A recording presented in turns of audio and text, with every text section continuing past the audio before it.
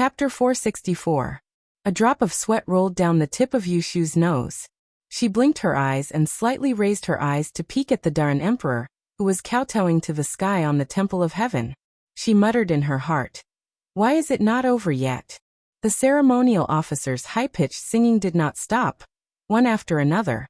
Yushu was a little upset listening to it. It was as if a bee had drilled into her head and kept buzzing. The blue-robed Taoists were scattered around the 9 cauldrons around the Temple of Heaven. They ignited a large number of incense sticks with talismans one by one. The white smoke soon filled everyone's eyes. Suddenly, a gust of east wind blew and hot air blew against her face. Yushu almost sneezed because of the smell of incense, but she gritted her teeth and endured it. In the blink of an eye, the sun in the sky was suddenly covered by clouds, and the sky suddenly became gloomy, as if a storm was coming. Yushu was secretly puzzled. According to her calculations the day before, there should not be rain today.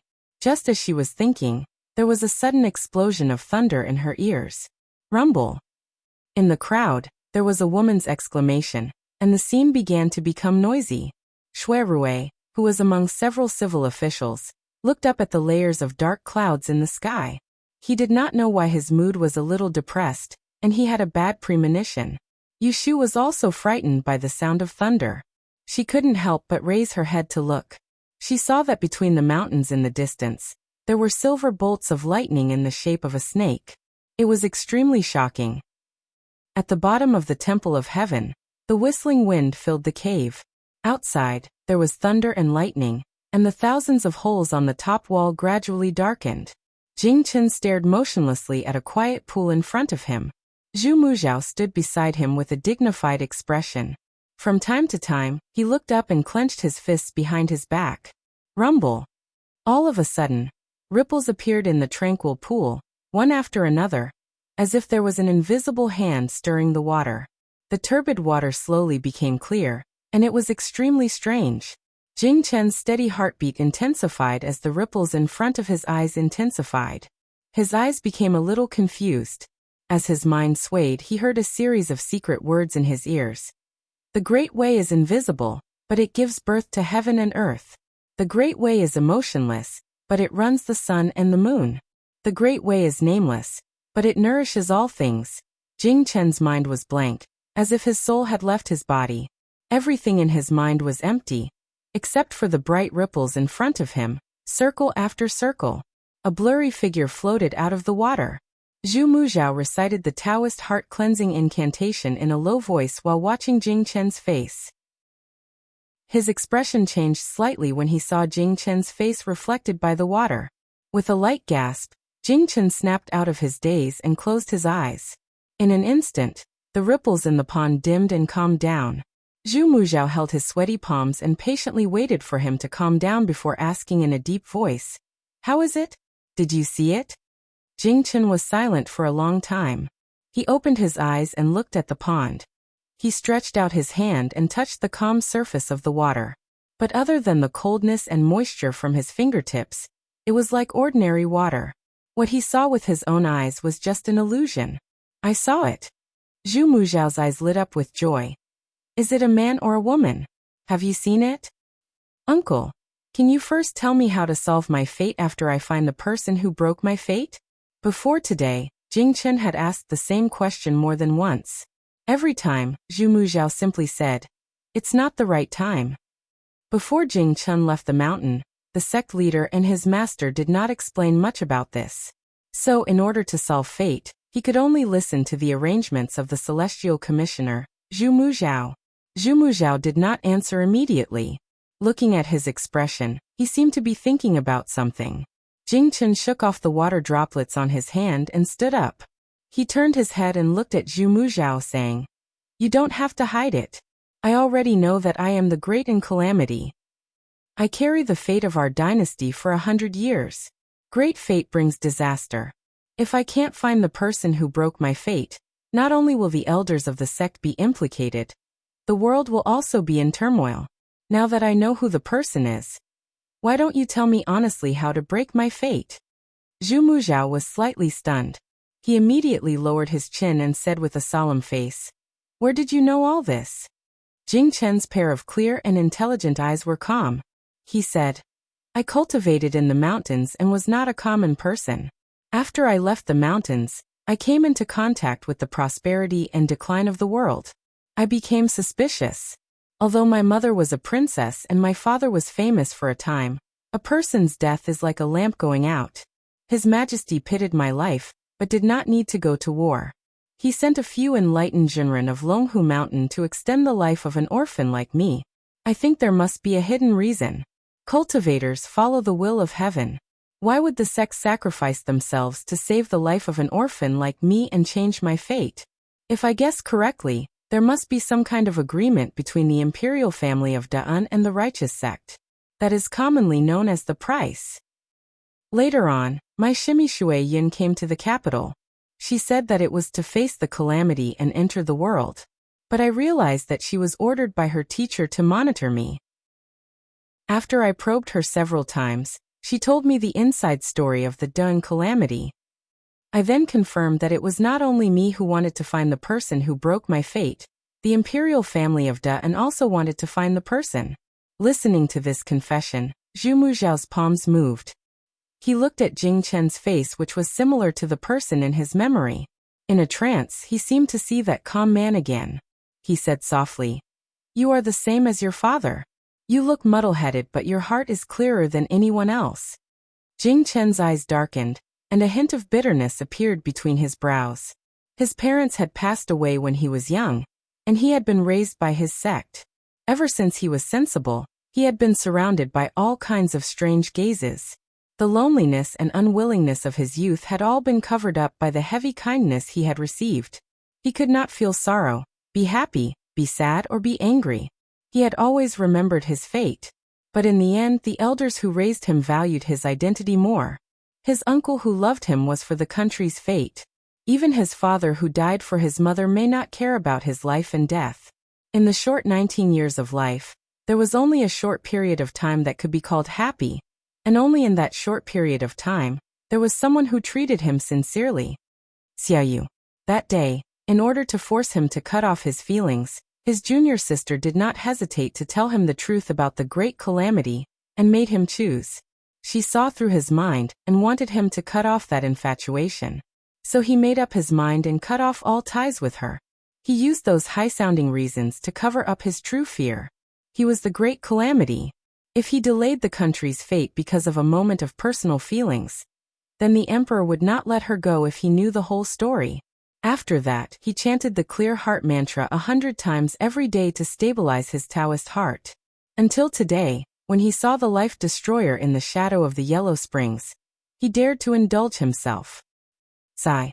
Zhu Muzhao sighed deeply and put his hand on Jing Chen's shoulder. He said warmly, You are only half right.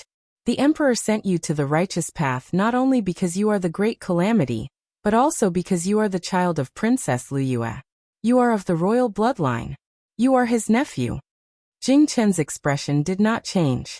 He looked at him and said, Then tell me, after I find the life destroyer, how do I solve it? He did not want to be kept in the dark and be manipulated by others. His every move was arranged by others. Zhu Muzhao sensed his distrust and knew that it was useless to say more.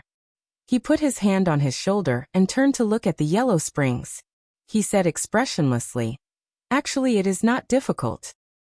As long as you know who the life destroyer is, according to the Book of Mystery Maiden, if the life destroyer is a man, you can kill him as a sacrifice to heaven. This can protect the great calamity for 300 years. You also do not have to be trapped by Kidu Star anymore.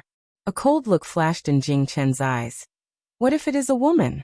Zhu Muzhao looked back at him and smiled. If it is a woman, you need to tie the knot with her. As long as you give birth to descendants, the life destroyer will break, and you will not have to worry. Jing Chen was stunned. His heart skipped 2 beats. His expression was a little strange. He asked, What is the Book of Mystery Maiden? Can I see it with my own eyes? Zhu Muzhao took in his expression, shook his head and said, The Book of Mystery Maiden Lu Ren is a relic left behind by Empress Ningzhen. There are many secrets recorded in it. Other than the current His Majesty, only the previous imperial astronomer can read it. If you don't believe me, you can think carefully. Why does a troublemaker have to stick to his Taoist heart? Jing Chen said in a low voice. My master told me that if I love and hate at will without finding the life destroyer, it will lead to natural and man-made disasters. Zhu Muzhao sneered. That is a lie. They don't want you to fall in love. It has nothing to do with the evil spirit of Kidu Star. In fact, it is to prevent you from not being able to kill the man you meet, and not being able to marry the woman you meet after you find the life destroyer.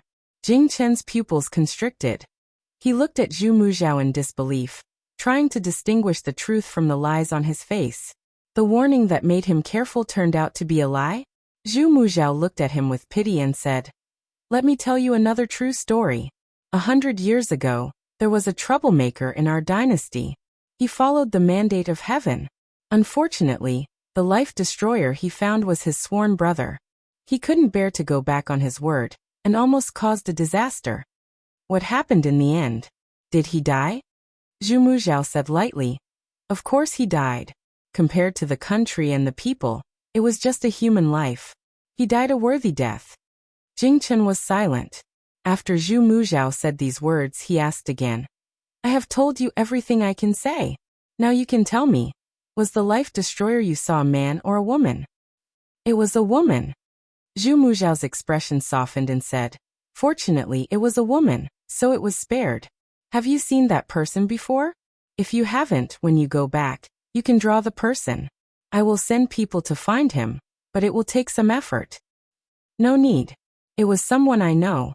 Oh, Zhu Muzhao asked curiously, who is it? Do I know him? Chapter 465. The sky suddenly changed during the ancestral worship ceremony. The strange phenomenon of thunder and lightning came and went quickly. A moment ago, there were flashes of lightning and roars of thunder, but in the next moment, there were no flags and drums. The dark clouds dispersed, and before the crowd could react, the sun appeared again. This temporary abnormality did not affect the ceremony.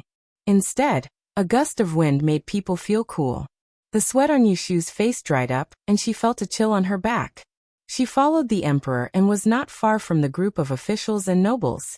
Thus, when she heard people whispering about the spirit of the sacred ancestor, she felt a little strange. She quietly raised her head and found Shuirui's figure in the crowd. Her line of sight moved a few times before she met his steady gaze. At that moment, she smiled lightly at him and held up the 8 trigrams bronze artifact in her hand, hinting to him that she could still hold on. Next, the book of rites and prayers were sung. The emperor, who was nearly 50 years old, walked around the temple of heaven and performed the rites. Then he led his officials back. According to official Ning's instructions, Yushu and the others did not need to go back with the emperor. Thus, they stood where they were and respectfully sent the emperor off. As soon as the emperor left, they could not stand it anymore. Zhan Shuiyuan and Cui Yin scrambled to put the bronze artifact in their hands on the ground, and sat down on the carpet by the roadside to catch their breath. Yushu looked around and saw that the people around her did not have any strange expressions.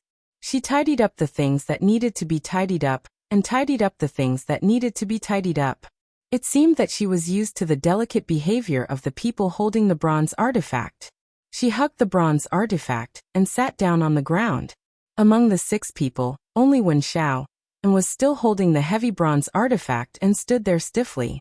I'm so tired. If I stood for a while longer, I would have fallen down. Sun Jun panted like a fool. He used his wide sleeves to make a fan and fanned his face. Another young man was also so tired that he stuck out his tongue. He looked up at Wen Xiao and then laughed dryly. Wen Xiao, and why are you still standing? If you don't sit down and rest, you might not even have the strength to go back later.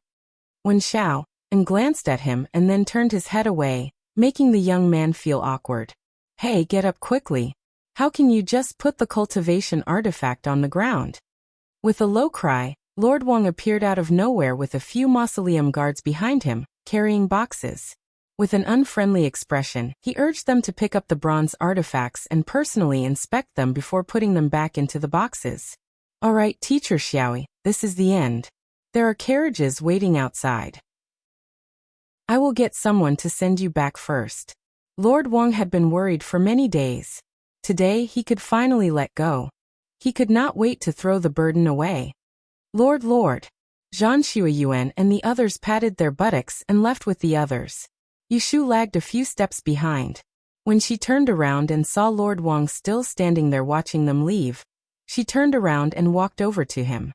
She bowed and said, I have troubled Lord Wang for these few days. After a few days of observation, Yushu felt that the ceremonial officer in front of her was reliable and capable. She didn't know when they would meet again, so it was better to make friends. Lord Wang smiled. You Swansea, what are you talking about? This is my duty. Yushu put down her hand and said, I still have to thank Darren for your care. I will be returning to the capital in a few days. I have no other forte, but I do have some skills in seeking fortune-telling. I can boast that I am not any worse than the masters in the Great Exchange Hall. If Darren has any difficulties, you can send a letter to Wang Jilu at Damas Street to look for me. Lord Wang's expression changed. He looked at the precocious young girl in front of him and compared her to the pampered young masters from the Taisher Library. It was not difficult to see that she would have a bright future. His mind also became active, so he nodded and accepted Yushu's good intentions. He extended his hand and took the initiative to send her to the outer circle. Yushu was the last to sit on the carriage back to Huajin Garden. Even though the people on the carriage were impatient, no one dared to say anything. Yushu's fierce and forceful performance last night was still in their minds. Even the two boys were faintly afraid of her, not to mention John and Chui, who didn't even have the strength to speak. The journey back to the side courtyard of Huashan Garden was silent. The people on the carriage wished they could wash off the sweat on their bodies and comfortably lie on the bed to sleep. Unfortunately, there was still a group of nobles waiting to serve them in the garden. There was no extra manpower to pay attention to them. Yushu didn't care about the others. Once she entered the room, she took off her heavy dress and put on an undershirt. She used the water left in the morning to wipe her body. She took out the medicinal oil that Fangji had given her when she left the house from the wardrobe. She sat cross-legged on the bed and applied it to her arms and legs to prevent any side effects and soreness for a while. In the blink of an eye, the afternoon passed. Yushu lay on the bed snoring. She didn't know that there were people talking about her in another part of the garden. Zhu Muzhao waved away the attendants accompanying him. He had his personal guard stay downstairs and went upstairs alone. Jing Chen had already changed out of his Taoist robe. After a bath, he stood refreshed at the window, looking at the scenery of the garden. Between his sword-like brows was a faint cloud of worry, like it was surrounded by fog. Jing Chen. A call brought him back to his senses. He turned his head to look at the approaching Zhu Muzhao and asked, Uncle, have you seen His Majesty? Zhu Muzhao nodded and said, His Majesty is very happy to know that you found the Fate Breaker. After a pause, he said with a pleasant expression, As for the words you said to me in the Emperor's cave, I will pretend I didn't hear them. When you meet the Emperor, don't mention them again. The words spoken out of anger referred to the words Jing Chen had said after seeing the Fate Breaker. He had revealed his suspicions about the disaster of the Da'an. This was more or less a sign of fear of the Emperor. The Emperor might not be angry when he heard this, but it was inevitable that he would be estranged from this nephew. Jing Chen's expression did not change. He was not at all worried that Zhu Muzhao would say that he wasn't the disaster of the Da'an in front of the Emperor. Compared to this, he was more concerned about the problem he was about to face. Zhu Muzhao did not notice the worry in his heart. He continued to speak. Since we already know that Yushu is the Fate Breaker, we still need you to spend more effort on her, so that she is willing to marry you and become husband and wife. But regarding the secrets of the disaster of the Da'an and the fate of our dynasty, you must not reveal them to her. Furthermore, you must not let her know of your identity as the Fate Breaker. Remember this. That is difficult, Jing Chen said with an indifferent expression. Before this, because of my worry, I broke off all ties with her. The two of us are like strangers. Now I want her to cultivate the love of Qin and Jean, but I cannot tell her the truth. It will be difficult for her to even pay attention to me, much less agree to become husband and wife with me. Zhu Muzhao frowned slightly. Originally, when things had progressed to this stage, as long as the Emperor issued an edict, regardless of whether Yushu was willing or not, she would have to submit. But the situation now was different. First, several months ago, Jing Chen had been ambushed on his way to the capital and almost lost his life. Second, a murder had occurred in Taisher Shu Garden not long ago. An innocent female student had died. The target was Jing Chen. All kinds of targeting showed that there were people secretly thinking of ways to obstruct the disaster of the death and from breaking the fate breaker. On the surface, the emperor had handed over the matter of Jing Chen's death to Ningguang to investigate. In reality, he had secretly sent out spies to investigate, but to no avail. What was worth rejoicing was that from the angle of the other party's attack, he could use divination to deduce that they only knew of the existence of the disaster of the Da'an and the fate breaker. As for how to find the fate breaker and how to break the fate breaker, they did not know. Because they could not confirm the identity of the fate breaker, they repeatedly probed and killed. In such a situation, if the emperor suddenly arranged a marriage for Daozi after worshipping the ancestors, it was clearly telling the other party that there was something fishy going on. In order to protect the safety of the fate breaker, and not ruin the important matter, the emperor discussed with him. Not only could they not arrange a marriage, they had to find another target, to attract the attention of those people in the dark. Then they could follow the clues and catch them all. After thinking for a while, Zhu Muzhao raised his head and said to Jing Chen, "There's no hurry to break the fate breaker. In short, the person has been found. Don't let her be suspicious and find a chance to get close to her. I have also seen Miss Yu twice. From her appearance, she isn't a short-sighted person. You only need to lie to her that your fate breaker has been broken. Since you and she have gone through thick and thin together, it shouldn't be difficult for you to forget about the past. Moreover," at this point he revealed a smile and said, "In my opinion, you have a good impression of her. Since you don't have any worries, you might as well learn more about the ways of men and women. This way, you can have the best of both worlds and become a good couple. Isn't that good?" Hearing this, a suspicious red appeared on Jing Chen's handsome face. He tilted his head to avoid Zhu Muzhao's penetrating gaze, and looked out the window again. In a low voice he mocked himself. "In the end, I still lied to her. What's so good about it?" Zhu Muzhao looked at the side of Jing Chen's face, and fell into a trance for a moment. It was as if he had gone back to 20 years ago and heard the same words. However, the words were still ringing in his ears. After a moment of absent-mindedness, he quickly regained his composure and sincerely said to the young man in front of him, who had a rough life, "Fate is like this. Since you can't go against it, you have to accept it. If you can't accept it, the world is full of bitterness. Think on the bright side." Jing Chen didn't say anything and looked into the distance. No one knew what he was thinking. Zhu Muzhao didn't try to persuade him anymore. He gave him a few more instructions, and then left. After he left, Jing Chen called in a servant and ordered, "Where are the people chosen from the Imperial Historian's library to carry the artifacts? Go and find out." "Yes, I will go now." Usually, after the ancestral worship ceremony, the emperor would return to the palace, while some of the nobles would stay in Huazhen Garden for a few days. The nearby forest was dense, and there was a natural enclosure 5 miles west of here for hunting horses. Yu Shu had eaten dinner in the evening, and was about to pack her luggage when she heard a servant outside the door say, "Miss Yu, there is an official in the front yard who wants to see you." Yu Shu thought that it might be official Wang from the Ministry of Rites. Unexpectedly, when she arrived at the front yard, she saw Shui Rui leisurely sitting in the hall waiting for her. "Eldest brother, why are you here?" Shui Rui pointed at a chair and asked her to sit down. He looked her up and down and asked, "Did you rest well?" "Yes, I slept." "Do your arms and legs hurt from standing for so long during the day?" Shui Rui knew that the bronze artifacts were not light. When he saw her holding them in her hands, her head covered in sweat and her face red from the sun, it would be a lie to say that he didn't feel bad. Yu Shu kicked her legs. "I'm not that delicate." Shui Rui said, "That's good. Tomorrow, we'll walk around the forest and I'll show you the surrounding scenery." Didn't His Majesty say that he's leaving for the capital tomorrow? You're not leaving? Yu Shu asked curiously. Shui Rui then told her that every year after the ancestral worship ceremony, with the emperor's permission, the young nobles would stay.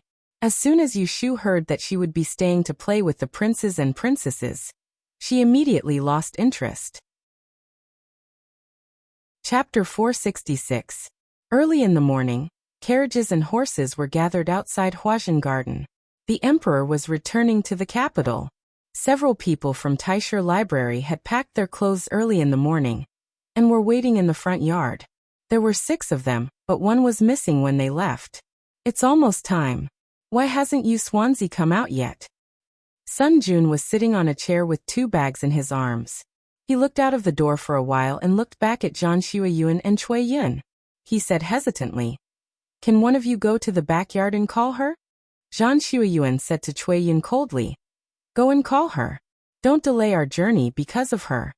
Cui Yun didn't dare to get close to Yushu and she couldn't refute Zhang Xueyuan. She said hesitantly, "Let's find a servant." "Just go. What are you talking about?" Zhang Xueyuan didn't want to be nice to Cui Yun. She could forgive Cui Yun for losing her Tianyu, but she couldn't let it go. When Xiaoan held half of the sweet bun left from last night in his hand, he broke it into pieces and sent it into his mouth. Watching them pushing and shoving each other, he said lazily, "Don't call her. She won't go with us." One Xiaoan was the only one who told Yushu that she was going to stay. Hearing this, everyone looked confused. Sun Jun asked confusedly, "She won't go? What do you mean? She wants to stay?" Zhang Xueyuan sneered. "Is Huajian Garden a place where she can stay if she wants to?" This was the royal garden, not an inn or a restaurant. Cui Yun said sourly, "She can't stay by herself. It's different if someone asks." Zhang Xueyuan was suspicious. "What did you say?" Being born in one of the 12 prefectures of the capital, Cui Yun naturally knew more than Zhang Xueyuan, who was a disciple from outside the capital. Thus, she told her about the tradition of the princes and princesses staying in Huajian Garden for the summer after the annual worship ceremony. There were not many opportunities for such a group of noble descendants to gather together. "Yu Swansea can stay here. I guess it's most likely because of the 9th prince. Didn't you see that imperial consort Nyang has been sending people to deliver food to her? Oh right, wasn't Yu Swansea invited by the 9th prince to attend this year's double sun gathering? I nearly forgot about this layer of relationship. No wonder when that happened young Master Shui personally came over." Cui Yun muttered and accidentally mentioned the night before yesterday. She immediately shut her mouth and carefully looked at Zhang Xueyuan. Sure enough, she saw that Zhang Xueyuan didn't look well. Zhang Xueyuan had always felt that Yushu only had the title of a female fortune teller. In terms of family background, she was not on the stage. She was polite to Yushu in Taisher Library because of the rules. Outside of Taisher Library, she was more or less dismissive of Yushu. However, the events of the past few days clearly told her that Yushu was much more prestigious than she had imagined. This kind of disparity made it difficult for her to calm down. At this moment, it was as if there was a breath stuck in her throat, extremely sullen. The fact that Yushu had stayed in Huajian Garden made the people present ponder over it. Huajian Garden became empty, and the Yulin royal guards retreated. The remaining nobles were less restrained and went their own ways. Lu Tan and Shui Rui watched as the emperor set off. They returned to the garden and talked on the way. "Last night, 8th brother invited me to the West Mountain to hunt. 12th brother and 13th brother wanted to go. Cousin, are you really not going with us?" Lu Tan asked the person beside him. Shui Rui shook his head and said, "You know that my hunting skills are not good. Shu doesn't even know how to ride a horse. It would be a disappointment if I went." Lu Tan's eyes flashed, but he didn't say anything. He could more or less see the relationship between Shui Rui and Yushu. However, it was Shui Rui's matter. As his cousin, it was not his place to interfere. Therefore, it was best not to ask. The two separated on the corridor and returned to their respective residences to change their travel clothes. As a prince, Lu Tan lived in a quiet courtyard in the north yard. As soon as he got off the bridge, he was greeted by servants in 2s and 3s. Some of them handed handkerchiefs, some of them fanned, and some of them brought news. "Your Highness, we have a rare guest." After entering the courtyard, Lu Tan was surprised to see Jing Chen standing in the living room. "Martial uncle? Why are you here?" I thought you didn't come to worship the ancestors. Lu Tan only knew that Jing Chun disappeared a few days before the worship. The message he sent to the princess's mansion was not answered. He didn't see his name in the list of people who came with him. He didn't expect that Jing Chun would suddenly appear. Jing Chun was wearing a simple but elegant long gown. His hair was neatly combed behind his head with a slender wooden hairpin. Although the expression on his face was a little cold, when he saw Lu Tan, he still revealed a little smile and said, "Lu Tan, I'm here. You don't know." Lu Tan invited him to sit down and asked a few more questions. Seeing that Jing Chun had no intention to explain, he changed the topic. "We are going to the enclosure later. If Marshal Uncle has nothing to do, you can come with us. The scenery of the West Mountain is very good. There is a lot of game in the summer. You haven't been here before, right?" Jing Chun nodded and didn't refuse. "Then help me prepare a horse." "No problem. Marshal Uncle, wait here. I'll go back to my room to change." "Okay." It was not yet 9 o'clock. Yushu stood empty-handed at the entrance of the courtyard waiting for someone. Not long after, she saw Shuerue's figure. He was followed by 2 attendants who carried a water bag and a bow and arrows. Yushu walked forward and looked behind him asking, "Where's the horse?" "Last night. He used the horse to seduce her to stay." Shuerue said, "It has been brought to the south gate. Let's go." "Well, why do you still have a bow and arrows? There are a lot of wild animals in the forest outside. If we encounter a leopard or tiger, we can use it to protect ourselves." Yushu stopped walking. Shuerue turned his head and looked at her. He smiled and said, "Why? Are you afraid?" Yushu curled her lips. "I read my fortune before I left this morning. Today is not going well. Don't jinx me. If you scare me again, I'll go back to sleep." She turned around and walked back. Shuerue saw this and quickly reached out to pull her. Hey, why can't I make a joke?" "Well, I brought the bow because I want to hunt some wild birds. Let's barbecue outside at noon." Yushu was pulled back by his strength. She turned her head and smiled. She pulled his sleeve and walked forward. "Barbecue? That's a good idea. Let's go." Shuerue didn't care about her words. It was rare to have a chance to come out to play. He wanted her to be happy. They walked fast. After a while, they were out of the west gate. A groom was already waiting on the road. He was leading 2 horses, one yellow and one white. Both were plump and strong, and appeared to be in good spirits. When they arrived in front of her, Yushu looked at one and then at the other. She couldn't help but stretch out her hand to stroke the pure white horse with an eager expression. She turned her head and asked Shuerue, "Which one should I ride?" When Shuerue saw her eyes lit up, he knew that she had set her sights on his carriage. He smiled as he took the white horse from the coachman's hand and waved at her. Chapter 467. For a brave beginner like Yushu, riding a horse is not difficult. With a good horse and a guard who never leaves her side, she can trot on the horse in less than an hour. There is a long and winding road in the southwest of Huajian Garden, leading to the paddock in the West Hill. The road is flat and the sand is soft. Tall elm trees are planted on both sides of the road. They are verdant and lush in the summer. When riding a horse, the sun is on its head. Only the breeze brings warmth to people's faces. Shuerue followed by Yushu's side.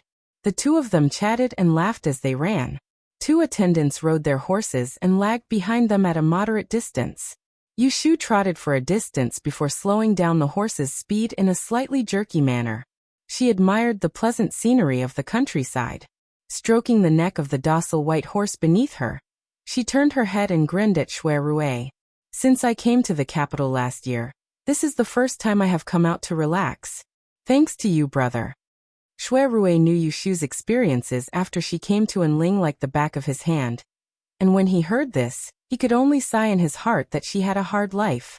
When she first came here, she dragged along her weak brother and Jing Chun who had lost his memory, and she was busy making a living. She set up a stall in the market square to tell fortunes, and she raised her family by herself. Later, she was persuaded by him to participate in the Dian examination. She was busy preparing for the exam. Then she met Jing Chun and left without saying goodbye. Because of this, She became enemies with the Ji family. Troubles came to her one after another. She had no time to sneak out to play. He had seen all of Yu Shu's sufferings with his own eyes. Sometimes he would break out in a cold sweat for this lonely woman. However, she did not complain or blame anyone. Instead, she became braver and braver. It was as if she had an inexhaustible spirit. She never regretted the past and would always look forward. She lived a real life, which made him admire her. Shui Rui looked at Yu Shu and his eyes flickered. He said in a clear voice, "This is still the capital region. A place to have fun is not really free. If there's a chance in the future, I'll show you the various sceneries of the north and south of the Yangtze River. The grasslands beyond the Great Wall, the snow on Changbai Mountain, the mountains and the sea of clouds, the desert of the western frontier. It's so beautiful."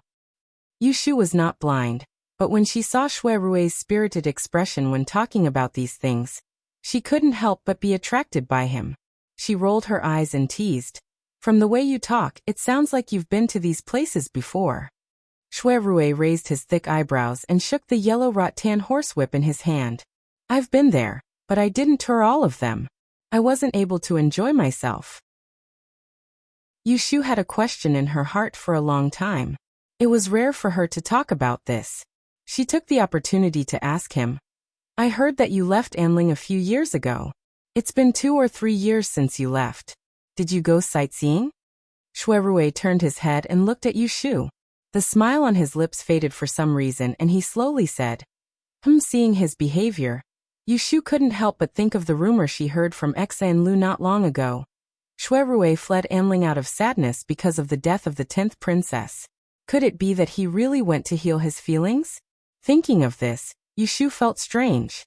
She secretly looked at Shui Rui's face and muttered in her heart, 3 years ago, the 10th princess was only a little old. According to the ranking, she was at most the same age as the 9th prince, Lu Tan. At that time, she was only 12 or 13 years old. Even if Shui Rui was only 16 or 17 years old, he couldn't have loved her so much, could he? But it was hard to say.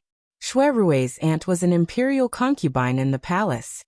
He was also very fond of the emperor, and often walked around the palace when he was young. It was possible that he and the 10th princess were childhood sweethearts. Otherwise, there was no arranged marriage. Why did Shui Rui, a good young man, stay empty for 2 or 3 years and delay it until now? The more Yu Shu thought about it, the more confused she became. On one hand, she didn't want Shui Rui to have other women in his heart. On the other hand, she couldn't figure out why he left the capital that year. Shui Rui didn't know Yu Shu's speculation.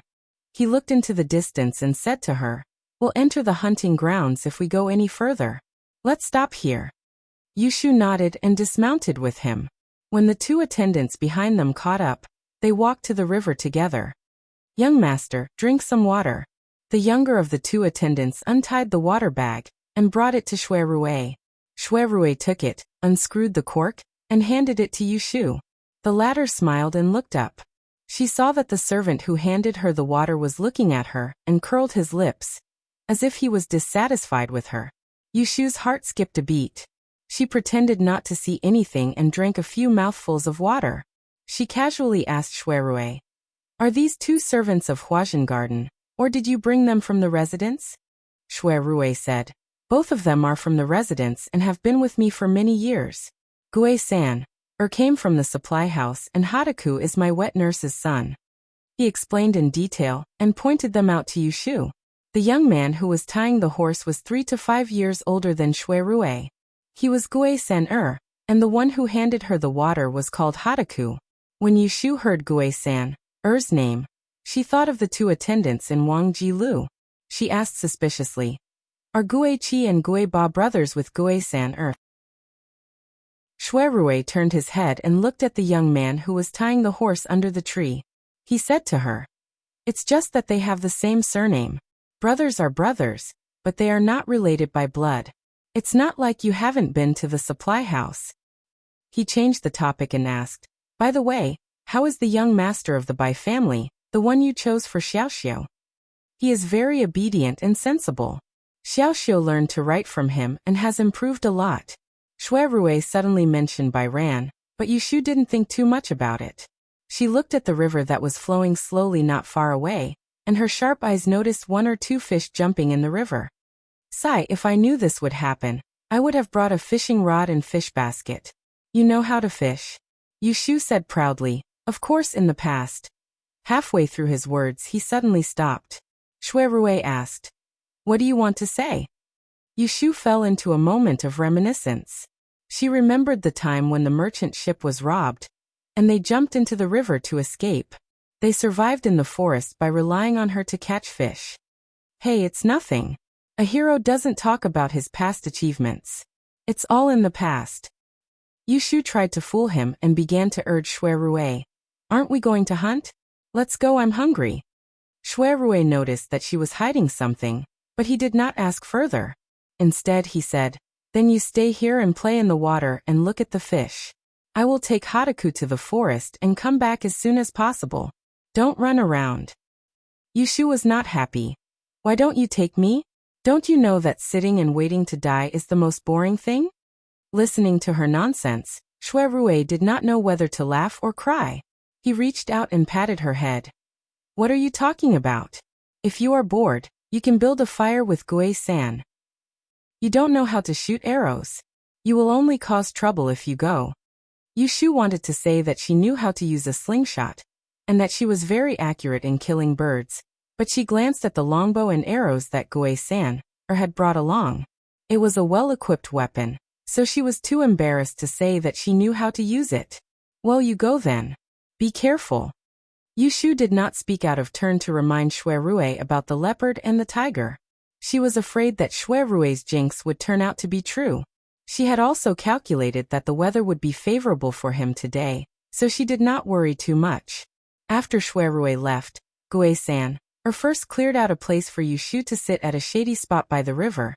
Then he laid out a hemp mat and soft cushion before placing 2 plates of fresh fruits that were plucked from Huajin Garden early in the morning. After that, they dutifully gathered the firewood around them and poured out the charcoal and other materials they had brought with them. Yushu wanted to help, but was politely stopped by someone. Miss, go play with the water. I will do these. Yushu touched her nose and sat down not far away. She picked up a guava and started to nibble on it. She put one hand in the shallow water and splashed the water. It was cool. She had nothing to do here, but she did not know that on the other side, a group of people was approaching the river. What bad luck. Fortunately, we ran fast. Otherwise, we would have died in the tiger's mouth. 8th Prince Lu Du patted his chest as he sat on his horse. He looked back frequently with a pale face. He was afraid that the white-fronted tiger lying on the hill would catch up with them. The 13th princess was sitting on the back of Lu Tan's horse. She grabbed her brother's waist with one hand. Hearing this, she scratched Lu Du's face and teased, 8th brother is a coward. He said he would take me into the mountains to hunt the tiger. You ran fast just now. 8th prince looked embarrassed. He turned to look at the cold and calm Jingchun beside him, and could not help but drag him down. Jingchun has been cultivating in the mountains for so many years. He is highly skilled in martial arts. He should not be afraid of the beasts. Why did he run away when he saw the big tiger? Jingchun glanced at him and said, I saw you all running away. Why should I stay? 15 minutes ago, they were still hunting in the western mountain enclosure. Lu Du led the way and arrived at the foot of a hill. Before they even got close, they looked up and saw a tiger the size of a small hill dozing off halfway up the hill. Lu Du was scared out of his wits. With a cry of alarm, he turned around and ran. The rest of them naturally turned around and followed him. Along the way, there were quite a few servants who ran away. Coincidentally, they lost their way, so they got lost. Lu Tan was at a loss for words. The 13th princess giggled as she lay on Lu Tan's back. She had a charming and mischievous look on her face. She hadn't seen that big tiger with her own eyes, so she didn't know how terrifying it was. Lu Tan looked at the fork in the forest in front of them. He turned his head and asked Jingchun, Martial uncle, which direction should we go? Jingchun looked up at the sun and narrowed his eyes. He calculated in his sleeves and knew that the person he was looking for was in the southeast. He pointed to a path and said, Go this way. There should be a river in front. Lu Du quickly said. Yes, yes. We will know the way back once we find the river. Lu Tan then sent a servant to find a river in front of them. The group of people rode on horses and walked out of the forest. They were getting farther and farther away from the enclosure, but closer to the river. Not long after, they saw the white stone beach and their field of vision suddenly widened. Look, there's a river in front. The 13th princess cheered and was about to jump down from her horse when Lu Tan pulled her back. A servant knelt down and used his back as a tiptoe to help her down. Lu Du also dismounted and said, We're tired. Let's rest here and wash our dirty faces. Let's get something to eat before we go back. Most of the princes loved to ride horses and hunt. They were very noble in the capital. When they went out to play, they were more casual. They did not have to rinse their mouths with bird's nest or pick their teeth with shark's fin. The stone beach was not suitable for horses, so they all dismounted and walked on foot. The servants led the horses away, and they strolled along the river bank. Jing Chen's eyesight was very good. He saw someone on the other side of the river from afar. When he looked closely, he was not sure if it was Yushu or not. So he started walking in that direction. He was so focused on the person on the other side that he did not notice the movement behind him. After walking for about 10 steps, he suddenly heard a frightening scream from behind. Jing Chen quickly turned his head and saw a golden figure slowly walking out from the woods. Its huge body shrouded everyone's hearts in fear. The white-fronted tiger they met in the hunting grounds had actually chased them all the way here. Awoo!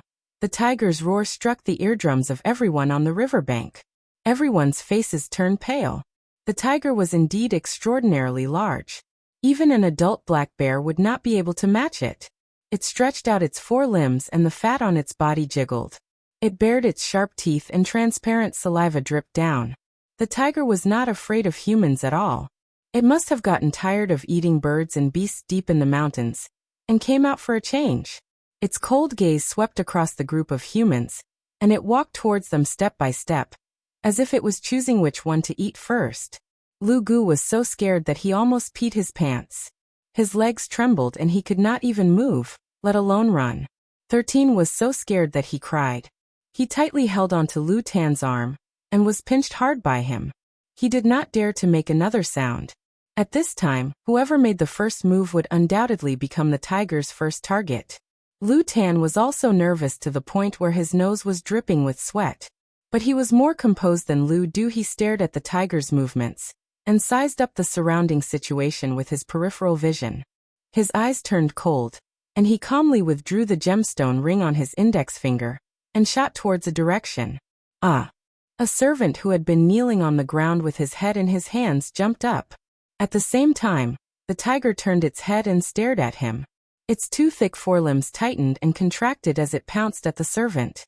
At the same time, Lu Tan pulled 13 back and shouted, Martial uncle, quickly make your move. There was no need for him to say anything. The moment the tiger pounced at the servant, Jing Chen had already caught up.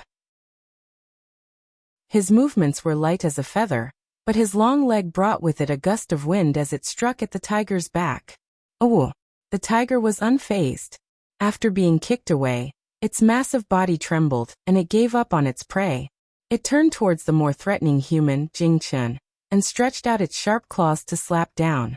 In the blink of an eye, the man and the tiger were engaged in a fierce battle. Jing Chen was good with swords, but he did not bring his sword with him on this trip.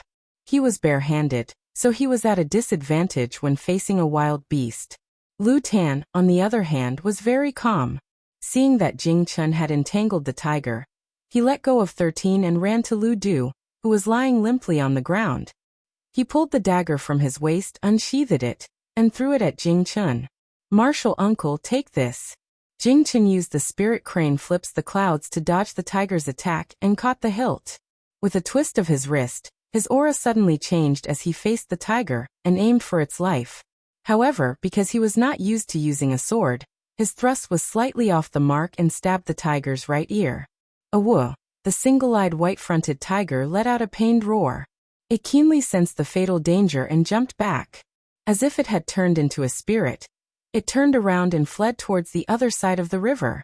Jing Chen, who was calm when he was fighting the tiger, suddenly changed his expression and chased after it with his sword. Martial uncle, stop chasing. Seeing Jing Chun chasing the tiger, Lu Ten quickly called out to stop him. However, he saw Jing Chun's figure flying at lightning speed. In a blink of an eye, the man and the tiger were more than 100 feet away. Meanwhile, Yushu had eaten a few fresh fruits and was washing her hands by the river. She was shocked when she vaguely heard a roar from afar. Gue-san, did you hear something? Gue-san put down the metal rack in his hand and held onto the dagger at his waist. He stared into the distance and his expression changed. He took a few steps back and grabbed Yushu's arm before running towards the riverbank. Miss, let's go. Yushu looked back in confusion. Her sharp eyes saw water splashing in the middle of the river. Something was running towards her. Soon she saw clearly what it was and was shocked. She cursed in her heart. Damn it, Shuerue, you jinxed it. Yushu wanted to cry but had no tears. She could only flee for her life with Gue-san. Unexpectedly, she saw Shuerue and the manservant returning from the forest in front of them with bows, arrows, and prey in their hands. Before they arrived in front of her, she had already shouted loudly. Chapter 468. Big brother, run for your life, the tiger is coming. As soon as Shuerue came out of the woods, he saw Yushu shouting and running towards him. When he looked back, he knew what made her panic. A fierce tiger was running dozens of steps behind her. Its eyes flashed with a fierce red light, and behind the tiger was a man with a sword. Shuerue's face changed, but he didn't retreat half a step. He immediately pulled the longbow in his hand and put an arrow on the bowstring. Just when Yushu ran to his side, his eyes flashed with cold light, and he shot a single eye at the tiger. Whoosh! Oh! The left eye of the tiger was hit by the arrow, and blood splashed out. It was in so much pain that it retracted its forelimbs, and its two hind legs moved a few steps forward. Just because of this pause, Jing Chun, who was chasing behind it, caught up with it, stepped on its back, and pierced its head with a sword. Bang! The huge body of the tiger fell to the ground. Yushu suddenly turned around and grabbed onto Shuerue's arm. Yet Shuerue pulled her back and pulled her behind him. Yushu was panting, and half of her head popped out from behind him. She looked at the big tiger lying on the ground 7 or 8 steps away from them. Its huge body made people's scalp numb. Her teeth trembled a few times. And then she saw Jing Chun standing up from the tiger, looking straight at her with a pair of bright eyes. She was stunned for a moment, and then she came back to her senses. She pulled Shuerue's back and asked him in shock, "Are you dead?" Shuerue glanced at the man and the tiger coldly. He raised his hand and put his arm around her shoulder, pulling her to his side, and teased her. "Dead? Look at how scared you are. You ran faster than a rabbit just now." Yushu hit his chest and said angrily, "It's all because of you, Jinx." Shuerue chuckled softly before turning to Jing Chun, who was standing nearby, and said, "Thank you, Daoist child, for lending a helping hand." Shuerue was smart. Seeing the situation in front of him and the figures running over from afar, he had a suspicion in his heart. Before today, he had not heard that Jing Chun was in Huajian Garden. Someone who was not supposed to be here was now right in front of him. The West Mountain enclosure was so vast that there was no end to it. It could only be said that someone had purposely run into them. If it wasn't for him, then it was for Yushu. Jing Chun's indifferent gaze swept past Shuerue's face, and in the end, it descended onto the palm on Yushu's shoulder.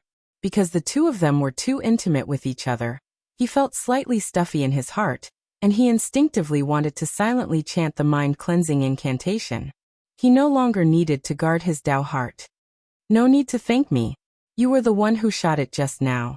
That's why I was able to act in time." Only then did Yushu notice that there was an arrow stuck in one of the tiger's eyes.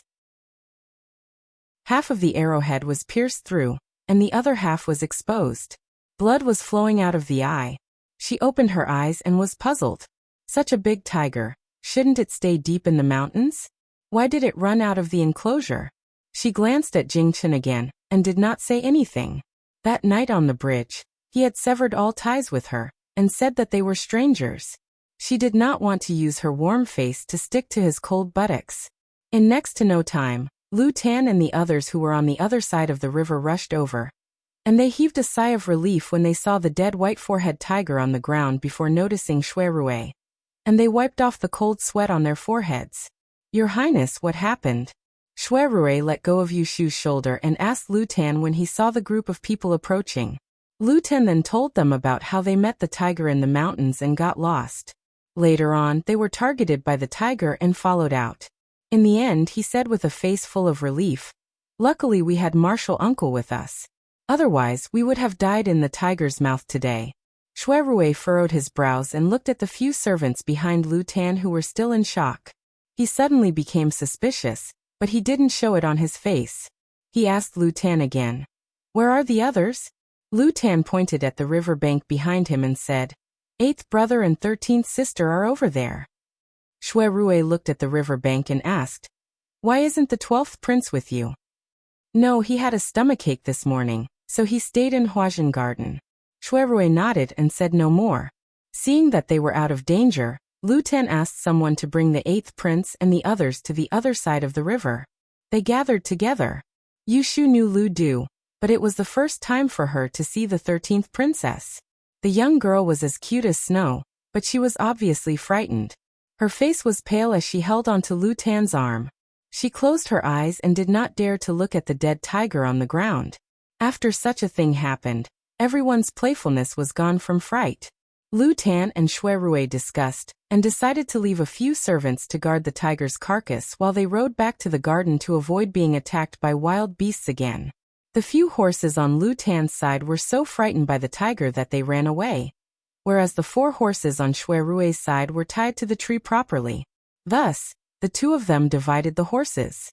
Lu Tan and the 13th princess rode on one horse, Lu Du and Jingchen rode on the other horse respectively, while Shui Rui and Yushu shared the last horse. No one had any objections. Of course, there might be people who had objections, but they did not say it. Shui Rui got on the horse first and stretched out his arm to pull Yushu to the back of his horse. They had shared a ride before. That time, Yushu ran out of the city to look for Jingchen, and Shui Rui found her in the middle of the night and brought her back. Compared to the stiffness at that time, Yushu was much more at ease now.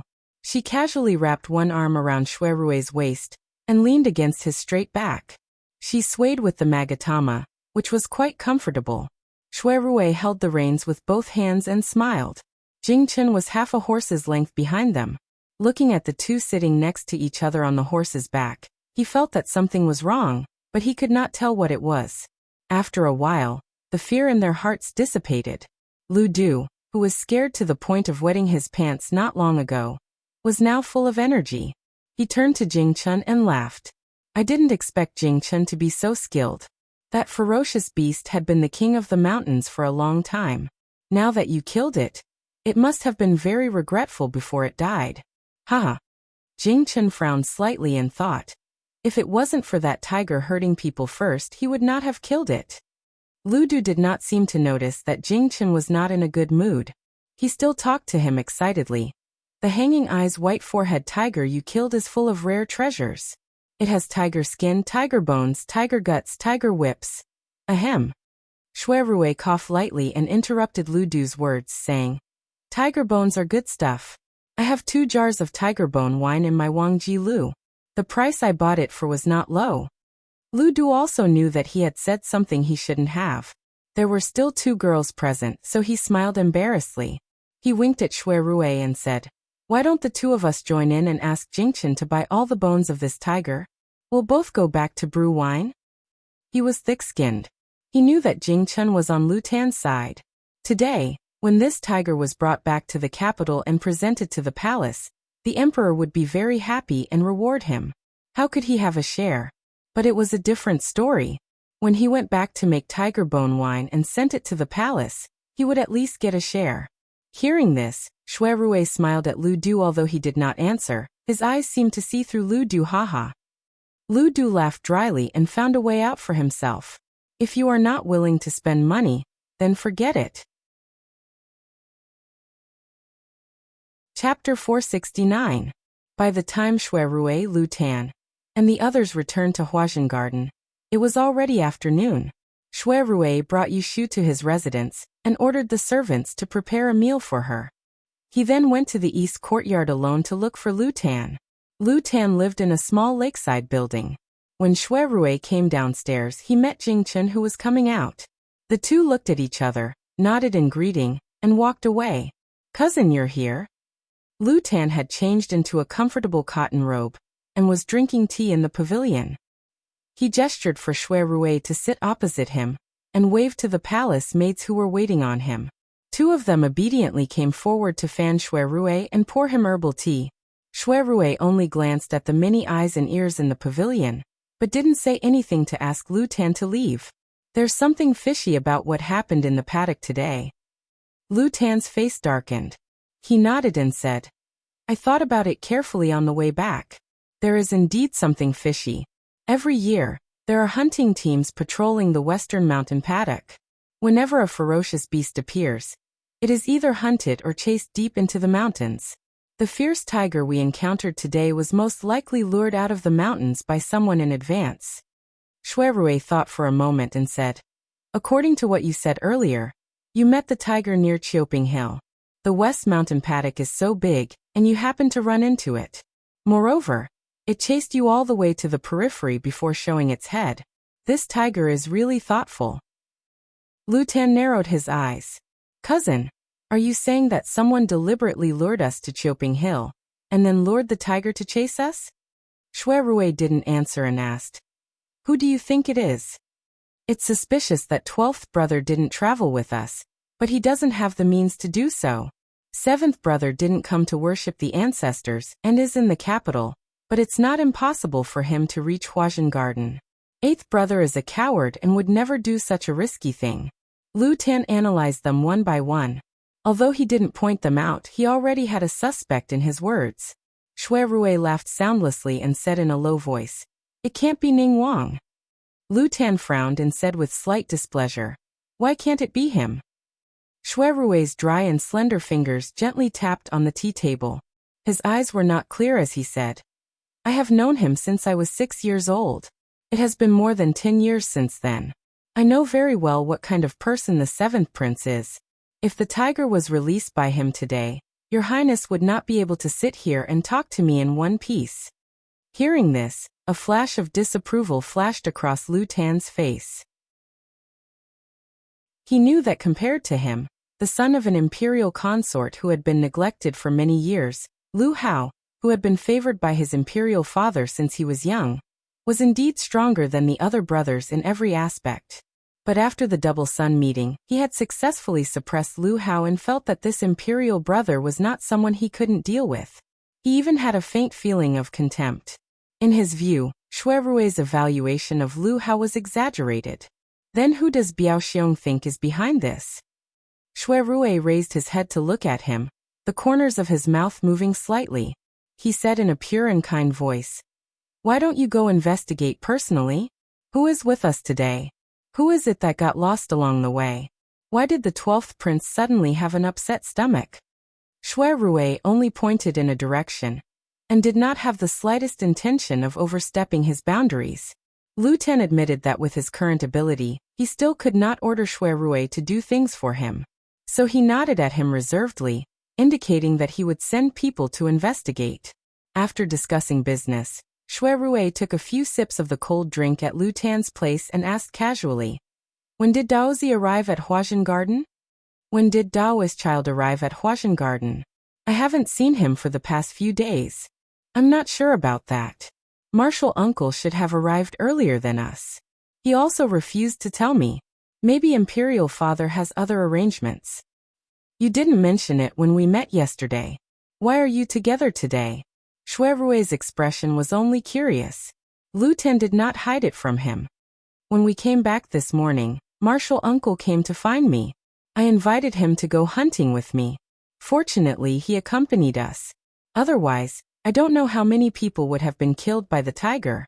His tone was not overly afraid, because even if Jing Chen did not help him today, he still had a way to save himself. It was just that he could not save the people around him. Shui Rui asked about the details that he wanted to know, and then he brushed it off and didn't continue this topic. The two cousins talked for a full hour in the water pavilion before Shuirui left. Lu Ten looked in the direction of his departure. He turned around and glanced at the servants around him.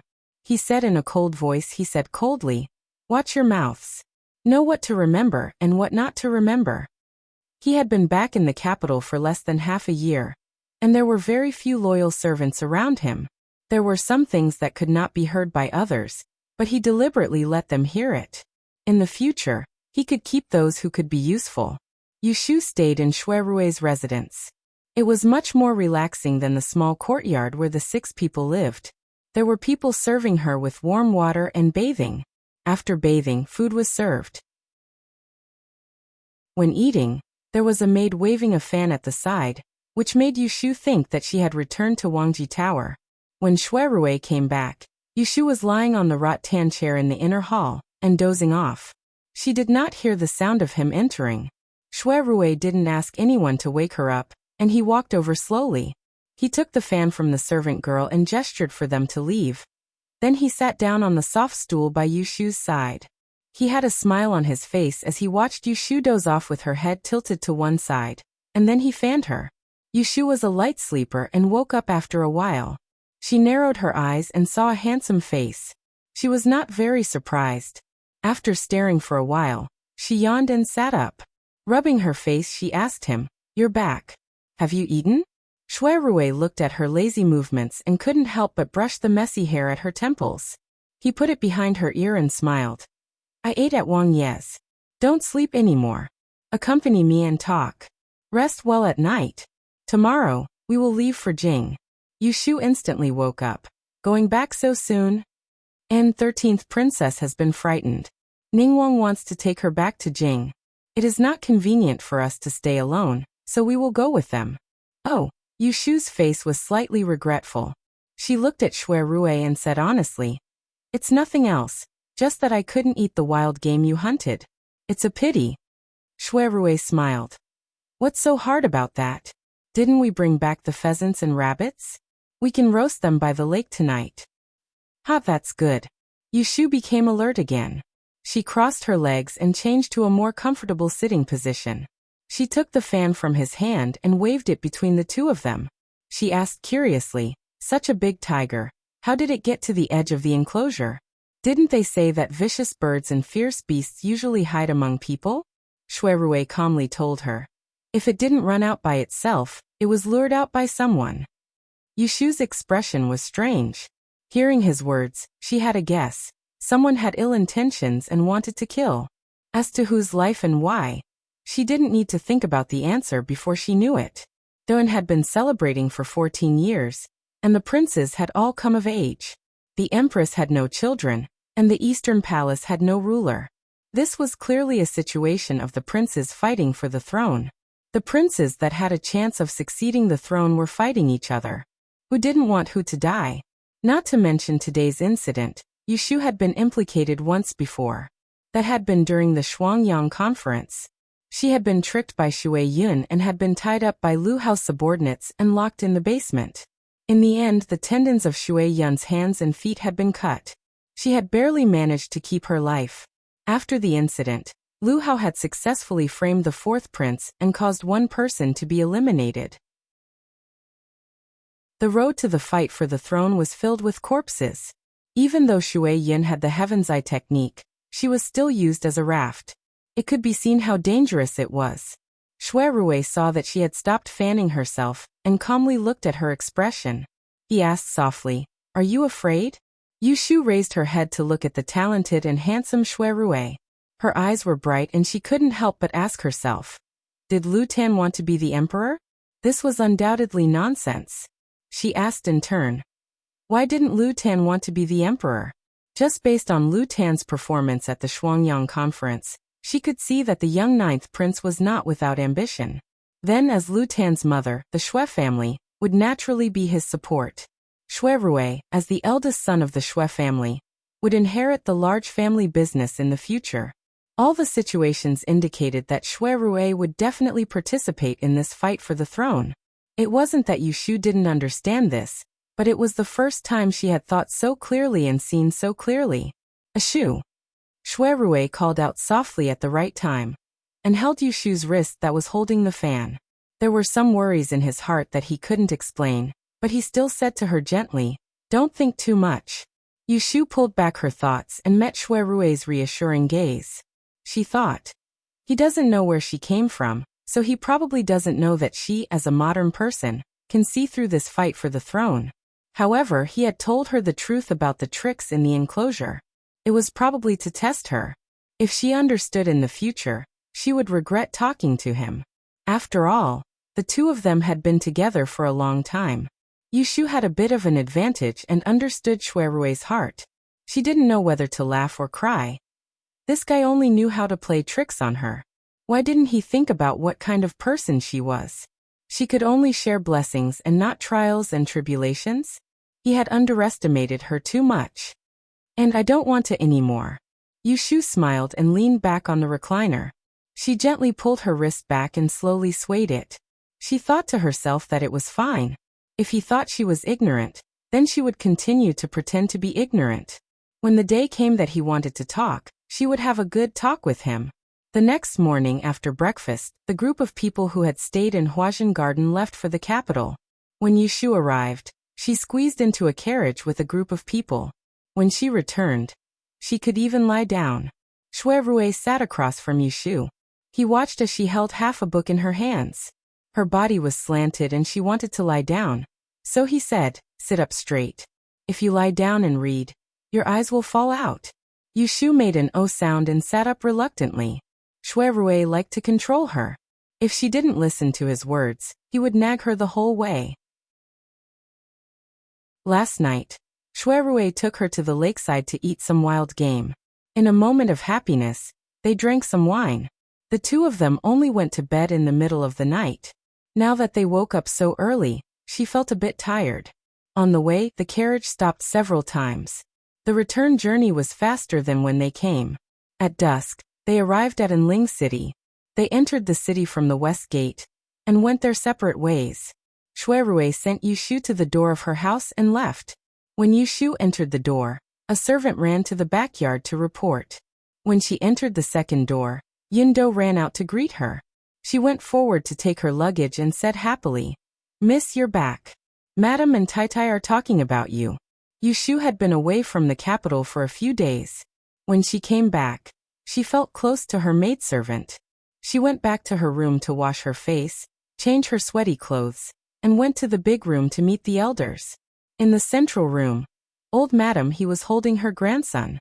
Zhao Hui sat on the lower seat and patted Yushu's palm to talk. This mother-in-law and daughter-in-law were both kind people. They didn't ask about the ancestral worship ceremony, but only cared about how she was doing these days. Yushu also liked to listen to people's gentle words. She patiently talked to them for a while. Seeing that it was time for dinner, Zhao Hui urged people to prepare dinner. He Fangji and Yu Xiaoxiu hadn't returned yet. "Why isn't Godfather here at this time?" Yushu looked outside the door. "Old Madam," he answered. "He said that there have been many patients in the medical center these days. He's too busy to leave, and often only returns home after dark. If it wasn't for the fact that he still has a child at home, I'm afraid he would have to stay in the medical center at night." He Fangji's medical ethics were indescribable. Yushu said in admiration, "Godfather has a kind and righteous heart." Although old Madam He was dissatisfied with her son spending all day in the medical center and not at home, she was satisfied with her grandson. Hearing Yushu's praise, she beamed with joy. Zhao Hui pulled Yushu's hand and said, "This is because of the plaque that the emperor bestowed. When your father first came here, no one believed in him. These days, he has accumulated virtue in medicine, and his reputation has become more and more famous. I didn't have time to tell you, but 2 days ago, someone from the general's mansion invited him to come and see a doctor." With this, He Fangji led Yu Xiaoxiu home. Sister, you're back." Before entering the door, she heard the sound first. Yushu turned her head and saw Yu Xiaoxiu come in like a gust of wind. Yushu smiled and pulled Yu Xiaoxiu to the other side to sit down, giving the seat to He Fangji, who came in later. "Why did you only finish school now? Did you run off to play?" Yu Xiaoxiu scratched his head and turned to look at He Fangji. He Fangji explained for him. No, this child is very obedient. He came to the medical center early after school to help me. Yushu's nose twitched. Sure enough, she smelled the smell of medicinal herbs on Yu Xiaoxiu's body. The family sat at the table and had a reunion dinner. They talked and laughed, and it was livelier than usual. At night, Yushu was sitting at the table reviewing the homework of Taisher Shuyuan, when she heard Yu Xiaoxiu knock on the door. Sister, I want to talk to you. Come in. Yu Xiaoxiu pushed the door open and walked to Yushu's side. There was a trace of hesitation on his gentle face. Can I ask you a favor? Yushu put down her book and turned around. She put her arm on the back of the chair and smiled. Say it. It's Hu Tian. Yu Xiaoxiu frowned. He hasn't been to school for a few days. Mu Xiu, I went to his house yesterday and saw that he has lost a lot of weight. He told me that half a month ago, his mother took him to the Great E shop to have his fortune read. A teacher said that he would have a bloody calamity, so his mother locked him up at home and didn't allow him to go out. She even said that she would hire a teacher to teach him, so that he wouldn't be allowed to study at Baichuan Shiyuan anymore. Yushu didn't find it strange. The Hu family was a powerful and wealthy family. Hu Tian was like a precious baby to the young master. How could his mother allow anything to happen to him? In order to avoid trouble, she wouldn't let him go to school. The Hu family couldn't afford to hire a few teachers. Yu Xiaoxiu continued, but Hu Tian didn't believe it. But Hu Tian doesn't believe it. He said that the teachers in the e-shop are all liars. They made up lies to fool his mother. Sister, I know you're powerful. Can you read his fortune and see if he's going to have a bloody calamity? Don't let him lose the chance to go to the library just because of a lie. Yushu raised her eyebrows and said, I can read his fortune, but he doesn't believe the teachers in the Great E shop. Does he only believe me? Yu Xiaoxiu hurriedly said, Why wouldn't he believe you? Sister, you're a fortune teller. Yushu wanted to say that the title of fortune teller didn't match with that of a fortune teller. But when she saw Yu Xiaoxiu's proud face, she couldn't bear to reject his request. She raised her hand and patted his head, saying, Chapter 470. Yu Xiaoxiu was well prepared. He showed Hu Tian's horoscope to Yushu and waited for her to do the fortune-telling. He wasn't sure how the fortune-tellers in the shop did it, but he had seen his sister do it before. She would always draw some strange symbols on a piece of paper, and she would be able to predict when he would need to bring an umbrella, when it would be sunny, and when he would lose something. His sister could even predict the bumps in the road ahead of time. It was really amazing. Yushu spread the paper and turned to Yu Xiaoxiu. Don't just stand there. I don't know how many strokes I need to do. Go outside and find Yindo. Don't ask her to get me hot water to wash my feet. Just get me a basin of water. Yu Xiaoxiu did as he was told, and she picked up the pen to do the fortune-telling. Hu Tian's horoscope was very good, with all 5 elements. He looked like a person with good fortune. Yushu originally planned to figure out the child's misfortune for the next half a month, but she did not expect to bump into the misfortune the day after tomorrow. The fortune teller for Hu Tian was not lying, but he was not accurate enough. The child was indeed going to face a bloody disaster. To be precise, it was a man-made disaster. Coincidentally, Yushu had just started to organize the case records of the Supreme Court. She had all the big and small disasters in her hands, and the first one she started to analyze were the cases of assault and injury. In her law of misfortune, every incident could be represented by numbers and symbols. She stared at the assailants. Initially, she wanted to use the names of the assailants as the result of her divination. As long as she knew the numbers and symbols represented by each surname, she could deduce the surname of the assailant from the victim's horoscope. This way, it would be easier to guard against them. However, it was easy to imagine, but when she actually tried to calculate, she realized that it was ridiculously difficult. Not to mention that there were many surnames in this world. People with the same surname might not come from the same family. As she calculated, she became confused. Fortunately, she had a flash of inspiration. She remembered that people did not only depend on their surnames, but also their zodiac signs. There were a total of 12 branches of the earth. This was the fate that one was born with. It matched the issue and her divination. It was like pushing a boat with the current. Within 2 days, she successfully obtained the value of 3 branches of the earth. Later, she was delayed by the ancestral worship, so she temporarily put it aside. She was now holding the result of Hu Tian'er's horoscope. Compared to the value she obtained before, she could not say she was 100% sure, but she was 80% sure that Hu Tian'er's so-called bloody disaster was caused by a person named Xiao Hu.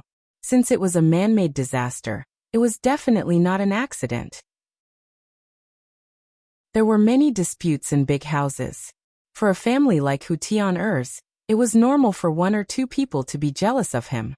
Yushu had never liked to meddle in other people's business, especially when it came to other people's family. However, Hu Tian'er was very loyal to Yu Xiaoxiu. Previously, when Yu Xiaoxiu was pushed off the horse by Shui Wenjia at Baichuan Academy, he was the one who impatiently sent him back home. Now that she knew that the child was going to suffer, how could she not remind him? Yushu put aside the paper in her hand and opened the drawer. She picked out a light green piece of shuetao paper. This time, she used a different brush. After some deliberation, she wrote a letter. Finally, she signed it with her operator's seal. After that, she sealed the envelope with wax. Yushu turned her head and saw Yu Xiaoxiu coming in with a basin. She waved at him with a gentle expression. "Xiaoxiu, come over here." "Sister, are you done calculating?" Yu Xiaoxiu's eyes were filled with anticipation. Nodding, Yushu passed the letter to him. She reminded him. "Tomorrow go to Hu Tian'er's house. Don't talk nonsense with him. Think of a way to hand this letter to Madame Hu." Yu Xiaoxiu immediately asked worriedly, "Is Tian'er all right?" "Sister, what did you say in the letter?" Yushu patted his head and said, "Don't ask. It's the adult's business. Remember to hand the letter to his mother. Don't open it in private. Otherwise, don't come to me crying when something happens to Hu Tian." Yu Xiaoxiu nodded hurriedly and put the letter away in case he forgot it tomorrow. Yushu sent Yu Xiaoxiu back to sleep. She was tired from the long journey during the day, so she washed up and went to bed early. The next day, Yushu went to the Wangji restaurant. Before she left, she put the crystal beads made by Old Man Su in the fengshui pond. After 7 days, she would be able to see whether it was good or bad. Shui Rui was not around. There were not many customers in the restaurant in the morning. Yushu entered from the main entrance and called out to Lin Fu, who was sitting behind the counter, weighing the silver pieces. She asked him to continue with his work, and entered the backyard alone. Yushu did not go back to her room. She went straight to the 3rd floor, and was anxious to see her results. Walking into the courtyard, Yushu saw the scene in the corner of the balcony. She thought her eyes were playing tricks on her. In just 7 days, she almost couldn't recognize the geomancy pool she made. It was less than 3 feet away from the pool, but it seemed to have become a world of its own. The colorful cobblestones had small clusters of fresh green sprouts, and the pot of autumn grass had actually bloomed ahead of time. The edge of the pool was surrounded by a thin circle of green moss. Yushu blinked a few times and recognized that the black and shiny water tank under the sun was the gray fish tank she asked for from the kitchen. She hesitated for a few steps and walked closer to look down. This time, her eyeballs almost fell out. The crystal stones at the bottom of the pool were like transparent bubbles, flashing with an enchanting luster. The 4 colors blurred one's vision, making one feel as if they were in a dream. Was this the crystal stone she bought from the sea merchant? How could it be so beautiful? Yushu squatted on the edge of the pond and looked at it for a while. Hearing the call behind her, she woke up. "Ah, miss, you are back." It was Xiaodai. Yushu squatted and turned her head. She saw the small bucket in her hand and a slender fence hanging on her waist. Thinking of what Xiaodai told her before she left, she asked, "Do you want to change the water?" Xiaodai said sweetly, "The water has just been changed. Just add this half a bucket." Yushu was a little excited. She moved aside and asked her to pour the spring water used to make tea in Wangji building into the pond. Then she couldn't wait to take the fence that Xiaodai used to change the water. She reached into the fish tank and scooped up a few beads. She wiped the water on the bottom of her clothes and held it in her palm. In an instant, the crystal beads attracted all her attention. Xiaodai exclaimed in admiration, "I don't know what method Miss is using, but Sister Xiaoqing and I would come up every day to take care of the gemstones and pearls in the pool. We actually feel that they are brighter every day. When the sun shines at noon, it hurts my eyes to look at the pool a few more times. Yushu grinned happily. Not to mention these two maids, it was also her first time trying to use feng shui to raise things. As for such an obvious magical effect, she didn't dare to think about it. Judging from the appearance alone, the crystal beads in this pond were better than ordinary gemstones. The feeling of holding them was refreshing, which undoubtedly helped her raise Reiki. Yushu rubbed the round crystal beads in her palm and asked Xiaodai, I asked you and Xiaoqing to weave the rope. Have you made it? Old Man Su suggested that she use gold and silver thread to string these beads. When she left in a hurry, she left an ingot of silver for them so that they could think about it when they had time. I was about to tell you that Sister Xiaoqing is best at this. She has made several styles and is waiting for you to choose. Yushu said with a smile. You are so good at doing things. I will reward you later. After saying that, she asked her to go downstairs to find a clean plate. She took out the crystal beads in the pond and separated them into yellow and white ones, leaving the purple and pink ones untouched. Xiaoqing was very skillful. When Yushu got the rope she made, she thought it was a chain made of real gold and silver at first glance. There was a single gold flower rope with a yellow crystal bead strung on it, which was bright and beautiful. There was a single silver flower rope with a white crystal bead strung on it, which was like condensed dew. Miss, is it too simple to tie a knot like this? Do you want me to add a pendant and twist it in a fancy way? No need. This is good. Natural and unadorned, this was true beauty. Yushu took the two bracelets that Xiaoqing tied and slowly put them on her wrists. The crystal was close to her pulse, and it was slightly cold. It seemed to have dissipated the heat around her body. She fiddled with the two sides with love. In the end, she left the yellow crystal bracelet on her wrist and took off the white one. She still remembered that her friend who opened a shop called Story of the Stone said that white crystal could eliminate distracting thoughts, calm the mind and nourish the brain. And yellow crystal could bring fortune to people. Xiaodai, you go. There are a few sandalwood boxes on top of my bookshelf. Bring me a smaller one. When Xiaodai wiped the box clean and brought it over, Yushu put the white crystal bracelet inside and closed it. Xiaodai asked with a smile. Miss, are you going to give it to the young master? Yushu shook her head and put the box aside. She said, this water essence stone is suitable for women to wear. Have you seen any man who likes shiny stones? If I give it to your young master, he will think that I am making fun of him. Actually, she had only said half of what she wanted to say. It was not difficult for her to raise these crystals. After all, she did not spend much effort on them. They were toys that she used to amass money. If she really wanted to give them to Shuirue, she would at least want them to be unique. For example, the century-old mahogany root. Yushu touched her chin and looked thoughtfully at the sandalwood box on the table. The next day, there was an astrology lecture by Sima Kue. Yushu went to Taisher Library in the morning and saw Xian Lu. Before she took out the box from the bookcase, she saw Xian Lu coming out with an invitation full of pine fragrance. Xian Lu handed it to her and said with surprise, Lotus Room, it will be my 15th birthday in 3 days. My father and mother are going to hold a ceremony for me. You must come. Yushu then closed the box and took the invitation empty-handed. She opened it and felt a little strange. She knew that in ancient times, women were considered to be of marriageable age at the age of 15. From then on, they could talk about marriage. Girls from rich families would also hold banquets and ceremonies. However, she had never experienced this kind of thing. You are already 15. Yushu murmured. She looked at Xian Lu and reached out to measure her height, which just reached the tip of her nose. I thought you were 13 at most. You are only 13. Xian Lu angrily slapped her hand away and looked up at Yushu's height. Her face fell and she said with no confidence, so what if you are tall? Yushu raised her eyebrows and smiled. She did not argue with her. She just patted her head condescendingly and walked towards Sima Kue, who had just appeared not far away with the bookcase under her arm. Xian Lu stood there with a red face and whispered, You just like to bully people. But I owe you, so I like to get close to you. Chapter 471. Although Xian Lu formally invited Yushu to attend her hairpin ceremony, because Yushu was not from an aristocratic family, there was no need to specially prepare a formal congratulatory gift.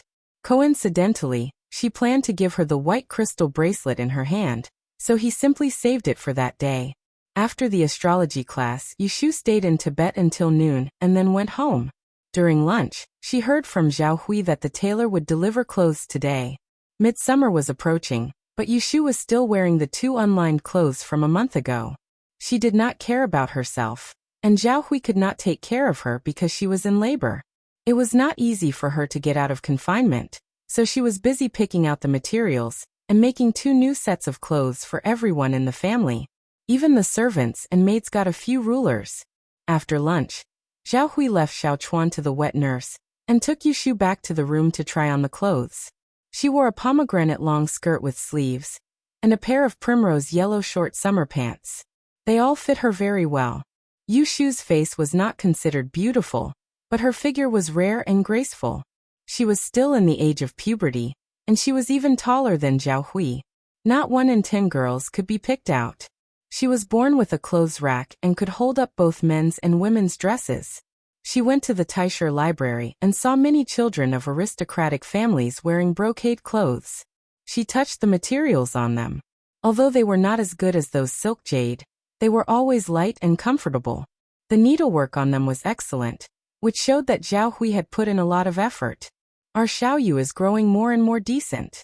Zhao Hui adjusted Yushu's belt in front of her. She turned her head to look at the person in the mirror with joy in her eyes. She touched her back lovingly and said, "I found another craftsman to make 2 new sets of jewelry, using the box of pearls you gave me last time. They will be delivered in 2 days. When you go out later, don't dress too casually. After all, you are a female teacher, and people will laugh at you for being ugly." Yushu hugged her shoulders and rubbed against her. She murmured, "Mother is so good to me. But don't be so tired. I am teacher E, not a rich lady. I don't need to buy new clothes and jewelry all day long. It is a waste of money." Zhao Hui was in charge of the family, so she didn't have much money. He Fengji's clinic had only been open for a few months, and she had just made some money. Zhao Hui probably used the dowry she got that day to cover the cost of making clothes. She wanted to help Zhao Hui with her household expenses, but unfortunately, she didn't have much spare money on hand. She had to repair the house and buy stones, so she really couldn't afford to spend it. Even if she gave the gold and silver in the storeroom to Zhao Hui, she wouldn't use it. She only said that she would keep it for her in the future. Zhao Hui hugged Yushu and said softly, "Who said you are not a miss? Aren't you our family's miss?" After the mother and daughter were intimate for a while, they heard a message from the front yard. Someone came to the door with a gift. It was for Yushu. "Who is it?" Yushu asked through the door. The person outside said in a strange tone, "It is from the princess residence." Yushu was puzzled. She didn't have a friendship with any princess. When Zhao Hui heard it, she hurriedly urged Yushu to go out and have a look. She didn't even change her clothes, and went to the front with Yin Do. When they arrived at the front yard, Yushu saw the person in the living room. She was very surprised. She still remembered the young guard in front of her. He was one of the people she saw in the princess residence when she and Shui Yin were kidnapped. It was no wonder that Yushu didn't think that the princess residence was related to Jingchen. It was just that after Jingchen made such a heartless decision, how could she think that he would take the initiative to have anything to do with her? "Miss you." The imperial bodyguard Gao Qi cupped his hands and bowed to Yushu.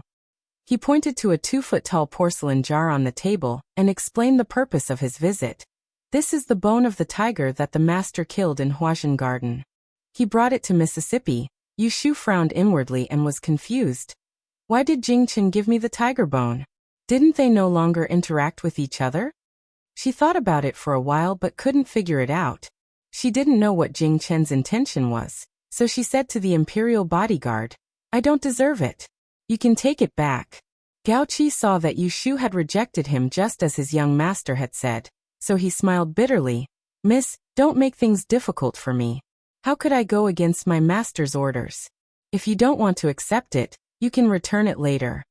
Yushu's eyes flashed and she looked at him coldly. I've never heard of forcefully giving a gift. I don't have the time to run errands.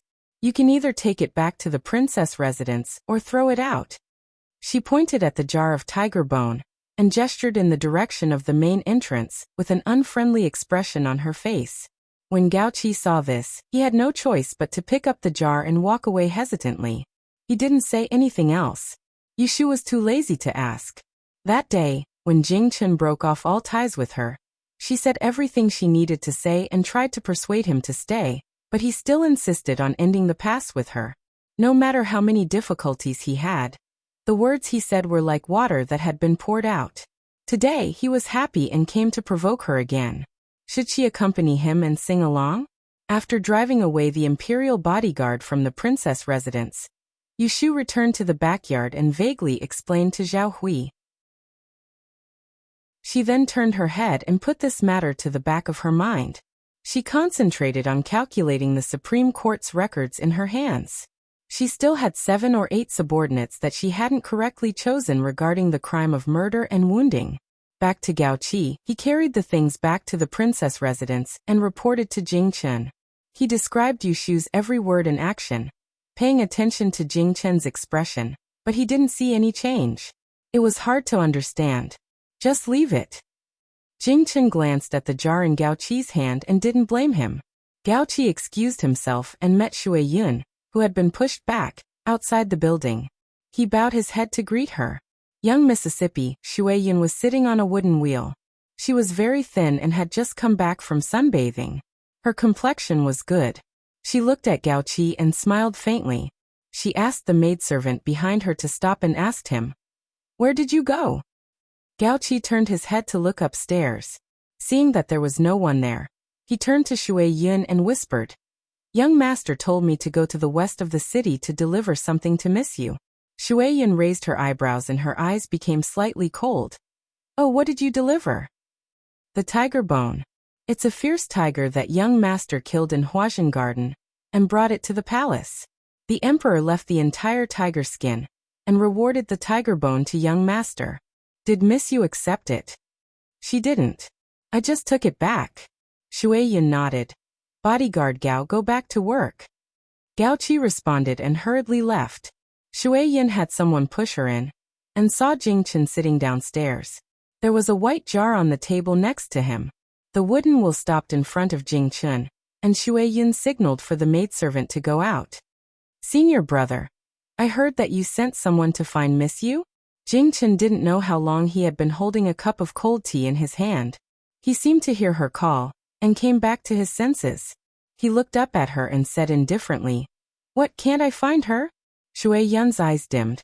2 days ago, when Jing Chen returned to the capital, he not only brought the good news of the fate breaker, but also the truth that her father and several martial uncles had concealed. It turned out that the elder's unwavering Dao heart was just a pretense to restrain Jing Chen. "I know that senior brother resents me for forcing you to break off relations with Miss You that day. I also feel very guilty. However, I still want to remind senior brother that although you found the whereabouts of the fate breaker, you can't be at ease as long as you don't break the fate. After all, the lives of the masters and martial uncles still need to be saved by you. The fate of the great in dynasty is also tied to you. As for the matter of reconciling with Miss You, it's better to wait until you break the fate. At that time, I will personally apologize to Miss You on your behalf and ask for her forgiveness." Jing Chen saw that her face was full of remorse, but his expression didn't change. Because of the great teacher's warning, although he told Shui Yun a part of the matter about the fate breaker, he didn't tell her that Xiaoyu was the person he was looking for. Therefore, his junior sister only knew that the martial uncles had deceived him and firmly protected his Dao heart, causing him to have no desires for all these years. However, she didn't know that he had to marry Xiaoyu to break the fate. Shui Yun saw that Jing Chen didn't speak, and her beautiful face became more and more bitter. "Senior brother, you don't believe me, so you won't tell me who the fate breaker is? If I don't tell you, are you going to lie about knowing her secret to threaten me again?" Jing Chen asked. After all these days, he still felt a little angry when he thought about it. A few months ago, Shui Yun noticed that he had developed feelings for Yushu, so she claimed that she wanted to cut off his feelings. At that time, she said that she discovered a big secret of Yushu, and that if she said it, she would be consigned to eternal damnation. He believed that it was true, but after several times using the heavenly book of chaos, he found that Shui Yun was simply lying to him. Last time, you said that she was a lonely soul reincarnated. This time, are you going to tell me that she is some kind of demon? Jing Chen's handsome face, which had always been indifferent, showed a rare trace of mockery. I didn't lie to you. Shui Yun suddenly became excited. She raised her head and refuted. Senior brother, you know that I was born with the heart of Qiqiao Linglong. I will never misjudge people. No one in the entire Mount Longhu can compare to me. Miss Yu doesn't look like someone who will live a long life, but she can stay by your side safely for so long. Don't you think it's strange? She is not a person of this land. If it's not a lonely soul reincarnated, then what is it? Jing Chen said calmly. If it's not that you miscalculated, then is it that I used the heavenly book of chaos wrong? Shui Yun, you are talented, but I am stronger than you. Although I am only proficient in the human chapter and the national chapter of Master's heavenly book of chaos, when I succeed in my divination, I have an 80% accuracy. Your heart of Qiqiao Linglong is not the right path. 60% accuracy is already the best. He paused and then said, what's more, there are hidden dragons and crouching tigers in the capital. She is in the Imperial Historian's library, and has been in and out of the Celestial Commissioner's office. If there is really something wrong, will no one see it? Shui Yun's mood was in a mess. Her hand on the armrest was half clenched weakly, and she said in a low voice, how would I know what happened? Her fate has actually changed. Whether you believe it or not, I definitely did not lie to you about this matter. Then she took a deep breath and stared at Jing Chen, saying, Senior brother, listen to me. The important matter is important. There is no harm in talking about love affairs later. Jing Chen reached out and gently pushed aside the wheelchair in front of him. He stood up and walked upstairs. You don't need to worry about my matters.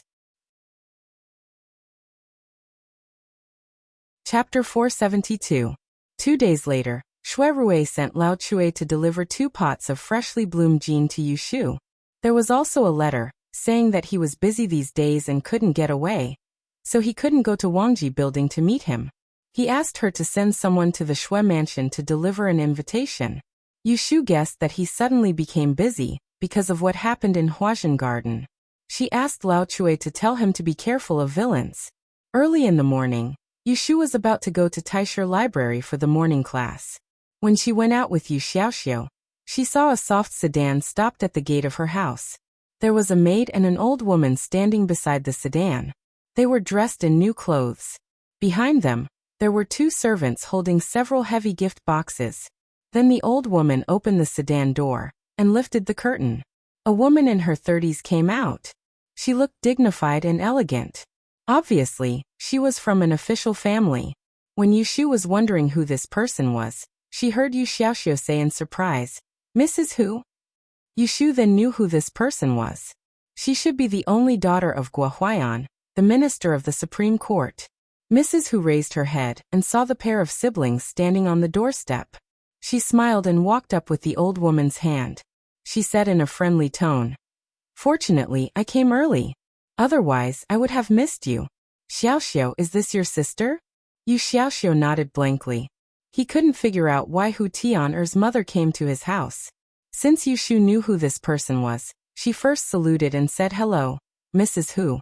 Thank you for taking care of my brother in the school. This Mrs. Hu was married to Assistant Minister Hu of the Ministry of Rights. She was a rank 4 official. Even a female fortune teller like her had to be polite when she saw her.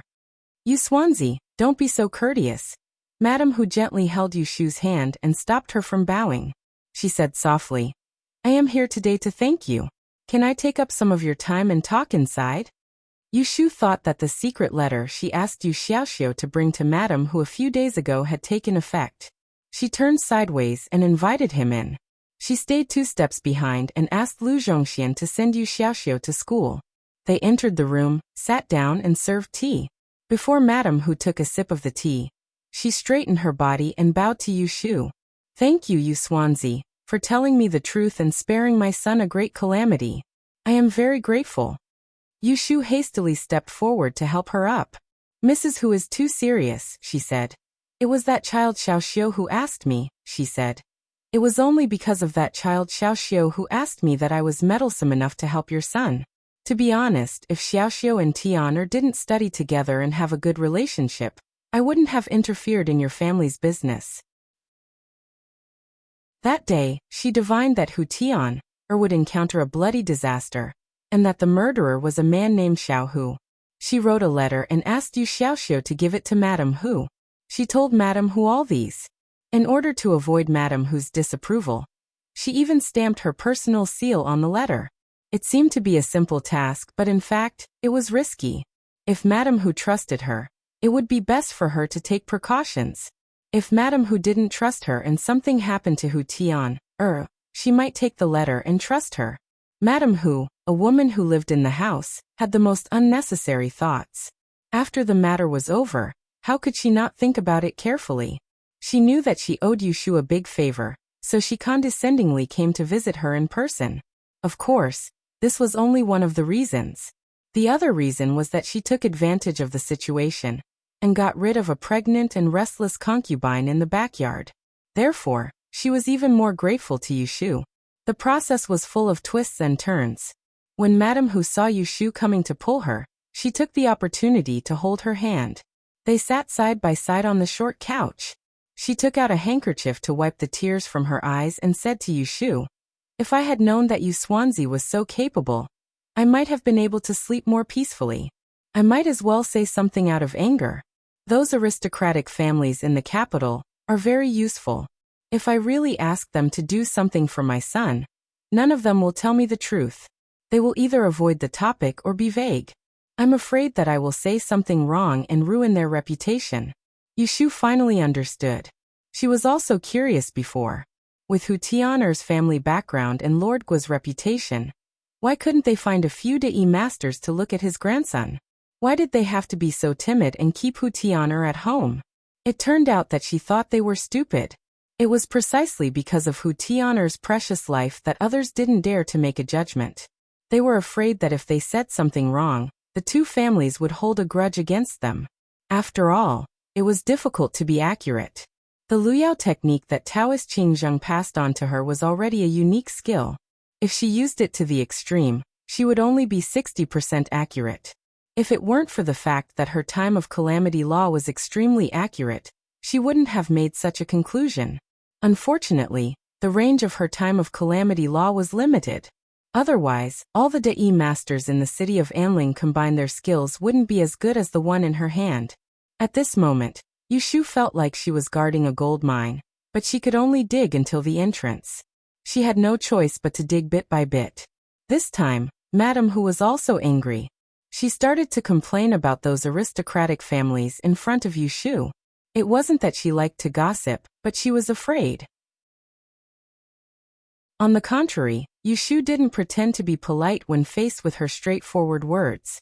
She comforted her with a gentle voice and said, "Madam, don't overpraise me. In terms of ability, I may not be better than the masters of the aristocratic families. I just want you to be on guard as much as possible. If I really can't predict correctly, I can only blame myself for not being good enough." Although Yushu said it modestly, she didn't intend to hide her ability. She still looked indifferent. Madame Hu was a meticulous person. She looked at Yushu up and down and believed that she was really capable. Few people in the city of Anling could predict the fatal disaster accurately. Before Madame Hu got married, she was the only daughter in her family. Her father once wanted her to be a cook, so he raised her as a man for several years. She could be regarded as a knowledgeable woman. Therefore, she didn't think that Yushu was poor and intended to make friends with her. "I heard that Yu Swansea has entered the Taisher Library to study. Not long ago, he was lucky enough to go to the Emperor's mausoleum to worship his ancestors. If he can become an official in the future, he will have a bright future. He will be better than us who have to rely on the servants in the inner chamber. I will have to work for you in the future. You must accept this gift." As Madame Hu spoke, she asked her maid to ask the servants in the yard to bring the gifts in. She put them on the table one by one, and gave the list to Yushu. Although Yushu loved money, she didn't want to accept Madame Hu's gift. This was what Yu Xiaoxiu asked her to do. She would help him if she could. It was not a big deal for her to accept the gift. Madame Hu probably saw her reluctance on her face. She smiled in her heart. She stood up and opened the boxes, saying, "I was afraid that you wouldn't like gold and silver, so I specially selected them. This box is tea made by my father, and this box is rouge and face powder made by the palace. These two are just my sincerity. In addition, there is a piece of century-old peachwood root and a piece of longting wood. I think you will need them." An idea came to Yushu. She walked to the table and stared at the dark golden wood in a big box. It was the same color as what she saw in the list of rare objects. Her eyes suddenly brightened. Chapter 473. After sending Mrs. Hu away, Yushu turned around and put the gifts she sent into her room. Then she went out of the door happily. With the century-old mahogany root, the thing that she had wanted to give to Shuirui would finally have a chance. Today was Fang Zijing's morning class, so Yushu arrived a little late. She slipped into Su Shuitang through the back door. As usual, Fang Zijing was wearing a loose robe that did not fit him. His thin body was stuck in a spacious armchair, and his left hand was playing with a thin and long fate stick. He was explaining a chapter of Qimen Yaoshu. His withered eyelids were drooping, as if he did not notice that Yushu was late. Situ Qinglan saw Yushu and winked at her, indicating that she should leave an empty space for her. Yushu hurriedly bent over and sat down. "Did you bring the book?" Situ Qinglan asked in a low voice. Yushu nodded and put down the bookcase that was slung over her shoulder. She took out a book called The Complete Records of Qi Men Dunjiatong Zong, and carefully listened to Fang Zijing's explanation. "Ah." Yushu turned around and saw Situ Qinglan staring at her wrist in surprise. Yushu looked down and found that her sleeve had slipped up when she took the book, revealing the bracelet on her left wrist. The transparent topaz bead was shining with a layer of light, like a ball of morning light. It lit up half of her wrist. No wonder it attracted Situ Qinglan's attention. Situ Qinglan hurriedly looked away and smiled apologetically at Yushu. Yushu also smiled back and quietly put down her sleeve to cover the ball in her hand. It was not until the morning class was over that Situ Qinglan couldn't help but grab Yushu's hand and ask curiously and shyly, "What's that on your hand? It's so beautiful." Yushu generously raised her hand for her to see and said, "It's a crystal." "Water essence?" Situ Qinglan held her hand and looked at it carefully. She shook her head and said, "It doesn't look like it." Situ Qinglan had been raised by the Dai master Fang Zijing since she was a child. She had seen many worldly things.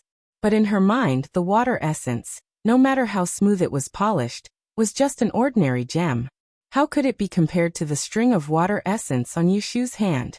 It looked so delicate, as if it had been dyed with water. Yushu raised her eyebrows and said with a smile, "It doesn't look like it. You are talking about the water essence, and I am talking about the ice crystal." Saying this, she took down the string of topaz and showed it to Situ Qinglan. She was not afraid that Situ Qinglan would find it strange. Sometimes it was better to be in the open than to be in the dark. Situ Qinglan held the string of crystal, and keenly felt a trace of coldness in her palm. She held it gently and couldn't help praising, "It's good stuff. Where did you buy it? I have never seen anyone wear it." Yushu curled up the corner of her mouth and said proudly, "It's the first one in the whole Enling city, and it's in my hand. Of course you have never seen anyone wear it." It was not that she liked to show off. If she wanted to make a fortune with this thing in the future, she had to advertise it first. According to her observation, Situ Qinglan was a smooth and slick person in the Taisher library. She was well-informed and inquisitive. What she said just now might be spread to many people tomorrow. Sure enough, hearing Yushu's tone, Situ Qinglan was surprised again. She felt that the bead necklace in her hand was a little heavier. She hurriedly handed it back to Yushu and watched her put it on her wrist again. She said with some envy, "I have a Hanyang bracelet. It will be cold no matter how long I wear it in summer, but it is not as beautiful as your crystal." Few girls could resist shiny jewelry, and Situ Qinglan was no exception. Unfortunately, She lived under someone else's roof and didn't have much money. Hearing Yushu's tone, she thought that the crystal was as priceless as her family's Hanyang bracelet. So she didn't ask Yushu about it again. Yushu also knew a little about Situ Qinglan's family background. Seeing her sad eyes, she felt a little sorry. She thought that when she got the finished product from Old Su, she would choose a nice pendant for her. Because they had to go back to the women's dormitory to get their books, they went out together. Yushu lived in the east courtyard, and Situ Qinglan lived in the central courtyard. They said goodbye to each other when they entered the women's dormitory. Yushu stood at the door of the room and stared at the locked door of the next room on her right for a while. Then she shook her head and went into the room. She checked the doors and windows, and then opened the window to let some air in. Then she walked around the room and found nothing. Lotus room? There was a knock on the door. It was Situ Qinglan who put down her book and came to find her. Yushu invited her in. Situ Qinglan put down the tea tray in her hand on the empty table. I know you haven't come back often. There must be a lack of tea in the room. This is the fragrant slice I made this morning. It's soaked with flower dew and rock sugar. You can try it if you like. Yushu thanked her. She picked up an empty cup and drank by herself. She praised. It's delicious. I like this kind of sweet tea. I also have a few kinds of fragrant slices. They taste good. I'll bring some for you next time.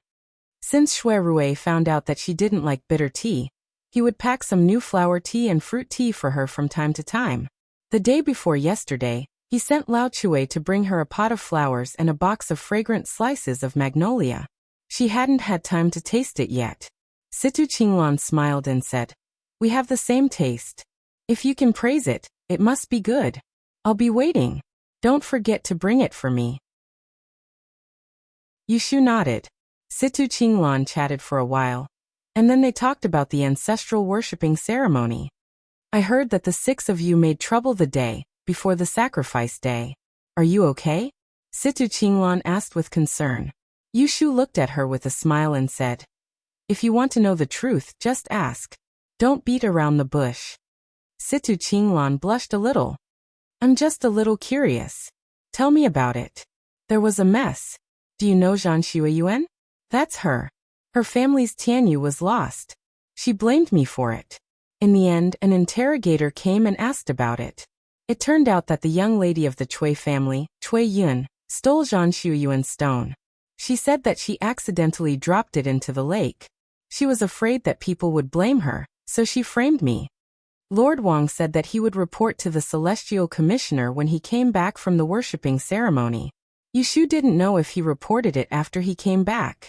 But she didn't hear anything about it in the library recently. Zhan Xueyuan and Chui Yin must have found a way to hide it.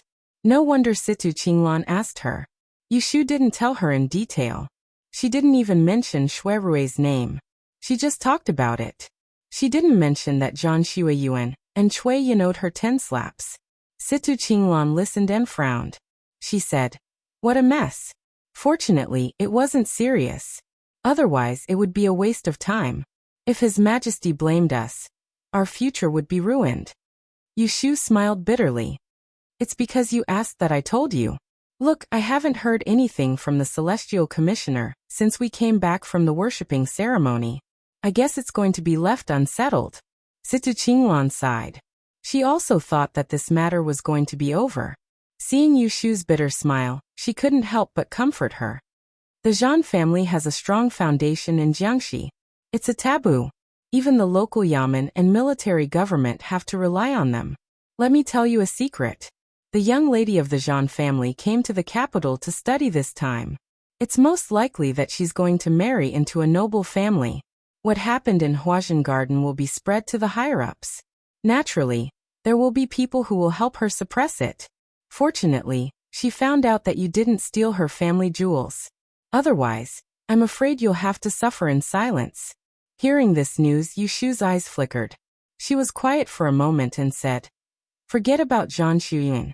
What's Chui Yin relying on? Isn't she a daughter of a concubine? She was so arrogant in Huazhen Garden. Situ Qinglan was a little surprised. She chuckled and said, Chui Yin is nothing. But she has an elder sister named Chui Xian. She's 1 year younger than me. She got a chance when she was young, and was accepted by Princess Xiang as her adopted daughter. She was raised with Commandery Princess Xiwen for 2 years. She calls Prince Xiang's heir brother and Commandery Princess Xiwen calls her elder sister. So she's half a master. Yushu narrowed her eyes and sneered in her heart. She knew that Cui Yin had no grudge against her. Why did she set her up?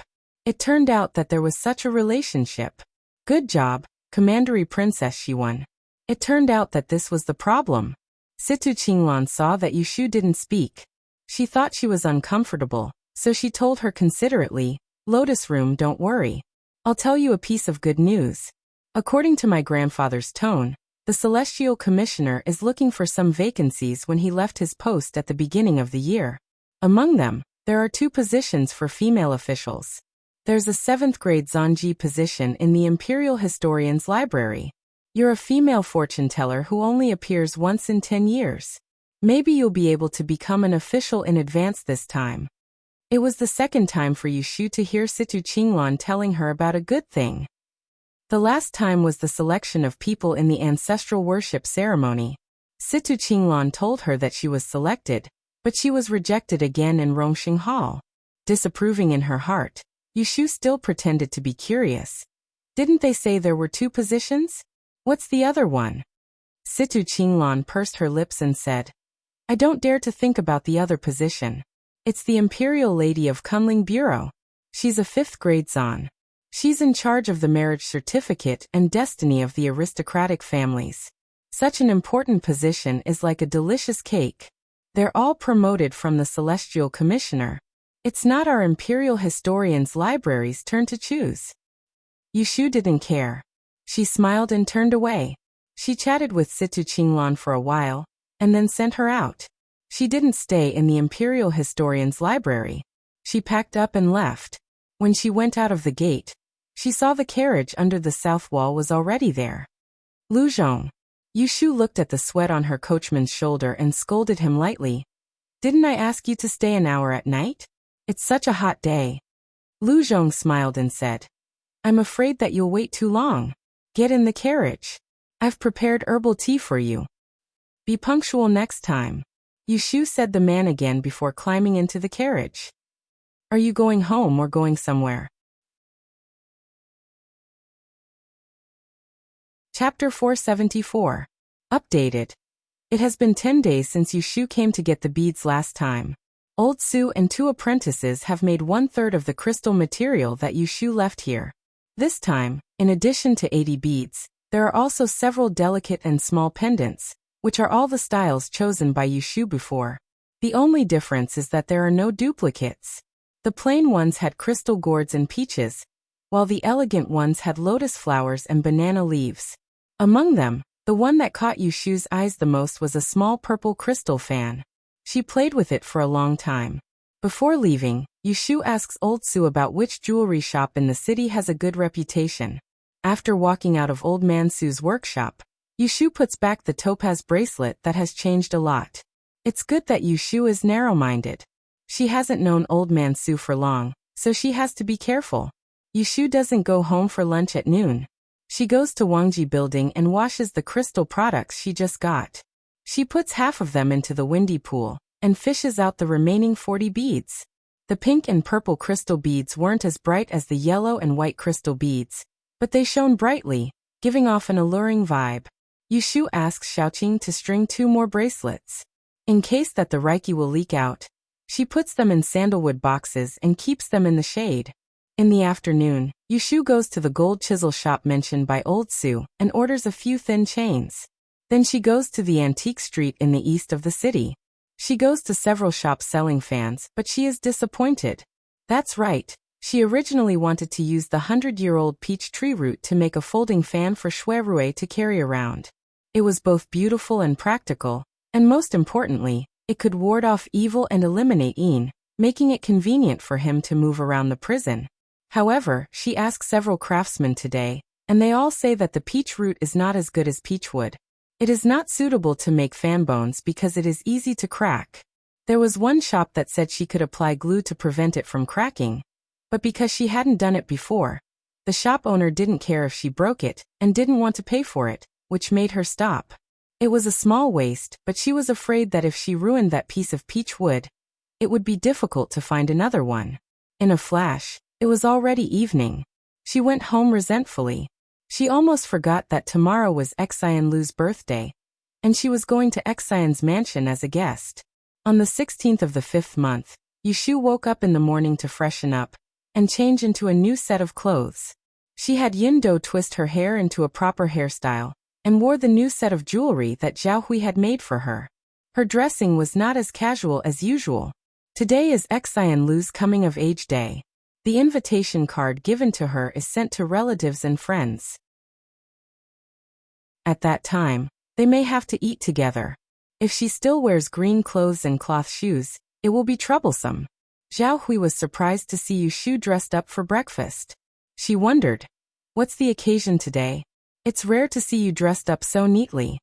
Only then did Yushu say that she was going to attend the hairpin ceremony of the female students in Taisher Shu Garden. She took out the invitation card and showed it to her. As soon as she saw the gilded invitation card, she knew it was from a rich family. Zhao Hui anxiously slapped her leg and said, "Child, why didn't you tell me earlier that you prepared a gift?" Yushu honestly said that she only prepared one gift. "I am going alone. Can't I prepare 2 or 3 gifts for her? She is so happy." Zhao Hui didn't know whether to laugh or cry. Where did this stingy girl come from? Go quickly and take 2 pieces of good satin from the warehouse. There is also an old jade hairpin in my dowry. Send it to add to my hair. If you really go empty-handed, you will be laughed at behind my back. Yushu couldn't refuse Zhao Hui's idea. She had no choice but to take Yundo to pick up 2 pieces of good makeup satin. Because she did a good deed during the Double Sun Society, Lu Tan gave it as a reward. The things were not bad. Xian's mansion was located in the west of the city. As one of the 12 families, it was one of the best. The Xian's mansion was extraordinarily built. Other people had 2 stone lions squatting in front of their house, but their mansion had a white jade paixio in front of their house. They were not afraid that someone would secretly chisel it. Yushu arrived at 9 o'clock. There were not many carriages and horses outside. Because she had the title of fortune teller, she walked through the front door. Immediately, a steward took away the book and called a maid to lead her in. Although this family was a branch of the Xian family, it was the most prestigious. Now 4 generations lived under the same roof and lived in a big mansion. On the surface, it seemed to be more harmonious than other families. Yushu was directly taken to the door of Xian Lu's room. After listening to the maid's report, someone opened the bamboo curtain on the other side of the door. She heard laughter inside. Alas, in the blink of an eye, you have reached the age of marriage. Time really makes people grow old. You are not as young as before. Ba ba ba, today is my good day. 5th brother, if you talk nonsense again, I will go back and tell first uncle and ask you to copy books in the ancestral hall. Well, I was wondering why father scolded me last time and punished me to copy Tao Te Ching for half a month. It turned out that you were the ghost. Ah. Ha ha ha. Don't scratch me. 2nd sister, 3rd sister, save me. My clothes are ruined. Yushu lifted her leg and walked in. She looked through the door and saw the sunlight shining everywhere. On the orange-red Persian carpet, there was a bronze mirror that was half the height of a person. A group of young men and women with bright colors surrounded a petite girl in plain clothes and were playing. Ha ha ha. Lotus Room, you are here. As soon as Xian Lu saw Yushu, he pushed away 5th brother Xian who was kissing her neck and threw himself on Yushu's back to hide. Seeing that there was an outsider, the group of people put away their playfulness and smiled at Yushu seriously. Standing among the group of women, there was only one young man with a white face and no beard. He was extremely handsome. He looked at Xian Lu behind Yushu with a smile, and his eyes were doting. Then it was time to recognize people.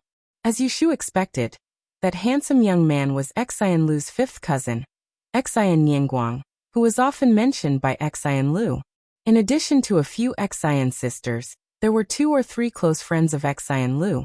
They were about the same age, but they were not children of Yishui. However, they had heard of the reputation of Yushu, the female fortune teller. not knowing how Xi and Lu boasted about her.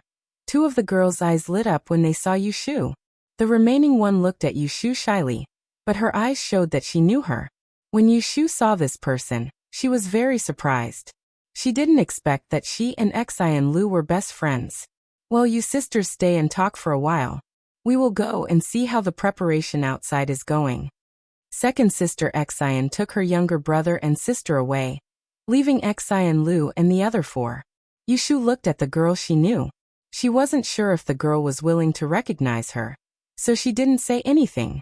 Unexpectedly, the girl stepped forward and took her hand, saying, "Sister Yu, how have you been recently? I heard from father that you went to the Imperial Mausoleum to worship the ancestors a while ago." Nodding her head, Yushu smiled and said, "Is your father and mother doing well?" Qiu Yuling said, "They are good. Mother has been talking about inviting you to our home. Do you know who this person is? She is the daughter of Qiu Jiming, the assistant minister of the Ministry of Works, who is helping Yushu repair the residence. She is the one who pretended to be crazy in order to escape the marriage." Seeing them talk, Xi and Lu curiously asked, "When did you guys meet?" Qiu Yuling rushed to answer, "Didn't I get seriously ill a while ago? Everyone said that the feng shui of my home isn't good, so my father invited Sister Yu over to take care of me."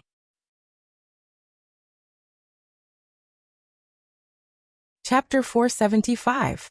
Before the auspicious hour arrived, several of Xi and Lu's sisters each took out their personal gifts and showed up. The young lady of Master Zhao of Honglu Temple presented a paper-thin shell made of conch shell, saying that it was a foreign item. The daughter of Grand Scholar Ning of Wuying Hall presented a box of rare snow pear incense. Qiu Yueling's gift was much more appropriate, a set of tricolored rhinoceros horn combs with auspicious meaning. Xi and Lu's dressing table was also piled with many gifts. Some were given by her family, and some were just received. They were all valuable. She beamed with joy as she fiddled with them. Her eyes turned to Yushu. She stretched out her hand and said, "What about you? Don't try to fool me. I remember you said you would give me something good last time. What can I do if I don't give it now?" Yushu patted her palm. Without waiting for Xi and Lu to pout, she took out an old sandalwood box from her waist pocket and put it back in her hand. Xi and Lu couldn't wait to open it. When she saw a ball of white light, she was stunned. She immediately exclaimed. The girls who were standing on both sides came closer. They thought it was something good. They were surprised to see Xi and Lu carefully pick up a string of water beads. It was so dazzling. They blinked a few times and looked at it again. It was not water beads. It was obviously a kind of unknown gemstone. It was polished to a smooth and attractive surface. It was really better than jade. For a moment, the girls couldn't move their eyes away. They could only see Xi and Lu happily put the white crystal bracelet on her wrist. Her originally white skin seemed to be shining. "Ah, what kind of jade is this?" Qiu Yueling asked curiously. They were all daughters of official families. Their families were wealthy. They could see any gemstone or jade, but they couldn't tell the origin of this bracelet. Yushu saw that Xi and Lu was also looking at her eagerly, so she explained with a smile, "This is a crystal stone. A few days ago, I got a few pieces, so I tried to make them look like it.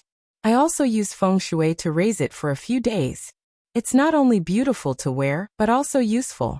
The one Feifei is wearing is a white crystal, which can calm the nerves and nourish the brain, and help you sleep. Here, I have a string of topaz in my hand." As she spoke, she pulled up her sleeves and revealed the string of topaz she wore on her wrist, causing a few more gasps of surprise. Immediately, her wrist was grabbed by the fearless people, and they all started to appraise it. "This is great. This crystal feels cool to the touch, as if it had just been taken out of the water." "Older sister Yu, did you also use feng shui to raise this topaz?" Although they were envious of Yushu for gifting Xi and Lu a crystal bracelet, none of them asked about it. Yushu didn't talk about the benefits of the crystal. She only told them that this thing was made by her, and now only 2 people got it. One was in her hand, and the other was given to Xi and Lu. Xi and Lu was naturally very satisfied, and the way he looked at Yushu became much more affectionate. If it weren't for the fact that there were people around, He would have probably hugged Yushu's neck and kissed her. Later, when Mrs. Xian came to see her little daughter with her maid, Xian Lu held her hand and acted like a spoiled child. Mother, look, the bracelet given to me by the Lotus Mother. Isn't it beautiful? I will wear it when I bow later, okay? Mrs. Xian also saw the crystal beads in her hand. She was surprised, but she didn't lose her composure at all. She didn't ask questions like a little girl, but thanked Yushu on her behalf. Then she touched Xian Lu's head and agreed. Originally, before the hairpin ceremony, people must wear no makeup, so they couldn't wear any hairpin or ring. Bracelets and beads were not a big deal. When the auspicious time was coming, Mrs. Xian invited Yushu and other young ladies to the hall, leaving Mrs. Xian and her daughter to talk to each other. Among the 4 branches of the Xian family, except for an old man who retired and lived in seclusion, the head of the family was Xian Lu's grandfather, Xian Yan. He was the left judge of the Celestial Commissioner, a 4th-rank official. Among the 4 sons of Xian Yan, only the second master was born by the wife of the main wife. As the daughter of the second branch, Xian Lu ranked 6th among all the sisters, but she was the most delicate girl of her generation. The hairpin ceremony was very grand. The hall was full of 200 people. Most of the guests were famous madams and madams. There were even 2 commandery princesses who came to join in the fun and sat at the VIP table. Yushu was arranged to sit at the side of relatives and friends. She sat with Mrs. Xian and Qiu Yueling to watch the ceremony. She glanced around and saw many familiar people. For example, Commandery Princess Xiwen, who was sitting at the VIP table and laughing with others. Yushu's eyes stayed for a moment, and then moved away. But no one knew what she was thinking. When the auspicious time came, there was a sound of playing in the music hall. Xian Lu was helped out by an older woman of the family. She wore a plain long dress and her black hair draped over her back. Her back was straight, and she was a little nervous. The Xian family invited the secretary of the Ministry of Rites. All the etiquette was done. When it was time to comb her hair and put on her clothes, she inadvertently raised her hand to show her wrist. The crystal-clear bracelet was particularly eye-catching. Almost all of the women present noticed this. Seeing this, Yushu snickered in her heart. Xian Lu had unintentionally done her a great favor. Now she just needed to wait quietly. Wait for Xian Lu to discover the benefits of this white crystal bracelet. Wait for these women to inquire about it. She was not afraid of not being able to bid for it. After the ceremony, there was a banquet. Yushu didn't wait for people to leave and left first. Seeing that Yushu was leaving, Qiu Yueling followed. Sister Yu. Yushu was called by Qiu Yueling in a corner of the garden. She turned her head and saw her running in front of her. Thank you for helping me hide it. Qiu Yueling blushed and twisted the corner of her clothes. She was very grateful to Yushu for helping her avoid that unhappy marriage. Yushu was more careful than her. She looked left and right to make sure no one was passing by. Then she said softly, I said you don't need to thank me. Your father loves you wholeheartedly. I will let go of what happened last time, but don't do stupid things again. Qiu Yueling was ashamed but also glad. Although she lied to her parents, it was a blessing in disguise. Her family didn't force her to get married anymore. Mother wants to invite sister to our house for tea. When are you free? Yushu thought for a moment. How about the morning after tomorrow? Qiu Yueling said happily. That's good. I will go back and tell mother to wait for sister to come. Yushu agreed and said goodbye to her. She went out on foot to find Lu Zhong on the street. Then she got on the car and went to the north of the city to find a fan shop. However, she spent the whole afternoon in vain. The next day, Fang Zijing's magic class was held every 7 days. Yushu came early today. As soon as she entered Xushuetang, she was pulled out by Situ Qinglan. What's wrong? What do you mean? Situ Qinglan stamped her feet and said, I told you the day before yesterday that the position of the 7th grade Zhangji of the Celestial Commissioner was taken by Miss Zhan. Yushu was stunned. You mean Zhan Xueyuan? Isn't it her? Yesterday the Imperial Astronomer sent someone to deliver the letter. You weren't around, so you didn't see the scene. There were a few other outstanding female students who heard the news and their mouths were twisted in anger. I thought that this opportunity should have been yours. No matter who, it shouldn't have been her. Situ Qinglan was not convinced, but it was reasonable. Among the female students in the Taisher library, in terms of level, there was Yu Shu, a female fortune-teller who rarely appeared in 10 years. In terms of family background, there were 12 aristocratic families in the capital, but Zhan Xueyuan was just a 9th-grade Master E, and she was from a foreign aristocratic family. Who would have thought that she would be taken advantage of? Yu Shu frowned and said, "Who knows, there is something strange about it."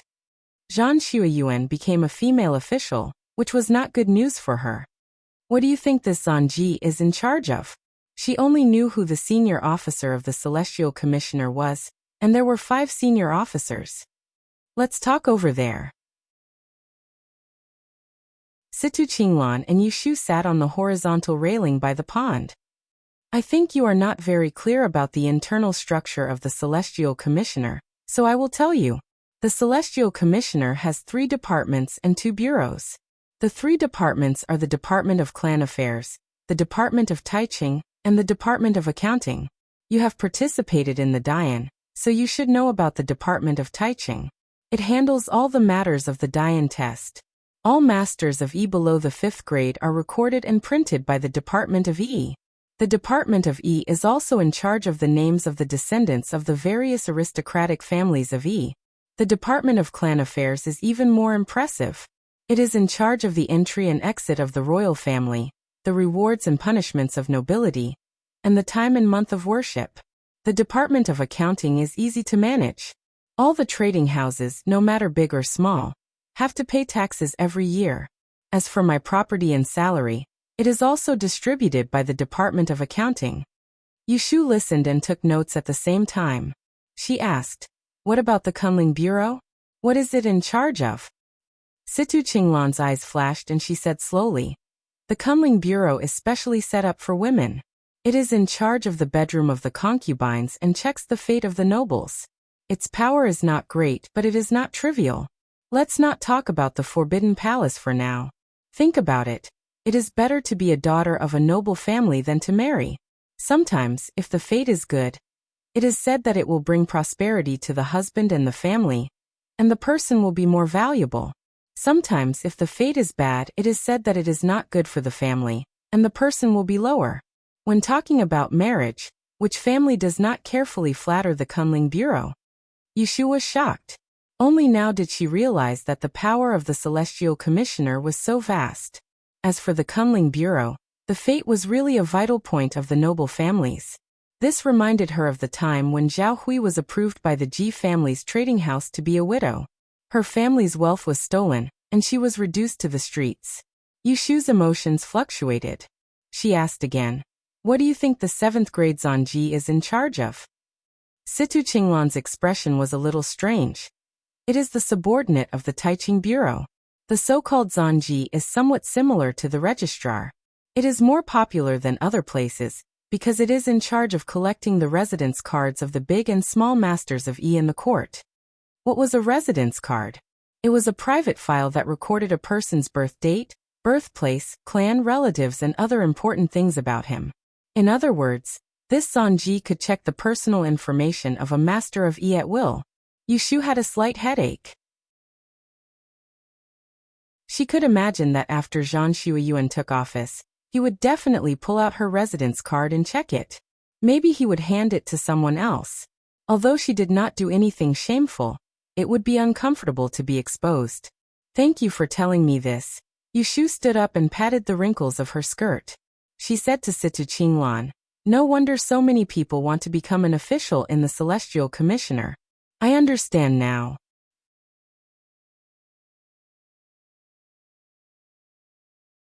Chapter 476. Updated. She knows that Zhan Xueyuan made up the story of the 7th grade Celestial Commissioner. Yu Shu is just depressed for one morning, and then she lets it go. She copies books after class as usual. She goes home for lunch at noon, and goes out to shop in the afternoon to find the skill of making fans. Yu Shu is a little stubborn. She wants to make a fan for Shui Rui with the century-old peach root, so she doesn't think about anything else. In fact, if Shui Rui knows that she goes out on such a hot day for him, He will be happy to take that piece of wood directly. She comes back in the evening and goes back empty-handed again. Yushu is not depressed. She calculates Shuerue's birthday. It will be July. There is enough time. She is busy with chores during the day. At night, Yushu concentrates on studying her law of time of calamity and is not disturbed by external things. The next day, Yushu doesn't need to go to the book garden. In the morning, she takes the century-old peach route to Wangji Tower. It happens that Xia Jiangying has a letter for her with a hand-copied copy of Chess Spirit Scripture. Yushu mentioned Situ Qinglan in a letter and complained about the aristocratic families. Unexpectedly, she cares about it and makes a copy for Yushu. Sitting in the room, a maid is fanning her.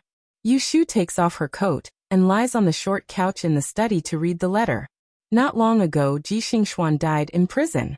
Yushu sends the news to Xia Jiangying guest house as soon as possible, so that Xia Jiangying knows that Ji Xingxuan is gone. She can put down the knot in her heart and wait for her marriage peacefully. As for the inside story, it is related to Shuerue, the executor, so Yushu doesn't reveal anything. The content of Xia Jiangying's letter is mostly chatting. It is inevitable that she feels a little lonely.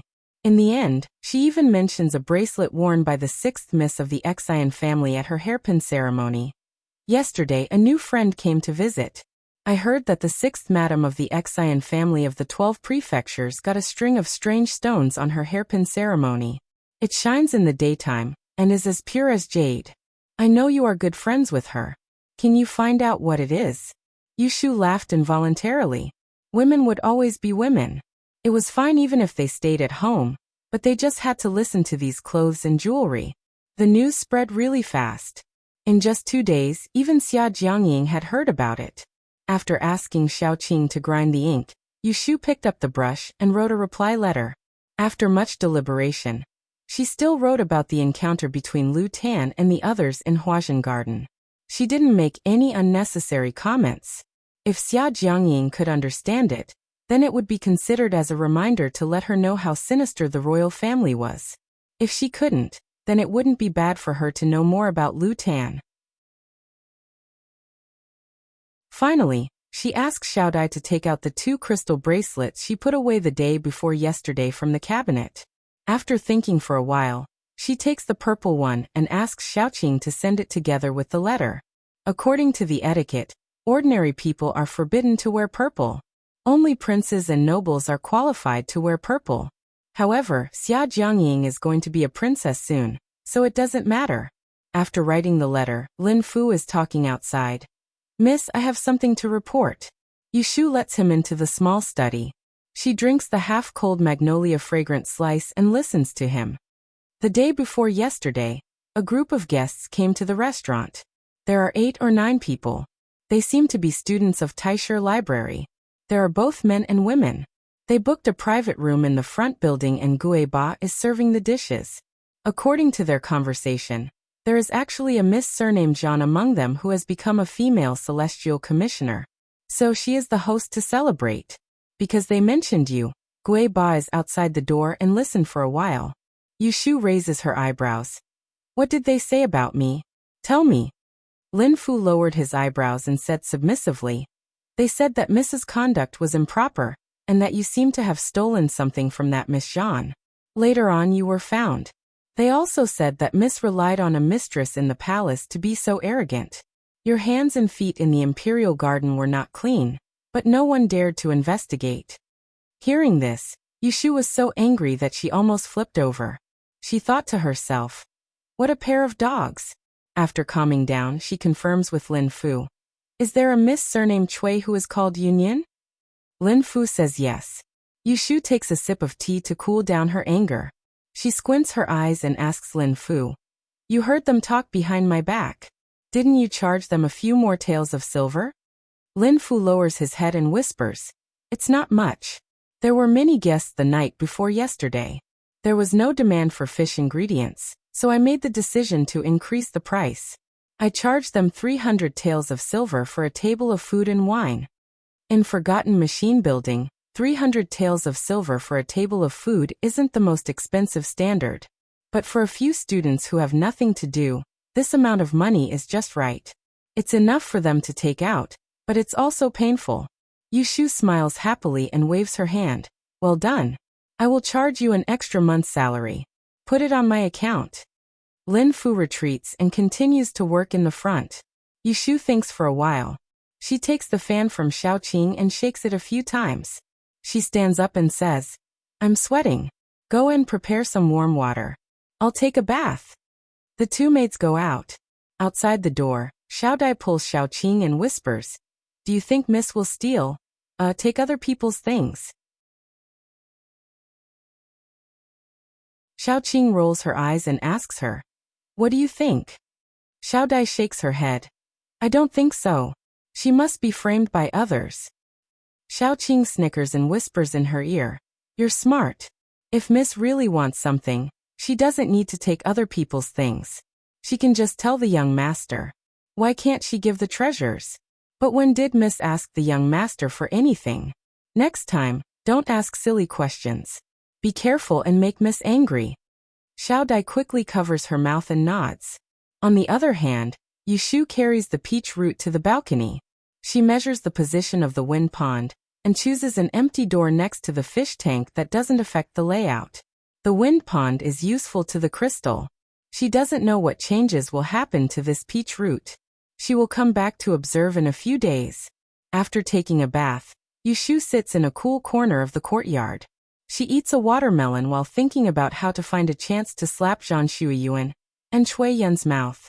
She wants them to know that they shouldn't gossip about her. As for Princess Xiwan, she will remember it first and teach her a lesson in the future. Puff puff, she spits out 3 melon seeds. Yushu puts the melon skin on the plate and picks up another piece. Then she listens to Xiaoqing's persuasion. Miss, it's going to be lunch soon. Eat less cold food or your stomach will hurt. Yushu is a little hungry. She puts down the melon and says, Then let's prepare lunch.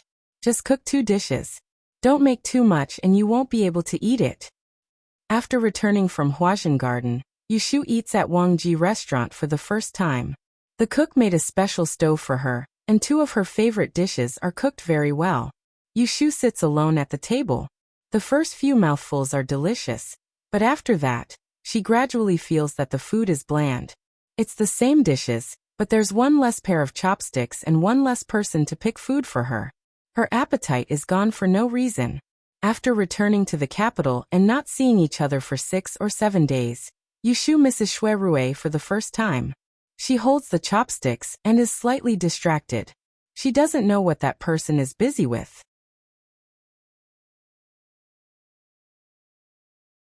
Chapter 477. In the end, Yushu didn't go to visit Xue Rui.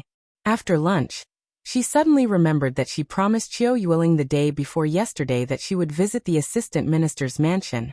So she ordered the kitchen to prepare a box of fruit pastries to accompany her. When she arrived at the Qiu's mansion, a maid from the inner courtyard came out to greet Yushu as soon as she entered the second gate. Hearing the servant's report, Mrs. Qiu put down the account book in her hand. She asked the old maid beside her to prepare tea and fruits, and asked someone to call Miss Qiu. When Yushu met the mother and daughter of the Qiu family, they were very polite to each other. I was delayed by something in the morning. I didn't disturb Madam's lunch, did I? It's good that you can come. Yushu guessed that Mrs. Qiu must have something to say since she invited her to visit the mansion several times. Sure enough, after Qiu Yueling showed up and said a few words, Mrs. Qiu sent her back to her room to do needlework. Madame Qiu then got straight to the point. My daughter's marriage had some problems before, but fortunately Mr. was able to see through the marriage calamity, so a disaster was avoided. We shouldn't have mentioned this matter so soon, but my daughter will be 17 in 2 months. Master and I have discussed that we should arrange a suitable marriage for her, so that there won't be people gossiping outside and delaying Yunyang. Therefore, I invited Mr. here today to ask you to take a look at her horoscope, so as to prevent any more mistakes. I have several suitable candidates here, and I hope Mr. can help me.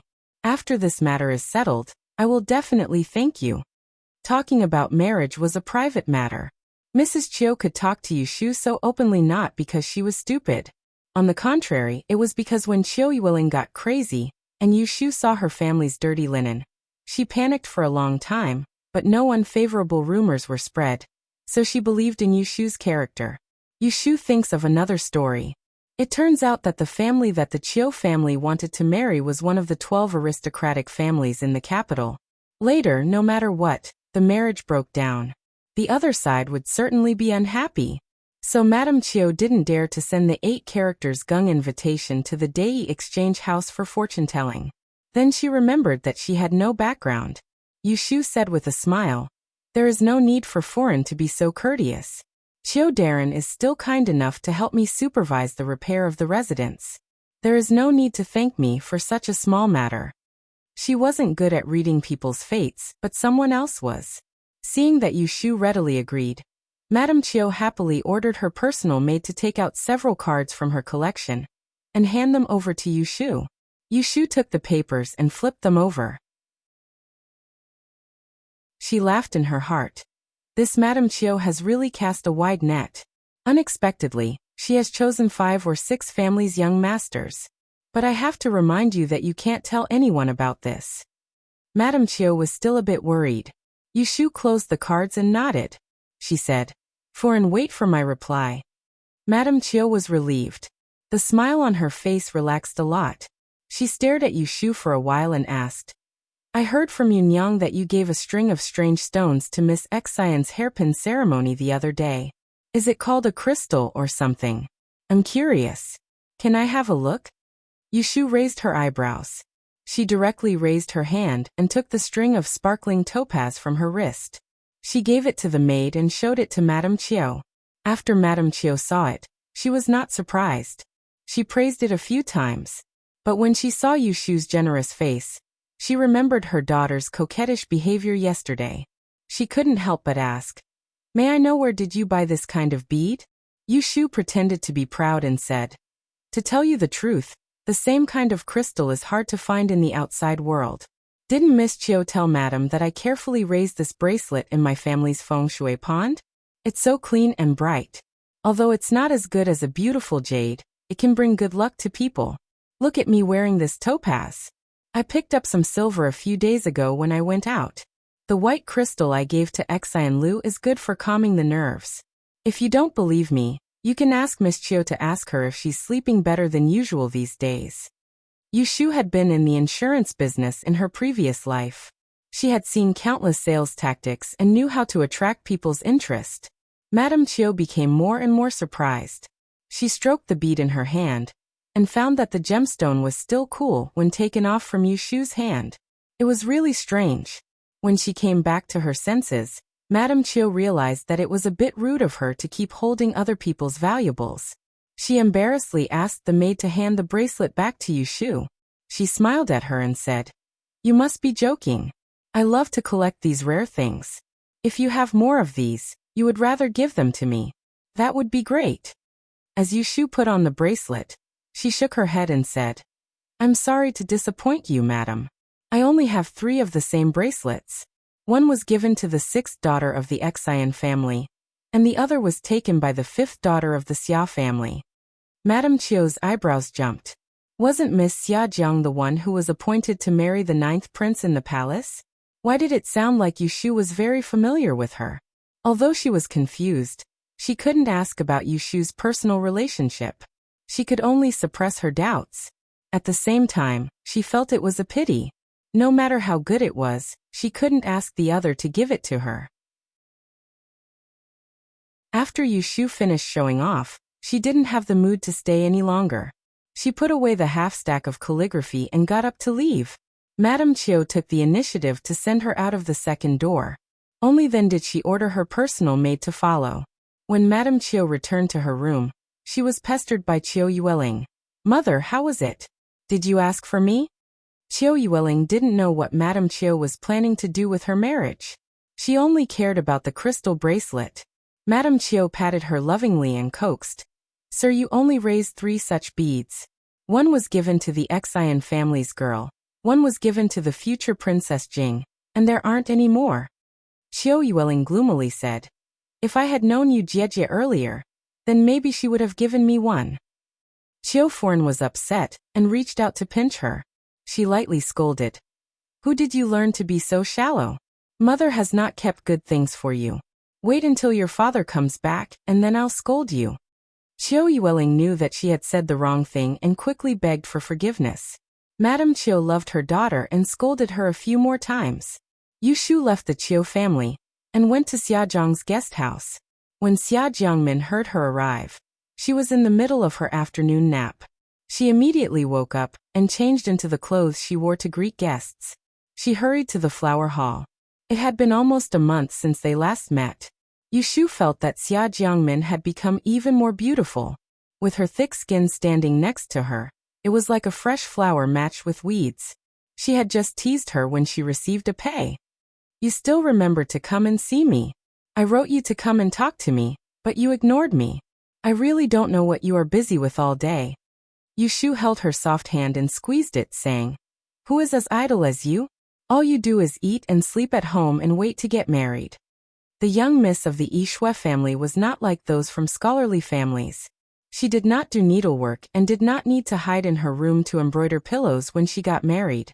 Of course, she had nothing to do and lived like a pig. Xia Jiangmin was annoyed and gritted her teeth, saying, How about I switch with you? Yu Shu quickly covered her mouth and looked outside. She glared at her, saying, What nonsense are you saying? If your father hears it, he will be afraid that I will lead you astray. If that happens, I won't even be able to close the door. Xia Jiangmin angrily pulled down her hand and pulled her outside. It's hot here. Let's go sit in the pavilion by the lake. I will make tea for you. Why did you come here at this hour? Aren't you afraid of the sun? The afternoon sun is so hot. You are not white in the first place. If you burn another layer of skin. Yu Shu understood that Xia Jiangmin usually had no one to talk to, so she listened to her chatter. The two went to the lake, and the maids went to make tea to appease the mosquitoes. Of course, she had to mention the amethyst bracelet that Yu Shu asked someone to send yesterday. Xia Jiangmin intimately leaned against Yu Shu and played with the crystal bead on her wrist. She smiled sweetly and said, When I got it yesterday, I was shocked. It turned out to be yours. Then she rolled her eyes and said angrily, If I didn't mention it, you probably wouldn't remember me. You gave it to the sister of the Xian family first, and then you gave it to me. Why am I not as close to you as she is? Yu Shu couldn't help laughing. With one hand held by her, she poured tea with the other. If you compare like this, then I will say that it is more valuable to you than to her. Are you happy now? Xia Jiangmin didn't think that purple was only suitable for her. She curled her lips into a satisfied smile and put down her sleeves. Forget it this time. Next time, if there's anything good, send it to me first. Yu Shu also liked her coquettish and cute personality, so she casually agreed and said, I still have a few pendants. When they are well, I will give you two to play with. How can a few stones compare to a friendship that has been through life and death? After laughing, Yu Shu asked her, The marriage appointment document has been issued for a month. Why hasn't the Celestial Commissioner chosen an auspicious date? Xia Jiangmin said, According to my father, he just chose it 2 days ago and is waiting for the emperor to approve. Didn't I tell you? My third uncle is on the way and will arrive in the capital in a few days. Although it was an imperial marriage, the customs couldn't be exempted. Xia Jiang's came from the south with 10 li of dowry.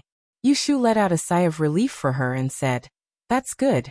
After you get married, you don't need to be so restrained anymore.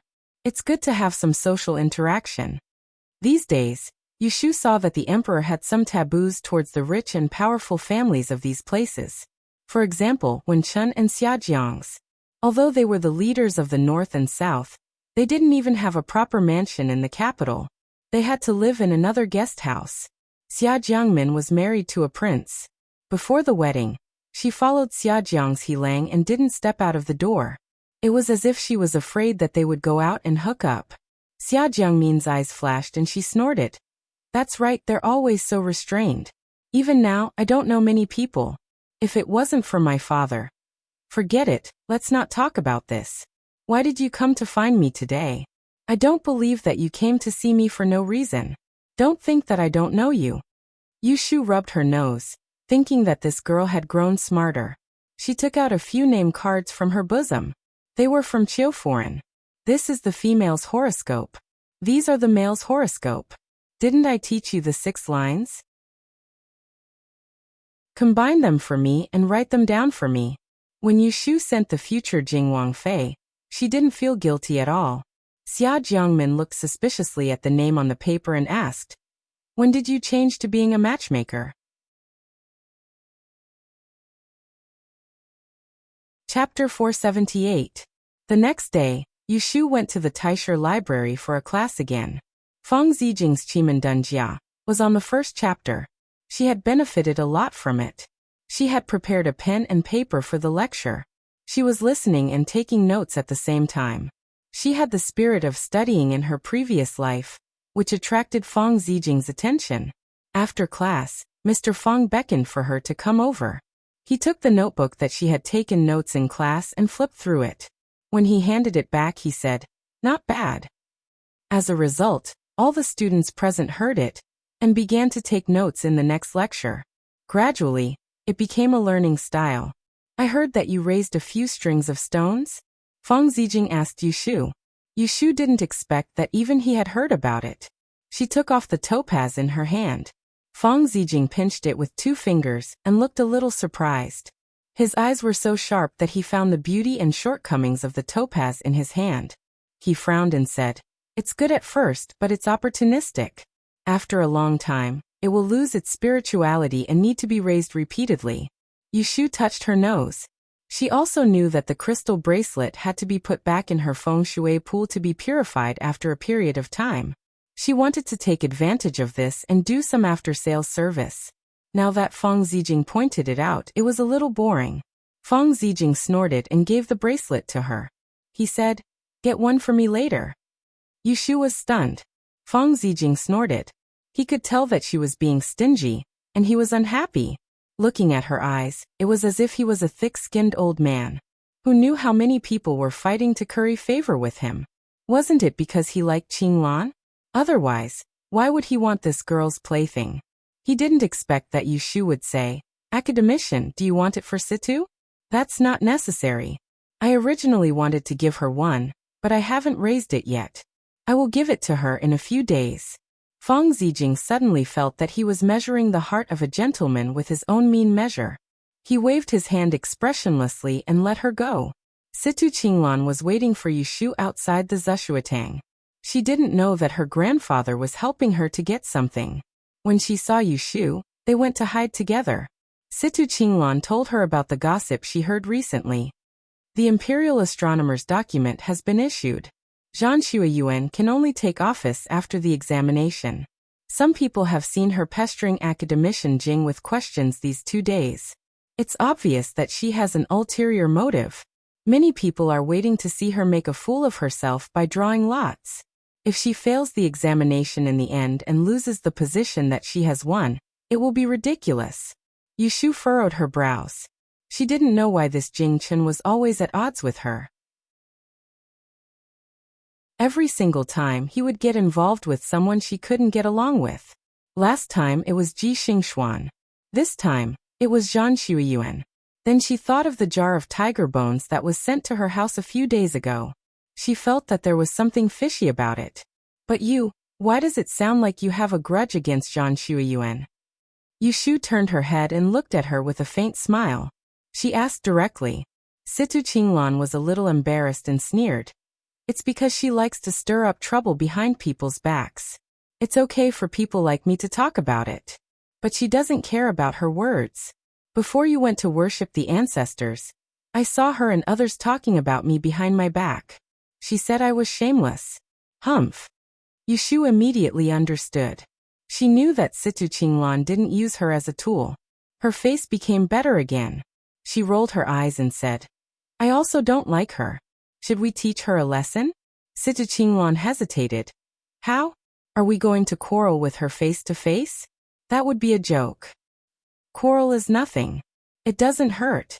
Yushu shook her head. "It depends on whether you are afraid of offending her or not. I don't care. We already quarreled in Huajian Garden." Situ Qinglan didn't want to act on impulse. "It's okay. It's okay if you don't want to." Yushu patted her on the shoulder. She didn't want to force her. Then she changed the topic in case she felt embarrassed. In fact, if she wanted to teach Zhan Shuiyuan a lesson, it didn't matter if she brought Situ Qinglan or not. She just wanted to find a chance to go through thick and thin with her, so that they could get along better in the future. As the two of them chatted, they arrived at the Philosopher's Tower where the predecessor's personal letters and rare books were kept. As soon as they entered, Yushu noticed that the atmosphere inside was a little off. It was mainly because she saw a few people walking to and fro outside the row of bookshelves in front. They were obviously not looking for books, but seemed to be watching a show instead. Situ Qinglan said to Yushu, "Let's go and have a look." Okay. As they walked over, they found out what those people were peeping at. In the aisle between the two rows of bookshelves, sunlight shone in from the east window. Jingchen raised one arm and slowly rummaged through the bookshelves. A pretty girl in a pink dress stood beside him, holding a half-open book in her hand. She looked up and asked, her eyes full of longing and her cheeks slightly red. Academician Jing, among the 64 hexagrams.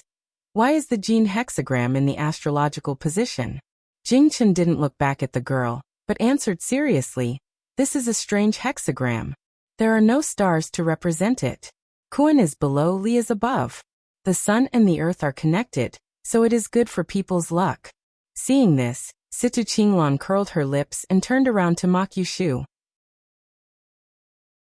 But she saw that Yushu was looking at the two people in front of her indifferently. Feeling bored, she pulled Yushu and whispered, "Lotus room, let's go upstairs." On the other side, Jing Chen's ears moved. He turned his face and saw a pair of silent eyes. His heart stopped for a moment, and he couldn't look away. Zhan Shuiyuan found something wrong with Jing Chen, so she followed his eyes and turned around. At a glance, she saw the tall Yushu standing a few feet away. Her face stiffened at first, but then she thought of the change of identity, so she raised her chin and threw away the trace of timidity. "You Swansea, long time no see. How are you?" Looking at Zhan Shuiyuan's behavior, Yushu knew that she didn't learn from her mistakes. She thought that once she became the Celestial Commissioner, she would have someone to support her. After being instigated by Cui Yun, she dared to confuse right and wrong and slander her. Now seeing her, she was actually not afraid. "I'm good, but not as good as Miss Zhan. I heard that you filled the vacancy of the Celestial Commissioner. Do I have to call you milord?" There was no fierceness on Yushu's face. She said with a sigh, as if she was a little envious, but also as if she didn't remember the unhappy things that happened in Huazhen Garden. Zhan Shuiyuan smiled, and her eyes flashed with pride. She became more courageous, shook the scroll in her hand, and pretended to be modest. "You're flattering me. I still have to pass the assessment to be the official position. It's not too late for you to change the way you address me after you take up the position." Then she paused, raised her voice and laughed. "Hee hee, you won't believe it. I was surprised on the day I received the document. If I knew that the Celestial Commissioner would choose one of the candidates for the ancestral worship this time. And you Swansea is more outstanding than us in Huazhen Garden. Moreover, she's a female Swansea who doesn't appear in 10 years. I thought this position would belong to you. Who knew that the Celestial Commissioner has a different vision, and chose me in the end. I'm really sorry." Although she said sorry, her face was obviously full of sarcasm, and her words were even more sarcastic, which attracted the attention of several people who were not far away. Situ Qinglan frowned, and looked at Yushu worriedly, but she saw that the corner of Yushu's mouth slowly curved up, which made Situ Qinglan's heart skip a beat. The next moment, Yushu moved, and walked forward with big steps. Slap. No one was prepared, and she slapped Zhan Shuiyuan's face loudly. Situ Qinglan, who was standing behind Yushu, was stunned, and so was Jing Chun, who was standing behind Zhan Shuiyuan. Some people who were watching the scene were also stunned. Zhan Shuiyuan's face was burning. She screamed, and covered her face. She stared at Yushu with her eyes wide open, and her eyes were full of disbelief. She actually slapped her. In front of these people, in front of Academician Jing. "Let me teach you a lesson. If you see me in the future, stay away from me." Zhan Shuiyuan took a deep breath, and her eyes instantly turned red. She screamed angrily, You bitch, slap." Before she could say anything, Yushu raised her hand and slapped her on the other side of the face, which made everyone dumbfounded. Zhang Shuiyuan's heart was beating like thunder. Seeing Yushu put up 3 fingers in front of her, no one knew what she was thinking, but when she looked at Yushu again, she looked like a Rakshasa who was asking for a debt, and her face became horrible. She shivered and took half a step back. She was full of humiliation and fear, and didn't dare to speak again.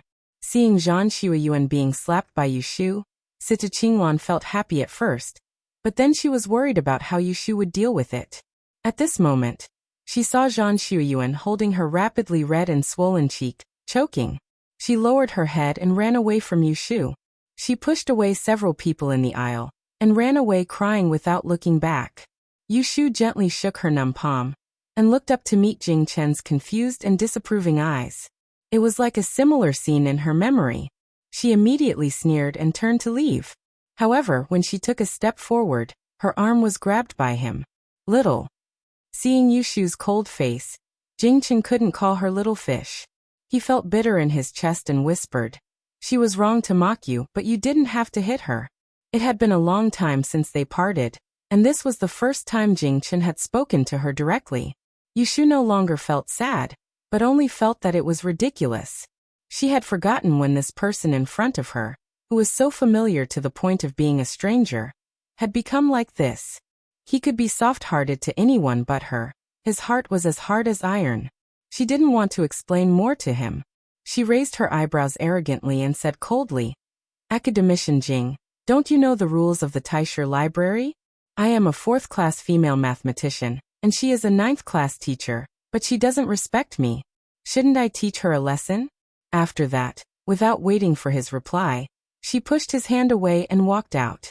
Situ Qinglan hurriedly followed. She looked back and saw Academician Jing watching them leave in the light and shadow under the window. He seemed to be covered with a layer of loneliness. When they left, the onlookers also left. Jing Chen stood there for a long time before he sighed softly. He knew that she often came here. He had no class today, but he also came to the Taisher Library and waited here. They finally met and parted on bad terms.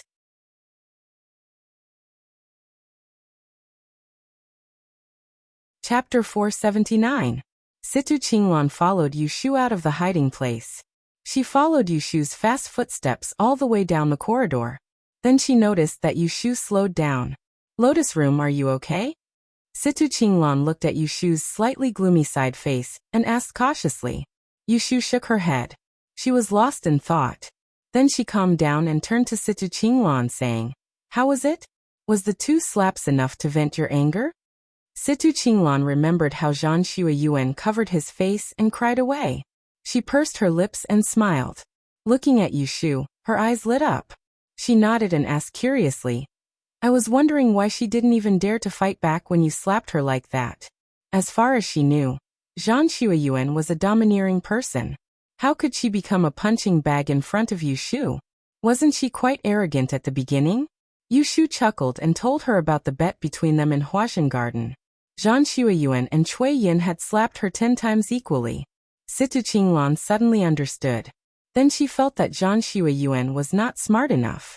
With such a weakness in Yushu's hand, she still dared to be so arrogant in front of Zhang Shuiyuan. Wasn't she asking for a beating? But you slapped her face in front of these people today. She must be resentful. What if she takes revenge on you in the future? You know, she is going to be an official of the Celestial Commissioner soon. She has more power than us for no reason. It's inevitable that she will be arrogant. Yushu turned her head and glanced at her. "Am I afraid?" Situ Qinglan was stunned. Looking at her indifferent face, she immediately remembered one thing. The woman in front of her had once defeated several outstanding disciples of Academician Han. She dared to snatch the seal of Academician Han and scolded him in public. She didn't even give face to Han Wenguang. Why would she be afraid of Zhang Shuiyuan? "If you feel that you have vented your anger, do me a favor." Yushu patted her on the shoulder and didn't care that passers-by heard it. "I will tell you how Zhang Shuiyuan and Cui Yin owe me 10 slaps. You spread the news so that people will know that I didn't slap her face for nothing. Is that okay?" Situ Qinglan was still a little scared. She hesitated for a moment and agreed. It's not difficult. I will help you. Yushu smiled but didn't thank her. The two of them left the inner courtyard together, tacitly not mentioning what had happened in the treasury. As soon as Yushu sat in the carriage, her face darkened. When Jing Chen sent someone to deliver the tiger bones that day, she was already suspicious. Today, when she met Jing Chen in the Tower of Philosophers, if she still couldn't sense that something was amiss, then she would have grown a brain for nothing. Just before the worship ceremony, Jing Chen, who had turned a blind eye to her in Rongxing Hall, suddenly changed his attitude and approached her intentionally or unintentionally. Why? After thinking about it, she could only come up with one plausible explanation. The person who had broken the order had been found. In that case, the reason why Jing Chen approached her again was because his destiny was broken, so he had no worries and was not afraid that his so-called Taoist heart would be shaken? No, that's not right. If that's the case with his temperament, if he wanted to reconcile with me, he should have directly told me about Piming. Why did he have to give up what's close at hand and seek what's far away, using that tiger bone to please me? This was strange. Since he didn't break his life, why would he dare to provoke her? Wasn't he afraid that he would fall in love with her again and implicate the people of Mount Longhu? Or did he have another purpose for doing this? Yushu's face darkened more and more, and her thoughts stagnated. She couldn't figure it out for a moment, and faintly felt that something was wrong. So she took out the Luyao coin from her waist, calmed her mind, threw it on the tea table, and made a hexagram. She muttered some words and tried to solve the problem, but unexpectedly, both times were empty hexagram. It was a pity that her 8 characters and Piming didn't match, so she couldn't find any clues. Yushu patted her knees again and again. In this hot and dry weather, it was easy to feel bored. When she thought that Jing Chen might have another purpose for approaching her again, even the coolness of the crystal on her wrist couldn't dispel the inexplicable anxiety in her. The person who had gone through thick and thin with her, who had been through life and death with her, now made her suspicious and vigilant. Was there anything worse than this? Lu Zhong, go to the Supreme Court. She wanted to see Shui Rui. Now, even if she couldn't tell him, at least let her know that there was someone she could trust. There were guards on the street in front of the Supreme Court during the day. Only the carriages of officials could pass. Yushu got off at the street and walked to the gate of the government office. She was a little impulsive when she came here. When she walked to the gate and looked at the quiet government office in front of her, she hesitated. It was early in the morning, and Shui Rui was working. If she came here rashly, would it affect his work? Because of this hesitation, she stood on the opposite side of the street for a long time. Just when she was about to retreat and turn around to leave, she heard a call. Hey, Lotus House. Yushu heard the sound and looked to the west. She saw someone riding a military horse not far away. He turned over and waved to her. Are you looking for Brother Rui? Why don't you go in? Feng Zhaomiao was surprised to see Yushu here. He grinned at her and tied the horse to a tree on the side of the road. Being caught, Yushu was a little uncomfortable. She looked at Feng Zhaomiao, who was wearing 2 pieces of light armor and dressed like an officer. He was a little tanned and looked more energetic than before. She said, Have you entered the military office? Yes, my father transferred me to the Donglin camp to suffer. I came to ask Brother Rui to do something. Look at the hot weather. Why are you standing outside? Let's go in and cool down. Feng Zhaomiao tied the horse, wiped the sweat on his forehead, and gestured for her to go in with him. Yushu no longer hesitated. They entered the Supreme Court office together. Several guards with knives in front of the door seemed to recognize Feng Zhaomiao, and did not stop them. Brother Rui said that you went to worship the ancestors this time. How was it? Was it fun? Feng Zhaomiao and Yushu were not strangers. They had a lot to talk about when they met. What fun! I shouldn't have gone. The person who was originally chosen sprained his ankle, so I went to make up the number. Yushu told him the inside story indifferently. She asked curiously, Do you know what Brother Shui has been busy with recently? I haven't seen him in the days since he came back. Oh, I heard that the emperor decreed to change the law. Brother Rui was assigned to lead the people to tidy up the Supreme Court. I came to see him the day before yesterday and saw that he was very busy. Haha, Being a civil official is not much easier than being a military general, Feng Xiaomiao gloated. Yushu did not think it was funny. Instead, she felt a little guilty. She had never asked about Xue Rui's affairs, but now even Feng Xiaomiao knew more about Xue Rui than she did. It really made her feel guilty as his lover. Did she not care about Xue Rui too much? Feng Xiaomiao did not know what Yushu was thinking. He took her into the back hall and found the registry office. As soon as Yushu entered the library, the light above her head was dim. She first felt a stuffy bookish smell hit her face. She wrinkled her nose and scanned the four walls. She thought that the layout was the same, but she saw that the four wide walls were nailed with bookshelves more than 10 feet high. There were a few wooden ladders leaning against the side. There were only a few skylights at the top of the wall to let in the light. No wonder there was such a strong smell. Such an airtight and simple environment was very different from what she had imagined. When she bypassed a few writing desks on the ground, she looked up and saw Xue Rui, who was almost buried in the piles of documents. At that time, her eyes hurt. Xue Rui was currently engrossed in reading and writing, and he didn't notice that someone had entered from the outside. He wore an incomparably white inner shirt, and more than half of his collar and chest area were drenched with sweat. The official robe that he wore outside had been taken off on the back of a chair at the side. His handsome forehead was slightly flushed, and his wet hair stuck outside his ears. He looked disheveled and in a sorry state, and there was no sign of his usual meticulous demeanor. Brother Rui, Feng Xiaomiao flexibly passed through the layers of writing desks and glanced around with dissatisfaction. She said, "Why are you alone in this damn place? Where are the others?" Xue Rui raised his head and only saw Feng Xiaomiao. He did not notice Yushu standing at the door, so he put down his pen, pulled his collar, and said, "Today is Mu Xiao. They have been rushing for a few days, so I asked them to go home and rest." "You are so diligent," Feng Xiaomiao whispered again. She seemed to remember something, turned her head and pointed behind her, and said proudly, "Look who I brought here." Xue Rui heard this and looked outside. When he first saw the tall figure of Yushu, he thought his eyes were playing tricks on him. "Shu." Feng Xiaomiao jumped and sat on the table next to her. She said, "When I came, I saw her standing outside the Supreme Court in the sun, so I brought her in." When Yushu heard him say this, she suddenly felt embarrassed. She coughed and walked forward. Xue Rui came back to his senses and looked down to see that he was in an indecent state. He quickly pulled the official robe on the back of the chair and stood up to put it on despite the heat. As he tidied up, he smiled embarrassedly at Yushu and said, "Why are you here?" Yushu had already walked in front of him. She looked down at the messy book list on his table and felt even more upset.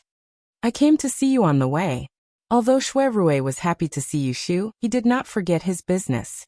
He turned to Feng Xiaomiao and asked, "Where is the thing I asked you to investigate?" Feng Xiaomiao patted his head and took out a letter from his sleeve. He handed it to him. "Here, it's all on the list." Xue Rui paid no attention to Yushu as he opened up the list and scanned through it.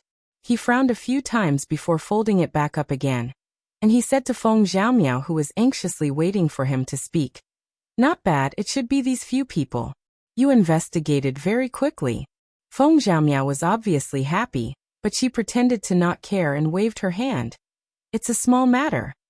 Xue Rui said, "It's hot here. Go to Wangji restaurant and have a good meal before returning to the camp. Ask Lin Fu to pick 2 jars of good wine for you to take away." Feng Xiaomiao happily agreed. Then he bid farewell to Yushu and left in a flash. Xue Rui sent Feng Xiaomiao away, and then focused on Yushu. He thought that she would not come to the Supreme Court to find him for no reason, so he asked, "What happened?" Yushu was feeling guilty. She flipped through the book on the table and said in a muffled voice, "Can't I come to see you if I have nothing to do? Can't I miss you?" Xue Rui was stunned. His eyes turned warm. He raised his hand and pressed the back of her hand that was flipping on the table. He pinched it and said with a smile,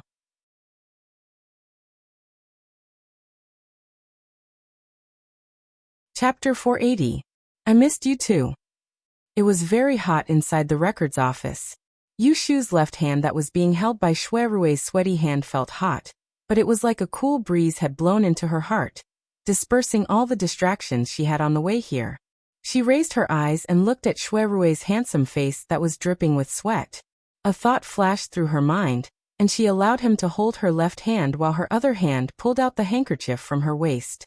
She wrapped it around her fingers and leaned over to wipe his forehead with the handkerchief across the table. "It's so hot and you can still sit here. If it was me, I would have already left." Shuerue looked at her actions and tightened his grip on her slender hand. He gently breathed in, smelling the refreshing fragrance of the handkerchief on her fingers. He did not move as he waited for her to wipe the sweat off his face. Only then did he slowly let go of her. "I was the one who accepted this job. How can I just let it go? Don't just stand there, come and sit."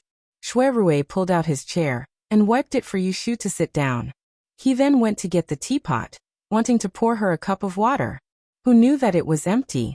He did not know when the water inside had been drunk. "Wait here, I'll go outside and call someone to make tea. I'll go, you can rest." Yushu stopped him and took the teapot from his hand. She looked at him up and down and blinked with a smile, saying, "If Dage is hot, you can take off your official robe to cool down. There are no outsiders here, I don't mind." With that said, he carried the teapot and strode past a few rows of desks, heading out. Shuerue's gaze followed her as she walked further away. Only then did he lower his head to look at the sorry state he was in. He laughed involuntarily. After thinking for a moment, he took off his official robe once again, and found the fan that was pressed under a few files. He leaned his waist against the side of the table, and fanned himself while looking outside the door. A faint smile hung on the corners of his mouth. Not long after, Yushu came back with a pot of herbal tea. She saw Shuerue's clothes. Because it was sweaty and thin, she could faintly see the smooth lines of his skin and his strong chest. She couldn't help but take a few more glances. Feeling the hot air caress her face, she pretended to be ignorant and poured some tea for him to drink. "I heard from Xiaomiao that the imperial edict ordered to change the laws. Is that why you're so busy?" Shuerue drank 2 cups of water in a row, and his voice became much lighter. "Not only the Supreme Court, but the 6 ministries will also have to reorganize the one zone and report to the Imperial Library the inconsistencies of the previous years, so that the laws can be amended." Imperial Library. Yushu didn't know much about politics. Since he wanted to understand more about Shuerue's political environment, he asked him for advice. Shuerue told her about the Imperial Court's 1 supervisor, 2 bureaus, 3 temples and 6 ministries. At first he thought she was just curious, but when he saw her serious face, he could not help but feel strange. After he finished, he asked her, "Why do you suddenly want to know about court affairs?" Yushu refilled his cup of water. Seeing his concerned expression, she seemed to have made up her mind about something, and said seriously, "I've decided that in the future I must become an official. How can I not know about these things? I was too careless in the past. In the future you must remind me more." Shuerue was surprised. Half a year ago, he encouraged Yushu to participate in the Da Yen examination. After that, he often brought up the matter of women becoming officials in front of her. Every time, she would evade him, with a nonchalant attitude, as if she did not have much desire to enter the court and become a female official. But today was the first time she expressed it in front of him. Knowing her temperament, Shuerue knew that she wouldn't speak nonsense out of anger.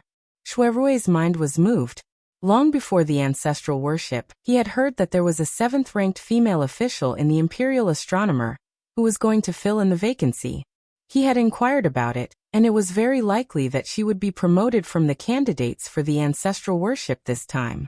Recently he was extremely busy. After he returned, he did not continue to ask about this matter. Now that he thought about it, he looked at Yushu's appearance. Could it be that the position was filled by someone else? There is a 7th-ranked vacancy for the Celestial Commissioner. Have you heard the discussion in the Taisher Library recently? Shuerue asked carefully. The more he thought about it, the more he felt that Yushu was influenced by something that made her decide to become an official. Hearing this, Yushu leaned against the table, supported her chin with one hand, and looked up at him. Half of her mind was thinking, when did this person in front of her start to care about her?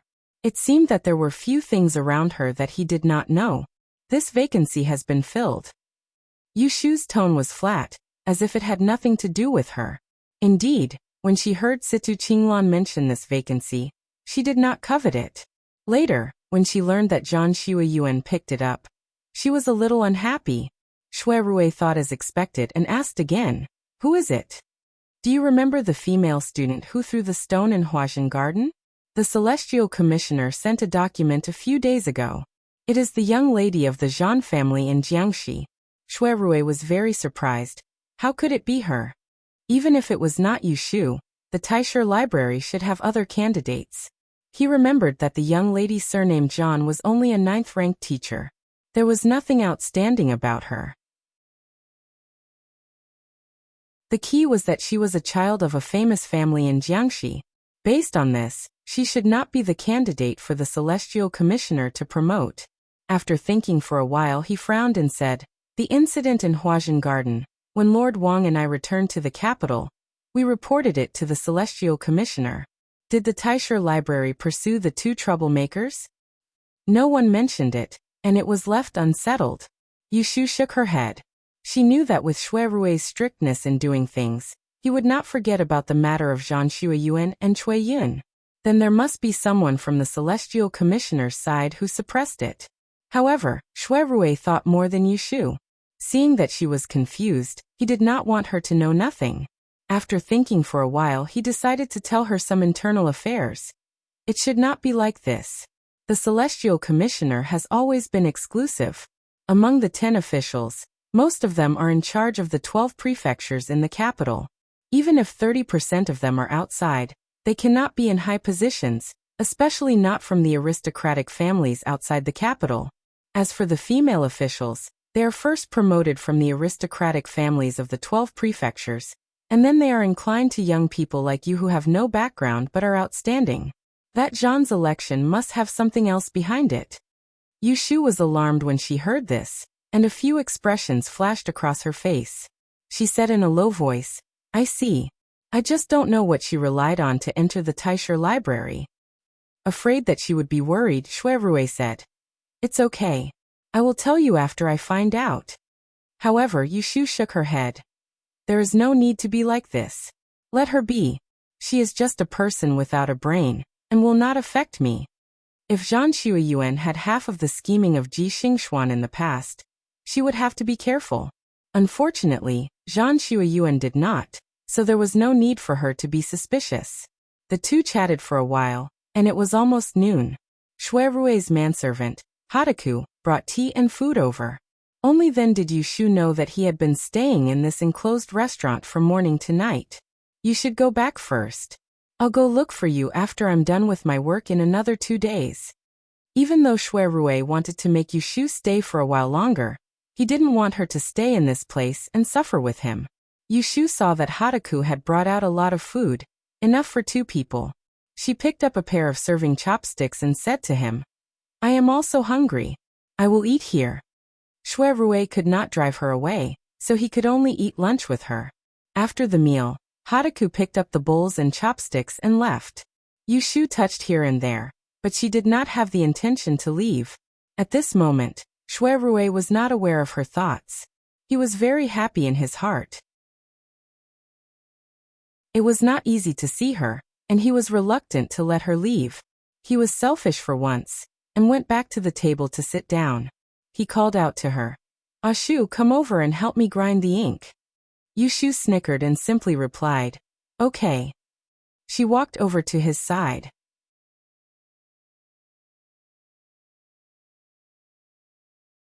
Chapter 481. In the evening, under Yushu's persuasion, Shui Rui finally put down his unfinished work and accompanied her back to Wangji Tower. The two stayed up for the whole afternoon, sweating profusely. They went back to their rooms to wash the warm soup and change into fresh clothes. Their hair was half dry, and they sat at the same table to eat dinner. Their appetite was better than a few days ago. "It's rare for you to be free for a night, so I won't go home. Let's go upstairs to cool down and talk." After the meal, Yushu suggested to drink in the courtyard upstairs, which was exactly what Shui Rui wanted. Ever since Yushu had set up a feng shui pond in the corner of the balcony, the air on this stairwell had become increasingly fresh and cool at night. 2 candles with green veils were lit, and a short couch and a square table were placed next to the railing. The silver-necked tin pot was filled with Ichuan wine, and the embroidered plate was decorated with 3 colors of Su lotus blowing leaves. Yushu and Shui Rui sat face to face, enjoying the wind and the moon, and there was also a sandalwood stove to send incense. Yushu's thoughts were premeditated a long time ago. In order to get some information out of Shui Rui so that she could understand more, she took advantage of the good time and good wine to ask the person in question. She poured him a cup of wine and pressed down on his cup, not letting him take it. She said with a smile, "It's boring to just drink. Big brother, let's play a game." Shui Rui's black and bright eyes glanced at her seemingly obedient face, and he nodded and said, "Okay." Then he saw her turn her left hand and take out 3 wine dice with 6 dots from her sleeve. She threw them into a white plate, making a series of clang sounds. "Where did you get the dice?" Shui Rui asked. "The guests play with them when they drink, so I asked Guiqi to find a new set." In fact, these dice were made by her on a whim after she strung the crystal beads on the string to test her luck. "You want to play dice and drink with me?" Shui Rui half smiled and teased her. "Based on your luck, I'm afraid this pot of wine is not enough for you to drink alone." Yushu shook her finger and slowly pushed the white plate with the dice to him. "Wine is for fun. Let's not bet on wine. Let's bet on something else, big or small. Let's see the number. The loser doesn't have to drink as a penalty. How about telling the truth?" Shui Rui's interest was immediately piqued. He fiddled with the dice with his fingers.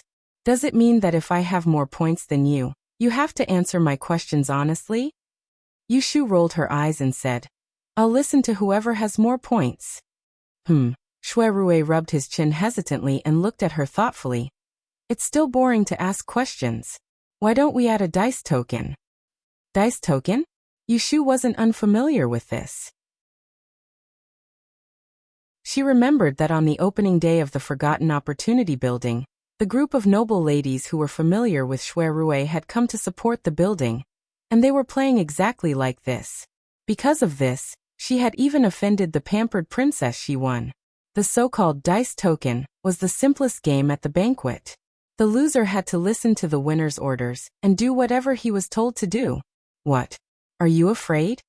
Shui Rui chuckled and pushed the white plate back with one finger. It was clear that if she didn't agree, he wouldn't play. She knew that he was not easy to fool. Yushu smiled and gritted her teeth. In order to get him to take the bait, she nodded and agreed. "That's it. But you can only choose one. Either you ask the truth or you play the dice token." Shui Rui held back his laughter. "What if you deny it?" Yushu picked up the pot of wine and slammed it in the middle of the table. She said in a heroic manner, "Whoever denies it will drink this pot of wine." Shui Rui stretched out his hand and took the white plate back in front of him. He was afraid that she would change her mind. "I'll go first." He raised his hand and the 3 dice fell to the ground. They hit each other a few times and stopped. 5 points, 6 points. 14 points, it's your turn. The biggest was only 18 points. He lost 14 points on the first try. Yushu had to admit that Shui Rui's luck was very good, but she had a trick up her sleeve. Yushu secretly pursed her lips and pulled her left sleeve to cover the string of topaz beads. She stretched out her left hand and took the dice. She gently grasped it and threw the white plate. Clang clang. 5 points, 6 points, 4 points. Shui Rui was surprised. 15 points. "Haha, I'm big." Yushu did not fail. She smiled proudly and crossed her arms on the table. She looked forward and winked at Shui Rui. "I asked you, you have to tell me the truth." "It was a bad start." Shui Rui said helplessly. "Ask. What were you like when you were a child?" As soon as this question came out, Shui Rui knew that he was fooled. He said unhappily, "Didn't you say I'm asking the truth? Is this also a question?" Yushu said shamelessly, "Why not? I said I'm asking you the truth, but I didn't say that I only want you to answer clearly. I only care about asking questions. If you can't answer clearly, it's your fault." You little girl." Shui Rui didn't know whether to laugh or cry. He was happy that she took the initiative to ask about him for the first time. He narrowed his eyes and recalled. He slowly told her. As far as I can remember, I was educated by my grandfather. I learned to read at the age of 4. At the age of 6, I learned to read. At the age of 8, I learned to read. At the age of 9, I became the disciple of the late emperor's crown prince, Wang Chong'an. At the age of 12, I could write essays. At the age of 14, I passed the imperial examination. Yushu was listening with great interest. Suddenly she stopped. She raised her eyes and signaled him to continue. Shuirui shook his head. That's all. What is this? Yushu was annoyed. She wanted to hear about his experience of growing up, not how he studied. So she said with dissatisfaction, You are not answering me. Did you only study when you were a child? What about your father and mother? Shuirui was absent-minded for a moment. Then he lowered his eyes. His thick eyelashes blocked the light in his eyes. His voice was calm as if he was talking about someone else's family. I didn't lie to you. When I could remember, my father had passed away. My mother was blind. She lived in the deep house all year round. My grandfather was afraid that I would neglect my studies. So I could only see her occasionally. Yushu was stunned. She saw him raise his cup and drink it. A picture emerged in her mind.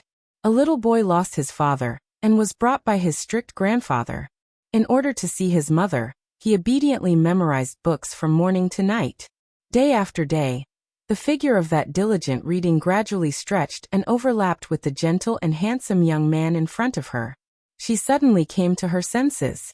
Her heart trembled slightly and her nose was a little sour. She thought in her heart. Everyone said that he was born rich and had a good life. How could I know that he had such a great time when he was a child? She didn't regret asking him. She just felt a little sorry for him. Brother? Haha. Why are you pulling a long face? You were the one who wanted to ask, so why can't I just tell you the truth? If I knew this would happen, I would have lied to you. Shuirui could tell that she was uncomfortable, so he teased her on purpose. Yushu forced a smile, but her voice was inevitably a little hoarse. She said, No, you better tell me the truth. This time, it's my turn to roll the dice first. This time, she used her right hand to pick up the dice on the plate. This time she didn't do any tricks. She let go and threw it down. Seeing the number of the dice stopped, she couldn't help but raise her eyebrows. 2 points, 1 point. What a bad luck. Huh. Shuirui chuckled. He stretched out his hand and also threw it. 5 points. 2 points.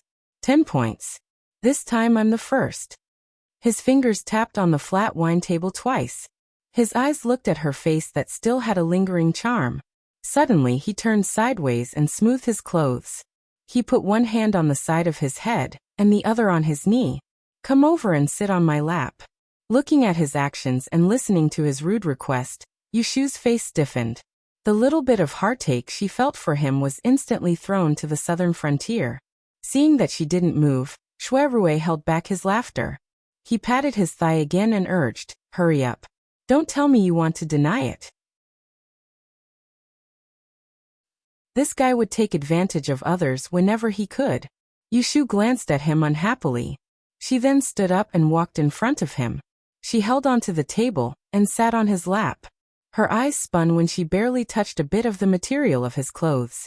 She placed her hand on the table and intended to stand up, but who knew that Shuirui would be a step faster than her?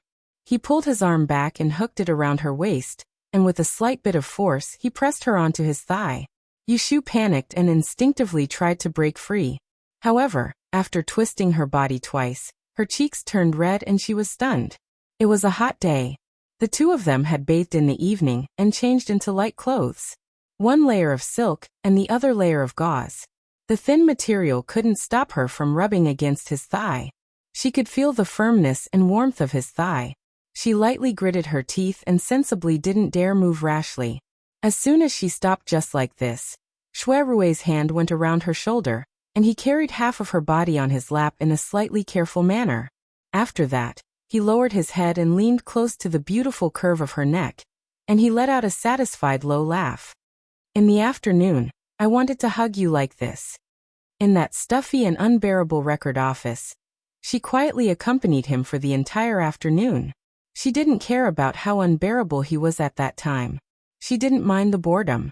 No matter what he was doing, she just wanted to accompany him. Just like what he had hoped for when he was young. Only the heavens knew that it took a lot of patience for him to not notice her gaze on his body. In that kind of situation, he didn't neglect her. Hearing his confession, Yushu's almond-shaped eyes softened and she changed her mind at the last moment.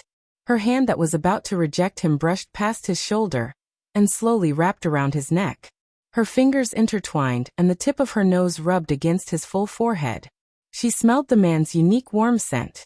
It was as if a shiny stone had been thrown into the lake of her heart, causing a wave of ripples. She watched it sink little by little. This man loved her.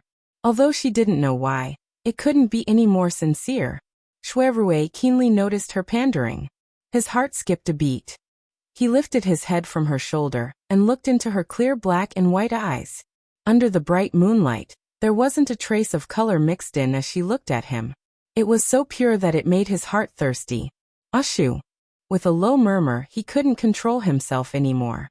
His hand tightened as he raised his head and kissed her soft lips. At first, it was a teasing kiss, but when he found out that she didn't resist, he slowly went deeper. He lovingly licked her trembling lips and coaxed her into her fragrant mouth. If he hadn't tasted it, how would he know that this sharp tongue would be so sweet and delicious? Their lips and teeth were intertwined. Yushu was kissed until her brain heated up. Her eyes were slightly closed and her cheeks were red. She felt his tongue licking around her mouth and she let out a moan. She bit the tip of his tongue and sucked hard. This was fatal. Shuerue's waist went numb. He took a deep breath and clamped his legs together to avoid scaring her. At the same time, he couldn't bear to let go, so he hugged her even tighter. His hard chest pressed against her soft chest and slowly rubbed against it. The beauty of it was indescribable. Under the dim light, his peach blossom eyes were bright and seductive. His left hand slid down from her shoulder and gently rubbed her soft back through the thin material of her clothes.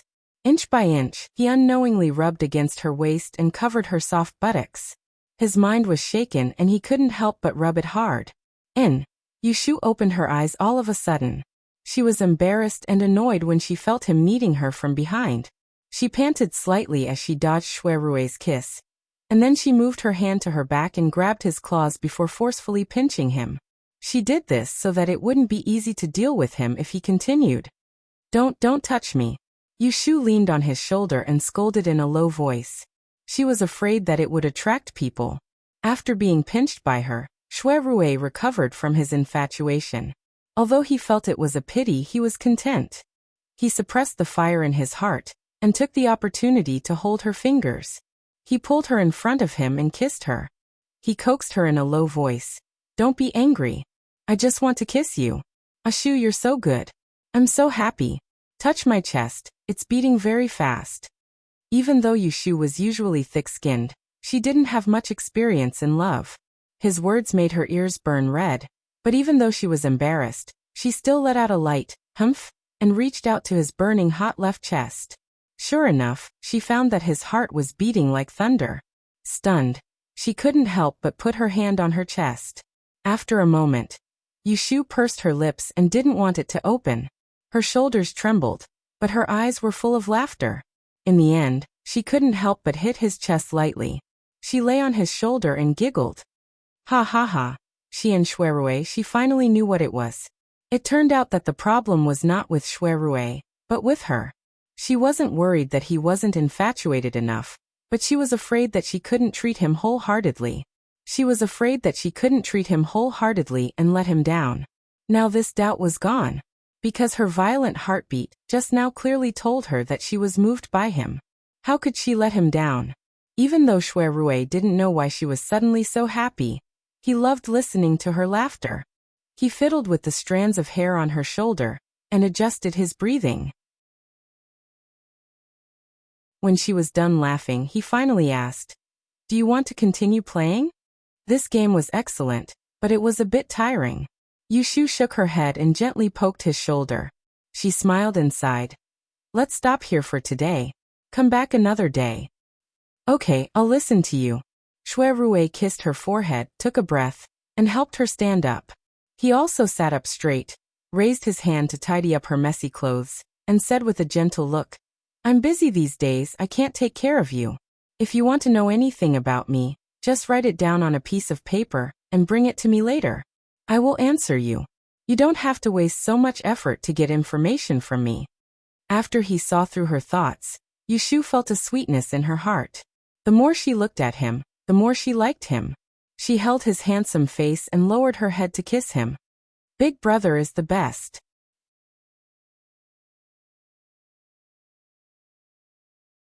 Chapter 482. When Yushu got up early to rinse her teeth with salt water, she felt that her lower lip was a little numb. She looked in the mirror, and found that her lips were indeed a little swollen. She touched her lower lip gently, and thought of the burning embrace last night. Her heart beat faster for a moment.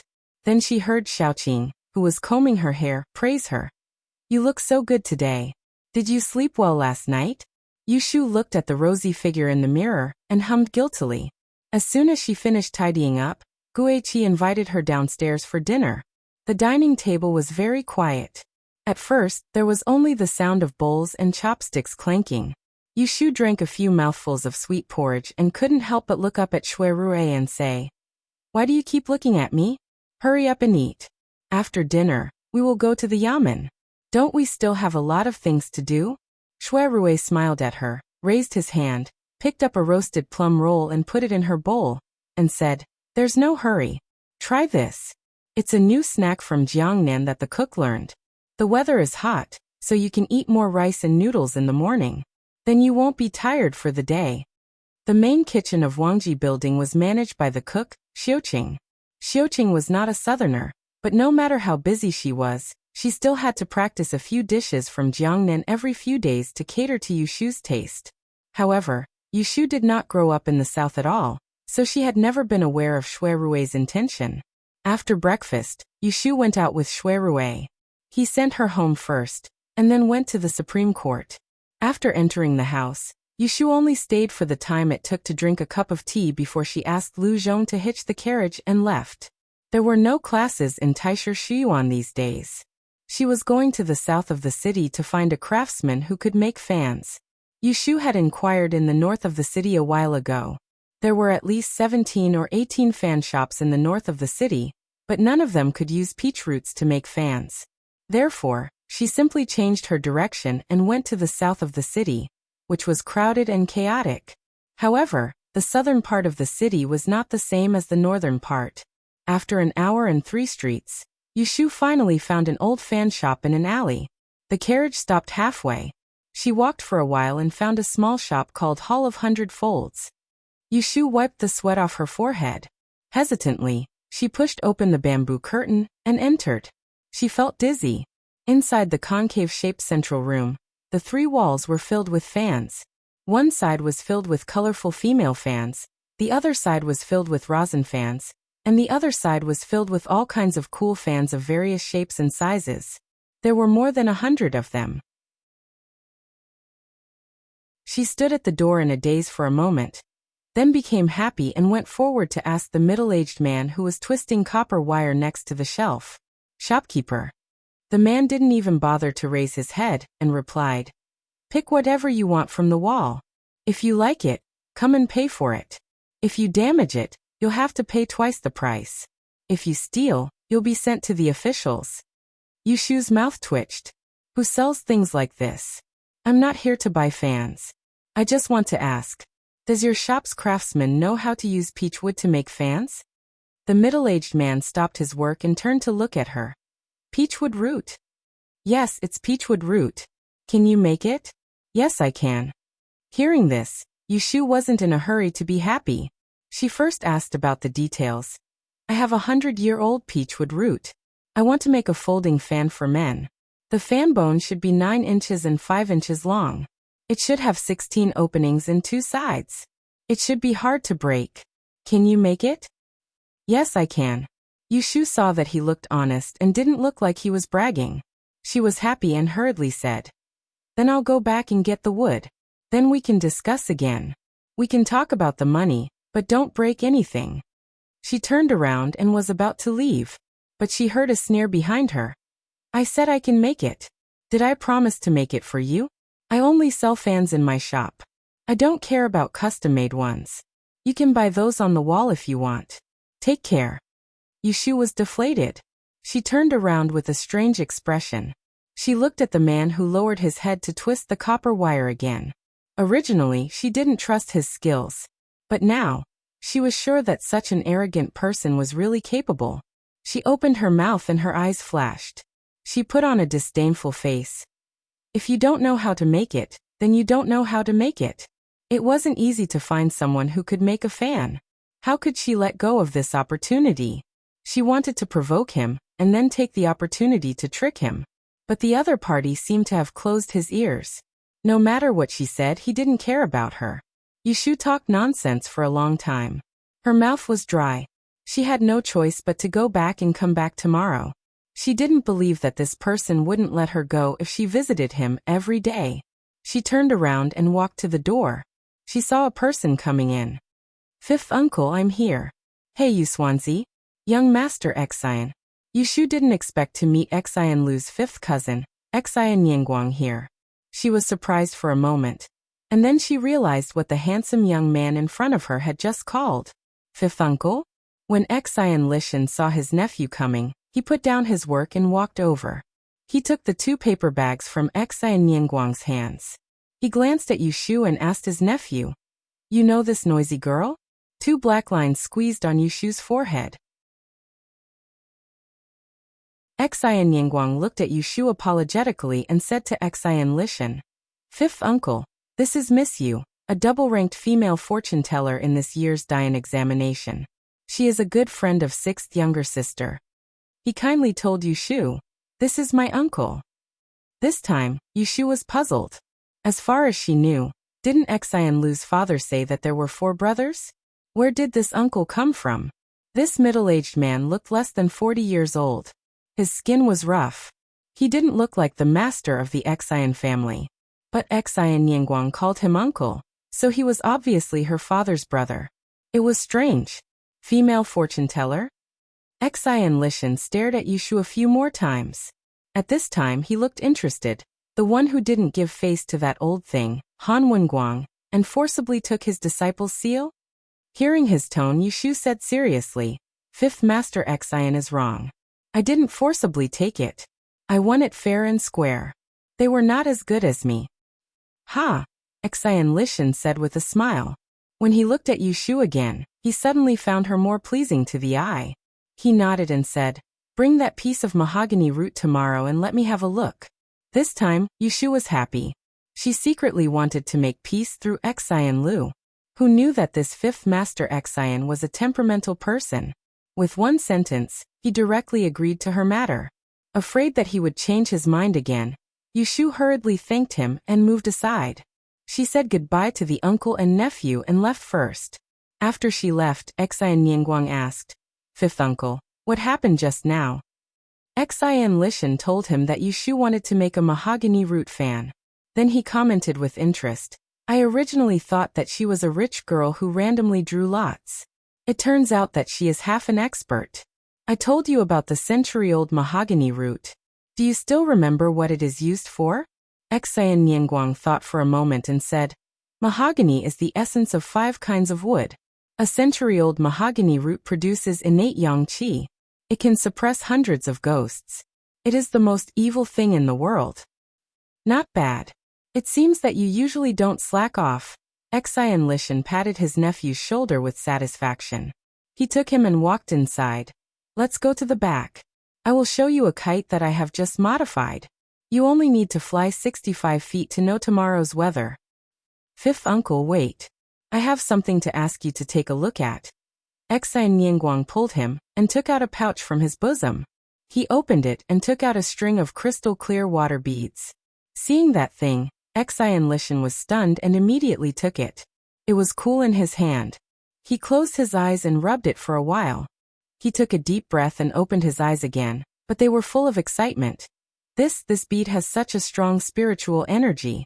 Although it is 1 part natural, it is 90% man-made. It's strange.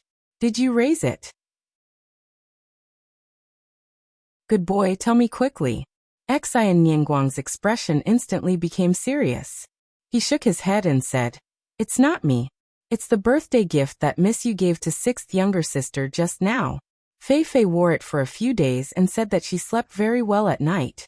I was curious and borrowed it. Sure enough, after a good night's sleep, she was in good spirits the next day. I faintly feel that the spiritual energy on this bracelet is most likely raised, so it is so strong that it has such a miraculous effect. It's not like jade that needs to be nourished for a long time. According to fifth uncle, it is 90% raised by people. It's really strange.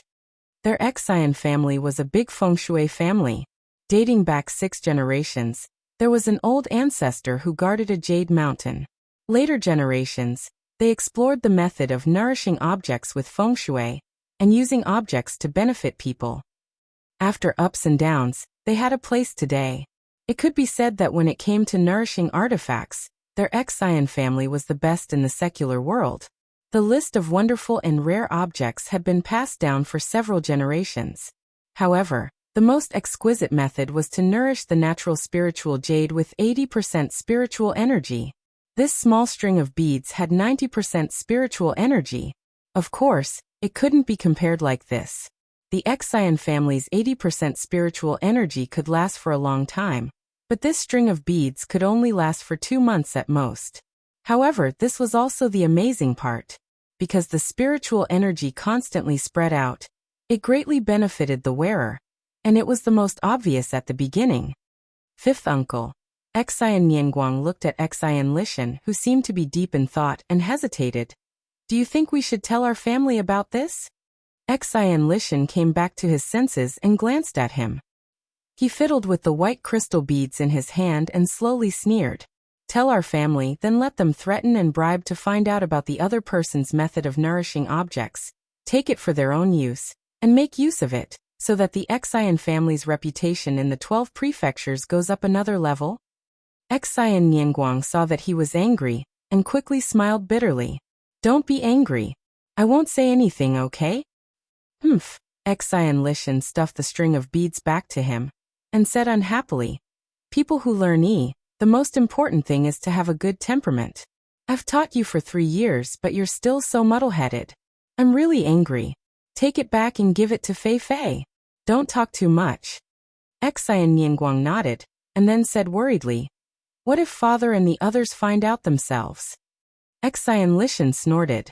In the whole mansion, other than your old ancestor, even your grandfather doesn't have the foresight of an unfilial son like me.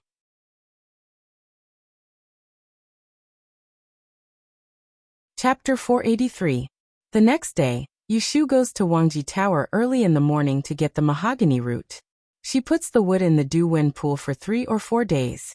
Although the change is not as amazing as that of the crystal beads, and there is no clue on the surface, there is a faint smell of wood. She doesn't remember that this century-old mahogany root had this smell before. She wrapped it in a piece of silk. Yushu didn't go out in a hurry but asked Xiaoqing to find the shopkeeper, Lin Fu.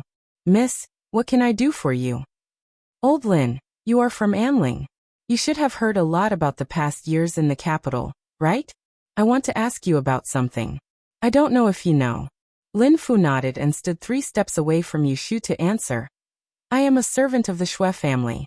I have lived in Anling for nearly 40 years. Miss, feel free to ask.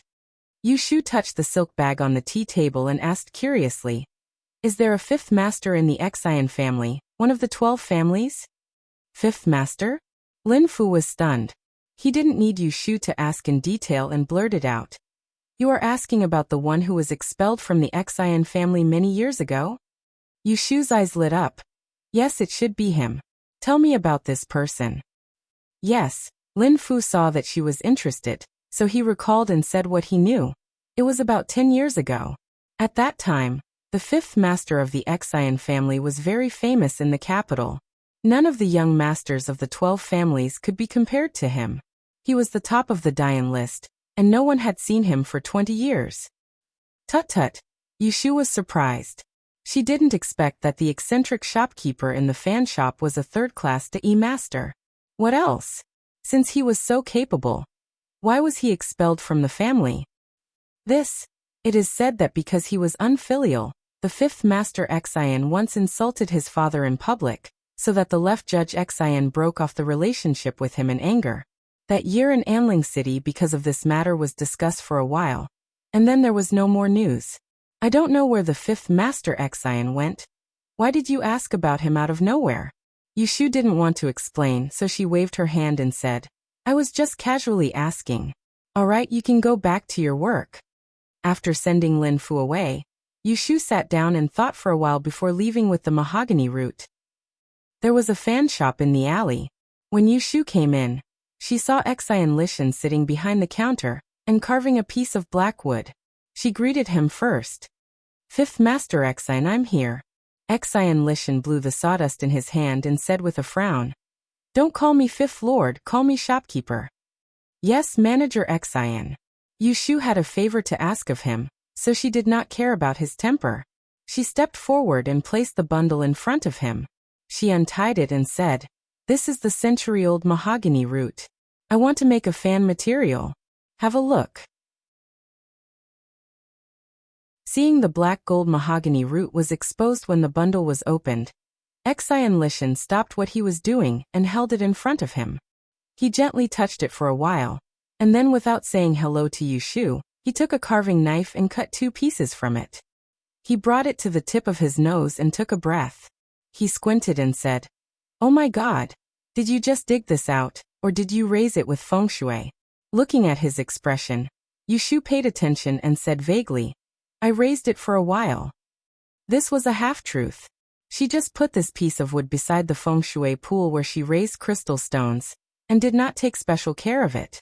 Xian Lishan raised his head and stared at her for a few times. He suddenly asked, Who taught you feng shui? Yushu blinked her eyes and said, My master, of course. Although strictly speaking, Qingzheng did not teach her feng shui metaphysics in detail, she benefited a lot from the 8 gates life and death skills. Not only did it help her derive the law of time of calamity, but it also contained the essentials of feng shui. Even the feng shui pool on the balcony of Wangji Tower was made by her according to the 5 elements position of the 8 gates life and death skills. Xian Lishan asked curiously, Who is your master? Since Yushu stood out in the Dian examination, she was often asked this question, so she answered very fluently, My master is a man of Taoism, a hermit in the mountain. His name is not worthy of the Taoist title. Hearing this, Xian Lishan's previous doubts were explained. It turned out that there was such a hermit Taoist priest. No wonder he could teach such an extraordinary apprentice who dared to challenge Han Wenguang. Presumably, the method of raising things was also passed down by her master. Yushu was concerned about whether her fan could be made well, so she asked again, Shopkeeper Xian, do you think this piece of wood can be made into a fan? Yes, it can. Xian Lishan touched the wood under his palm and felt the thick essence on it. A smile appeared on his stiff face. It's 9 inches and 5 inches long, 16 gears, a double-sided folding fan, right? What other requirements do you have? Tell me all of them. Yushu said, Pick the best material for the surface of the fan for me, or else it won't be afraid of water, moisture, or its color will not fade. Xian Lishan touched his chin and thought for a while, then said, Your peachwood fan is not commonly used for stirring the wind. It will be a waste to use it with ordinary xian paper or silk. How about this? I have a piece of cold silkworm dark pupa silk in my collection. It is also a rare item. Not to mention waterproof and moisture-proof, even ordinary sharp weapons can't cut it. It will be just right to use this fan bone to suppress Yin and evil. But I can't give it to you for free. Hearing this, Yushu's mind swayed. Almost without hesitation, she said, If you are willing to part with it, I am willing to pay any amount of money. If she didn't have enough money, she could hide it from Zhao Hui and use the real money in her small treasury first. When her crystal was sold, she would make up for it. This rare item, if she missed this opportunity, she wouldn't have this opportunity again. Xian Lishan shook his head and said, There's no need for money. In exchange for my cold silkworm dark pupa silk, even if you give me 10,000 gold, I won't even bother to look at you. I know you have a kind of strange stone called crystal. You can use that to exchange with me. Hearing this, Yushu's eyes flashed. She didn't immediately agree. Instead, she raised her eyebrows and said, "Shopkeeper Xian is a person who knows what's good and what's bad. My crystal is also a unique treasure. How do you plan to exchange with me?" Xian Lishan laughed and stretched out his palm. He flipped it twice and said, "I want the bracelet that you gave to my niece. I want 10 of them that are exactly the same." Yushu's eyelids twitched. Without thinking, she shook her head and refused. "That can't be done. Do you think they are cabbages? They are still weighed by weight. At most, I will give you 2 to play with." It wasn't that she couldn't gather 10 bracelets, but this thing was her future source of income. It was a rare commodity. She had to sell it slowly. If she just casually gave a pile of it to him, it would be a common thing on the street. Xian Lishan didn't blink and stretched out his hand again. Then 8. Yushu secretly rolled her eyes. 8. She wanted 4? She could just make up a table of mahjong. 3 no more. She thought Xian Lishan would bargain again. Unexpectedly, he turned his head and said, 8. If you don't want to give, then forget it. I won't make your fan anymore. Was this person really a third-grade DE master? Where did this scoundrel come from? After taking a deep breath, Yushu softened and said gently, "Then 4. For then. I can give you 4 different colors, but you have to promise me that you won't give them away or resell them. If that's not enough, then I'll have to find someone else to make them. Deal." Xian Lishan slapped the counter and wrinkled his face with a smile. He asked for the crystal stone because he was interested in it and wanted to collect it. He didn't want to sell it. He didn't care what Yushu said. Yushu muttered to herself, "Why did I feel that this person didn't look like a businessman yesterday? I really misjudged him. Fortunately, I am not easy to fool." She pretended to be distressed, but secretly laughed. If he really insisted on not making the fan for her, she would have no choice. Not to mention 8, she would even give him 10. "Do you want to write a promissory note?" Yushu was afraid that he would go back on his words. Xian Lishan wrote her a note without hesitation. They agreed that after this century-old peach root was made into a fan, Yushu would give him 4 crystal bracelets of different colors in exchange. In this way, they even saved the manual labor. She got the better deal. After receiving the promissory note and setting a date to pick up the goods, Yushu was relieved to leave the peach root. When Xian Lishan became impatient again, she tactfully said goodbye and left. With a load off her mind, Yushu could finally calm down and ponder over her law of the time of calamity. Ever since she came back from Huaxin Garden, she had relied on the criminal records she had on hand to determine the culprit of the time of calamity. She had successfully completed the task by using the zodiac to determine the culprit and gender. Next, she aimed at the villain and did the same thing, using the zodiac sign to determine the value. Yushu could already foresee that the more things she deduced, the more detailed the results she could calculate in the future. For example, for the disaster of Hu Tian'er, she could calculate the zodiac sign of the person who hurt the child. She could also directly infer who the person who harbored evil intentions towards Hu Tian, or was based on the zodiac sign of the villain. The clearer the scope, the easier it would be to deal with. As the rule of the time of disaster became more comprehensive, she became more and more confident. In Anling City, where people's hearts were unpredictable, one day, she could control her own fate by controlling the fate of others. In the blink of an eye, another 2 days passed. During this time, Yushu went to Xiajiang guest house. Xia Jiangmin annotated the 8 characters of Qiu Yueling's marriage using the art of 6 Yao lines to her. Once again, she felt sorry for Yushu. "You're good at everything. You're much smarter than me. It's just that you don't have enough talent and wisdom. Otherwise, you could use the art of 6 Yao lines to calculate others. With this alone, you can do whatever you want in the capital city. If you spread the word, many nobles would fight to invite you to be a guest of honor. However, the reputation of a female fortune teller sounds good. Only those businessmen will take notice of it." Yushu felt that it was a pity, but she didn't force it. It should be known that Daoist Qingzheng taught her the art of 6 Yao lines to make up for her incompatibility. Therefore, she should be secretly happy that she could make a rough calculation for herself. By the way, Xia Jiangmin grabbed her hand, and a pair of bright almond-shaped eyes suddenly flashed. It was very attractive. Yesterday, Miss Xie of the Xie family came to the guest house. I heard her mention the Hibiscus Gentlemen's Banquet on the 6th of June. Did you receive the invitation?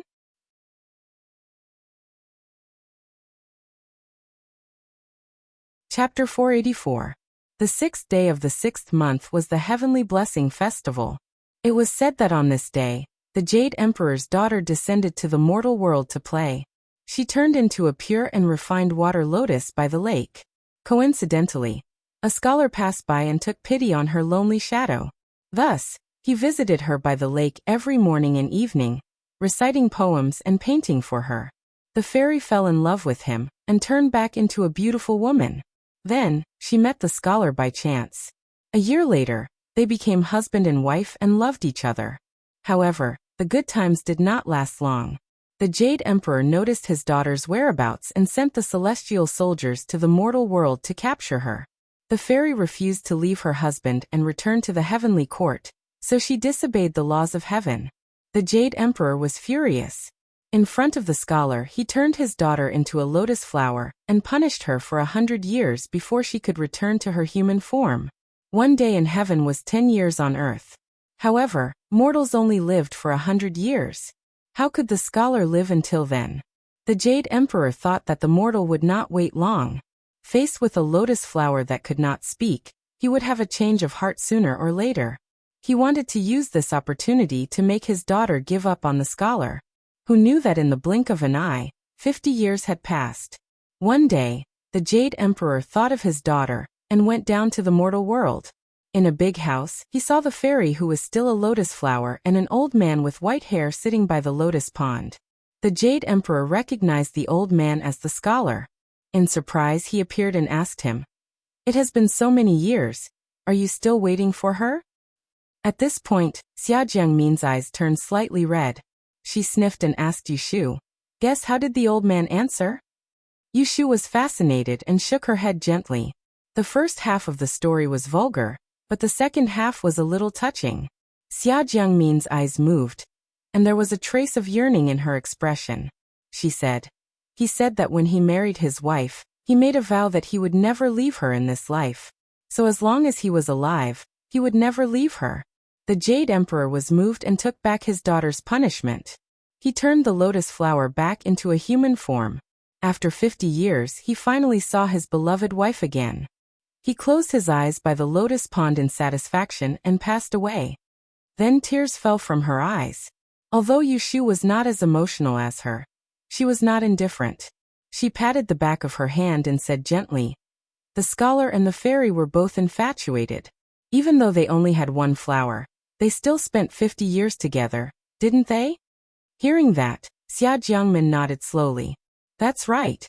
This scholar is a man of his word. He is a true gentleman, and the fairy is also infatuated." The Jade Emperor was moved by their persistence. Every year on the 6th day of the 6th month in the human world, which is also the day that the scholar and the fairy meet, he asked the Moon Elder to tie a red thread for those infatuated men and women in the world. It was a heavenly blessing. Today was the first time Yushu heard of such a special day. It sounded similar to the Double Seventh Festival. The difference was that the Double Seventh Festival was the Women's Day. Women prayed for craftsmanship and worshipped the weaver girl, hoping that they would have a husband in the future. The Heaven's Blessing Festival existed to bless the marriage between men and women. Then what is this gentleman's hibiscus banquet that you mentioned? Xia Jiangmin wiped the corner of her eyes with a handkerchief. It was said that women were the most fickle. She was still crying a moment ago, but now she had a smile on her face. She even excitedly said to Yushu, "This has a long history. It can be traced back to the time when our Duan Empire was just founded. The Anling was just built. The imperial court was divided into 3 factions. There were civil officials and military generals. There was also the rising faction of Master Yi. These noble families and talented people did not get along well with each other. Thus, Empress Ningzhen thought of a way. Every year on the Heaven's Blessing Festival, she would hold a gentleman's hibiscus banquet and invite all the unmarried young men and women in the capital to attend. The gentleman's hibiscus banquet was personally hosted by Empress Ningzhen. Any talented person, no matter male or female, could obtain a water hibiscus made of gold and jade. And the person who obtained the gold and jade hibiscus. Xia Jiangmin suddenly lowered her voice and squeezed Yushu's hand. She excitedly said, "Then they can express their love to the man or woman they like. If the two are in love, then the Heaven's Blessing Festival will be the matchmaker, and they will be fated to be together." Yushu was surprised to hear this. She thought to herself and could not help but praise the Empress Ningzhen of 300 years ago. She was an expert at playing politics. After the Jin were expelled and the new dynasty was established, the civil and military officials in the court were at odds with each other. The affairs of the country were unstable. The most effective method was to have them marry each other. Thus there was the gentleman's hibiscus banquet. But today, the gentleman's hibiscus banquet no longer had its original purpose. The only thing that people would flock to like ducks was that gold and jade hibiscus. Then what if there was one party who had wishful thinking? Yushu asked. For example, if a man obtained the gold and jade hibiscus and expressed his love to a woman, if the woman rejected, wouldn't her reputation be affected? Xia Jiangmin smiled and said, "I also think so. But Miss Xie told me that to be selected to obtain the gold and jade hibiscus at the gentleman's hibiscus banquet is a kind of glory. Even if it was rejected because it was not to one's liking, others would be envious." As she said this, she shook Yushu's arm and winked at her. "This kind of banquet, I won't have the chance to go. Ashu, you are the great female divination master. Now that your reputation is resounding, this year's gentleman's hibiscus banquet will definitely send you an invitation. When the time comes, you must attend. When you return, you must tell me about it. If I receive an invitation, I will go." In reality, Yushu wasn't interested in this kind of ancient matchmaking activity. But if there was a chance to see the current empress, there was no harm in joining in the fun. Xia Jiangmin looked her up and down again, and couldn't help but remind her. "You better prepare your clothes and jewelry early. There are still some days left. Don't go sloppily on that day, and cause others to laugh at you." "I know." Yushu's mouth was perfunctory. She stood up and said, "It's getting late. I should go. I'll come see you tomorrow." Xia Jiangmin said angrily, "But you said it. Don't not hear from me for 10 days or half a month again. I'll see you off." Xia Jiangmin sent Yushu out of the rear courtyard. She then followed a servant girl out the front door. When she sat on the horse carriage on the way home, she suddenly realized something. Her expression wasn't as calm as before. Would Shui Rui go to the gentleman's hibiscus banquet? In the second half of May, Sima Kuei had an astrology class. Yushu went to see Xia Jiangmin yesterday. She was a little concerned about the gentleman's hibiscus banquet. So when she saw Xian Lu today, she asked, "Have you received the invitation to the gentleman's hibiscus banquet?" Xian Lu hadn't seen her for a few days.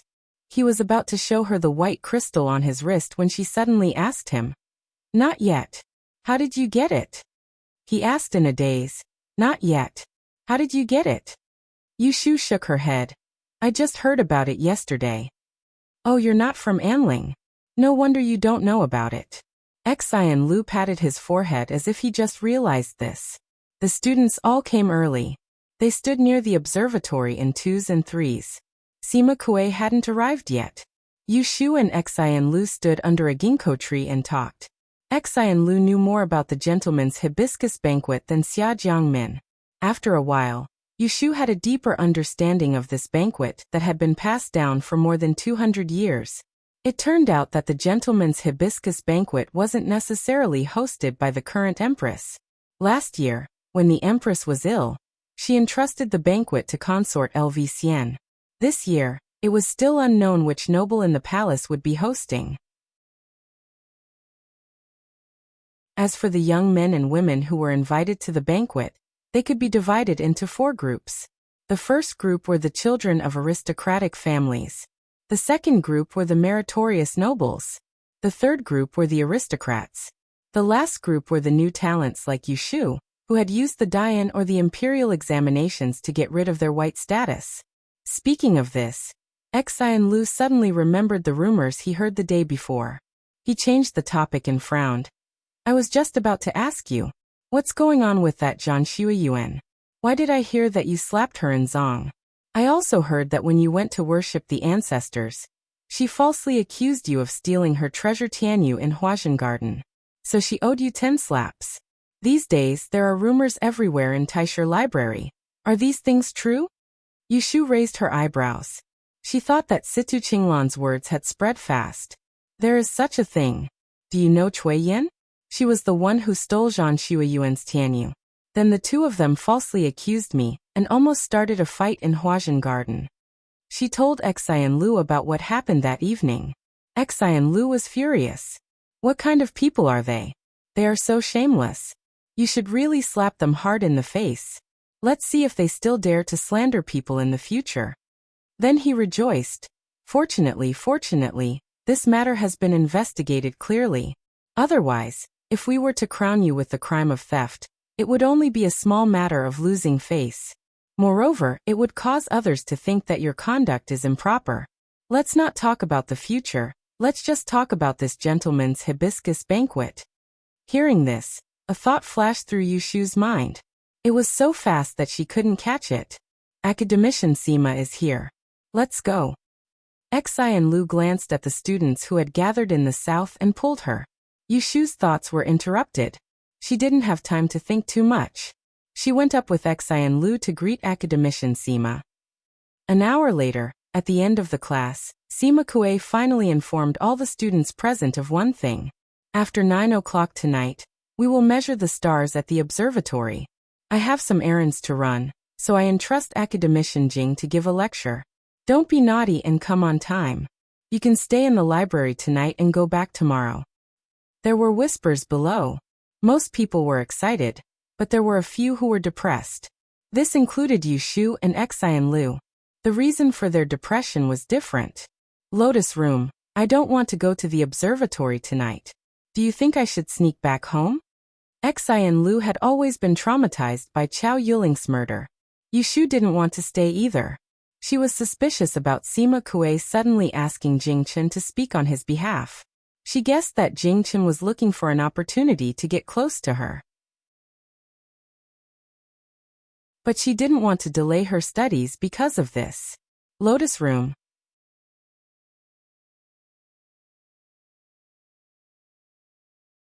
Chapter 485.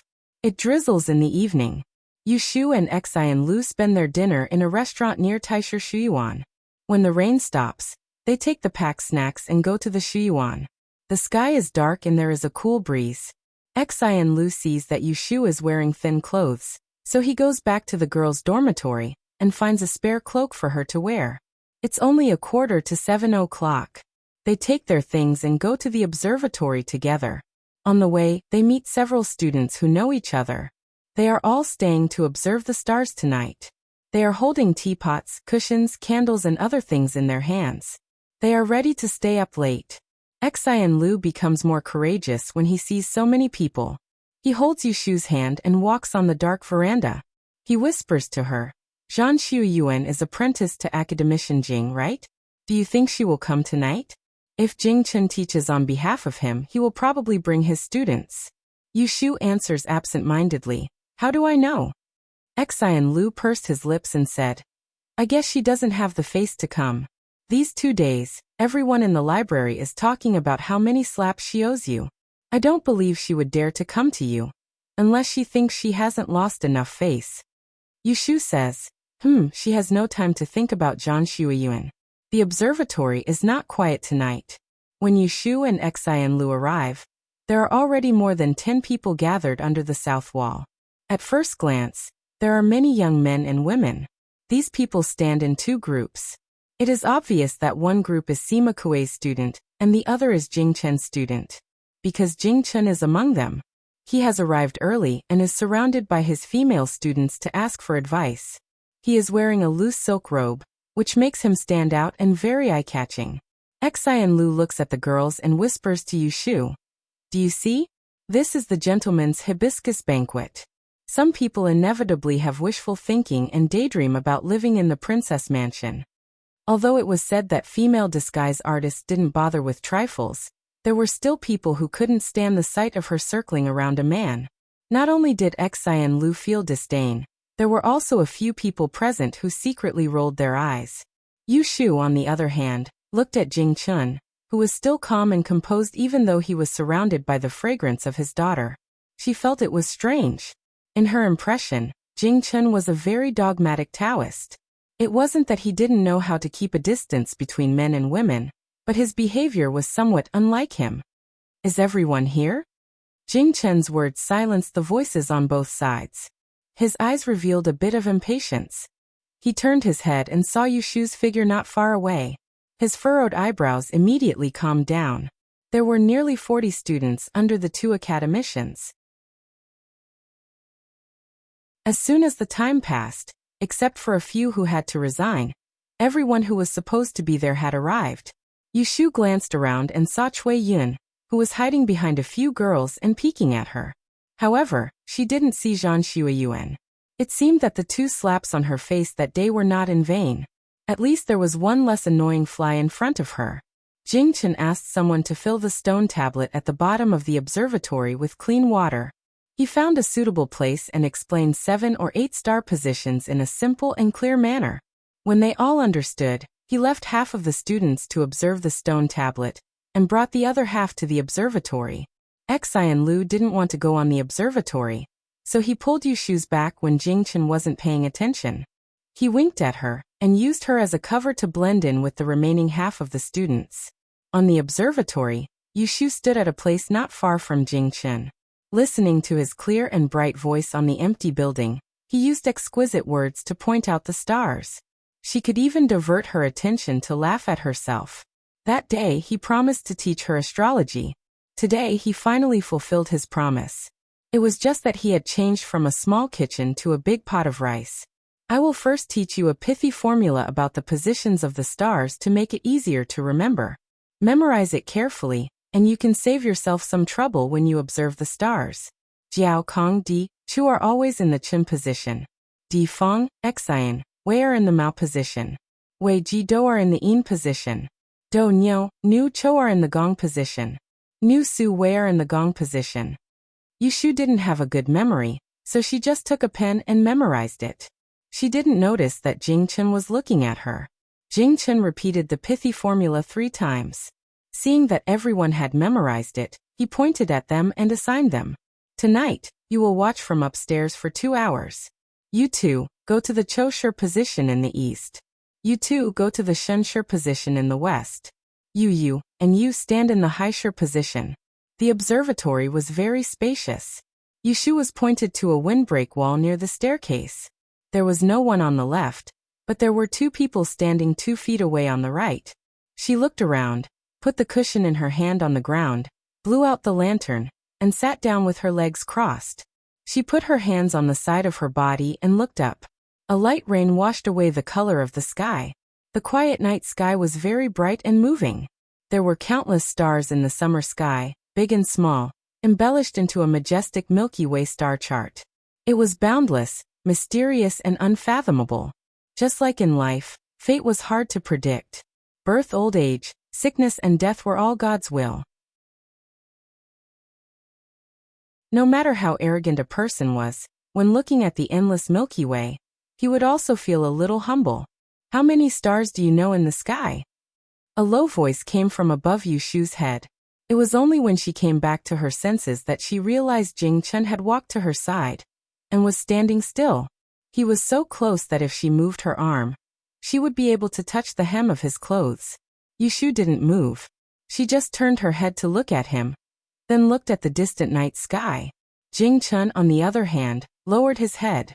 Looking at her indifferent expression, he slowly clenched his fists by his side. Silence spread between them.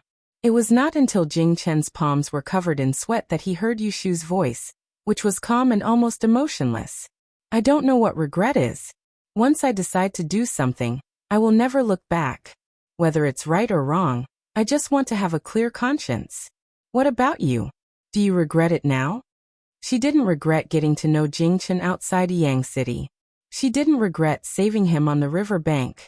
She didn't regret falling in love with him after a life-and-death battle. She didn't regret putting herself in danger for him. She didn't regret risking everything for him. But now she didn't care. Jing Chen's eyelashes trembled slightly. His handsome face gradually showed a color of shame. He raised his head, not daring to look directly into her eyes, but he couldn't deny it. I do regret it. He regretted letting her down. He regretted letting down the only person in the world who truly cared for him. Yu Shu sneered, as if she already knew that he would answer like this, and was not surprised at all. She pushed herself up from the ground and casually patted her clothes. Ignoring the cushions and kettle on the ground, she turned around and walked towards the stairs. She stepped down the stairs and looked up at him. Jing Chen watched her disappear at the top of the stairs. Her last look kept replaying in his mind.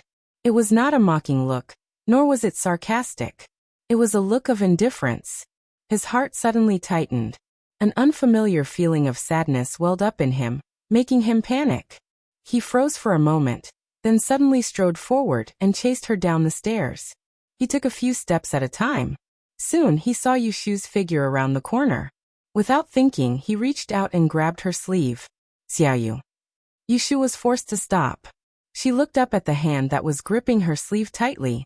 Seeing his nervous face, she frowned and lowered her voice. What are you doing? Who was the one who said that they would cut off all ties? Have you forgotten? Let go. However, Jing Chen refused to let go. He pulled her down instead. Come with me. I have something very important to tell you. It was enough that he let her down once. He didn't want to hide it today and regret it in the future. Yu Shu looked at Jing Chen, who was holding her wrist and walking in front of her. Her eyes flashed, but quickly darkened. She knew that he had another purpose for approaching her. She didn't shake him off again. Without saying a word, she followed him down the stairs from the other side of the observatory.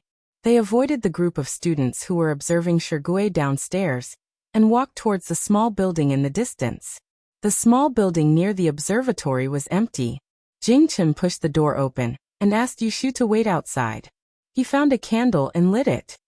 He picked up the candlestick and turned around to call her. Xiaoyu, come in. Yu Shu glanced inside. When she didn't find anything strange, she walked in. Jing Chen held the lamp and took her to the central hall on the second floor. He placed the candlestick on the coffee table. Yu Shu walked over and opened a window facing the east. The night flowed in. Standing by the window, she could see the view of the observatory from afar. She leaned against the cold windowsill and crossed her arms. She raised her eyes and said, "What secret do you want to tell? Why do you have to come to such a place where no one is around?" Jing Chen stood in front of her. He was only 3 to 5 steps away from her. Such a distance made him feel slightly at ease. He clenched his right hand, as if he was taking a breath, and slowly loosened it. Shui Yun said that she told you that I am the Great Calamity. Hearing this, Yu Shu nodded hesitantly. That time, Shui Yun lured her out and used Jing Chen's secret as bait. She was talking about the Great Calamity. Later, she learned that Shui Yun framed her, so she thought that the Great Calamity was also a lie. Looking at Jing Chen now, could it be true? She did tell me, but I didn't believe her. It's true. Jing Chen's face showed a trace of bitterness. My birth is related to the country of Da'an. Do you still remember that you have seen my father's exam paper? It said, "Great fortune brings disaster." That's me. If I want peace and people to be at peace, I must find the person who broke my fate and solve my fate. Otherwise, not only will the elders of my sect die soon, but the world will also be in danger. After receiving confirmation, Yu Shu's heart pounded. It was very difficult for her not to feel her scalp tingle at Jing Chen's shocking birth. If the Great Calamity could really shake the rise and fall of this great nation, then Jing Chen's fate could really shake the world with a single pull. After the shock, Yu Shu was full of doubts. Since there was such a relationship of interests, it was even more impossible for Jing Chen to be involved with her before breaking his fate. She suppressed the shock and asked hesitantly, "Could it be that you have found the person who broke your fate and solved your fate?" Jing Chen shook his head gently and whispered, "I found the person who broke my fate, but I still haven't broken my fate." Oh. Yushu was not very surprised because she had already guessed it, but she was even more puzzled. She couldn't help but question Jing Chen. Since you haven't broken your fate, you still dare to provoke me. Aren't you afraid that your Taoist heart will be affected and harm your master and the others? Hearing her say this, Jing Chen's face couldn't help but become gloomy. He said coldly, "Those are all lies. Kata Star is evil and has nothing to do with my Taoist heart. My sect and the royal family of Dun have an agreement. They protect my life, but they are afraid that I won't be able to break my fate in the future, so they have taught me to be inhumane since I was a child." The more Yushu listened, the more confused she became.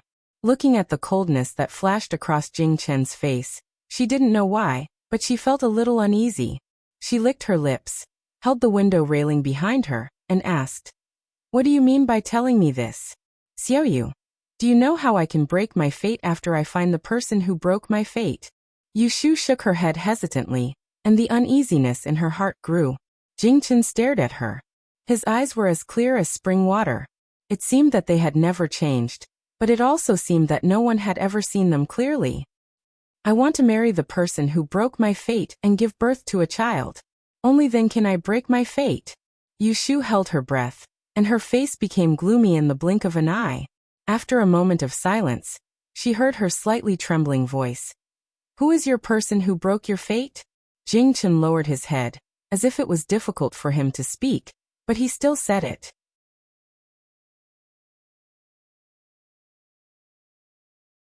Chapter 486. Added chapter. Dedicated to the leader of ZHVY Chokyu. A chapter full of flowers and hugs.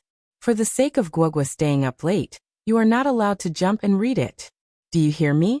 Read it word by word for me. When Yushu heard Jing Chen telling her about the method to destroy a person's life, she had a vague suspicion.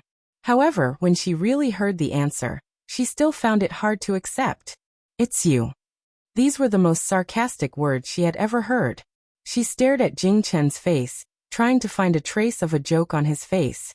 However, his expression was full of guilt and regret, which made her heart sink little by little. "Are you kidding me? How could I be the person who destroyed your life? If it was me, then why didn't you notice when I was with you for so long?" she asked with a stiff face.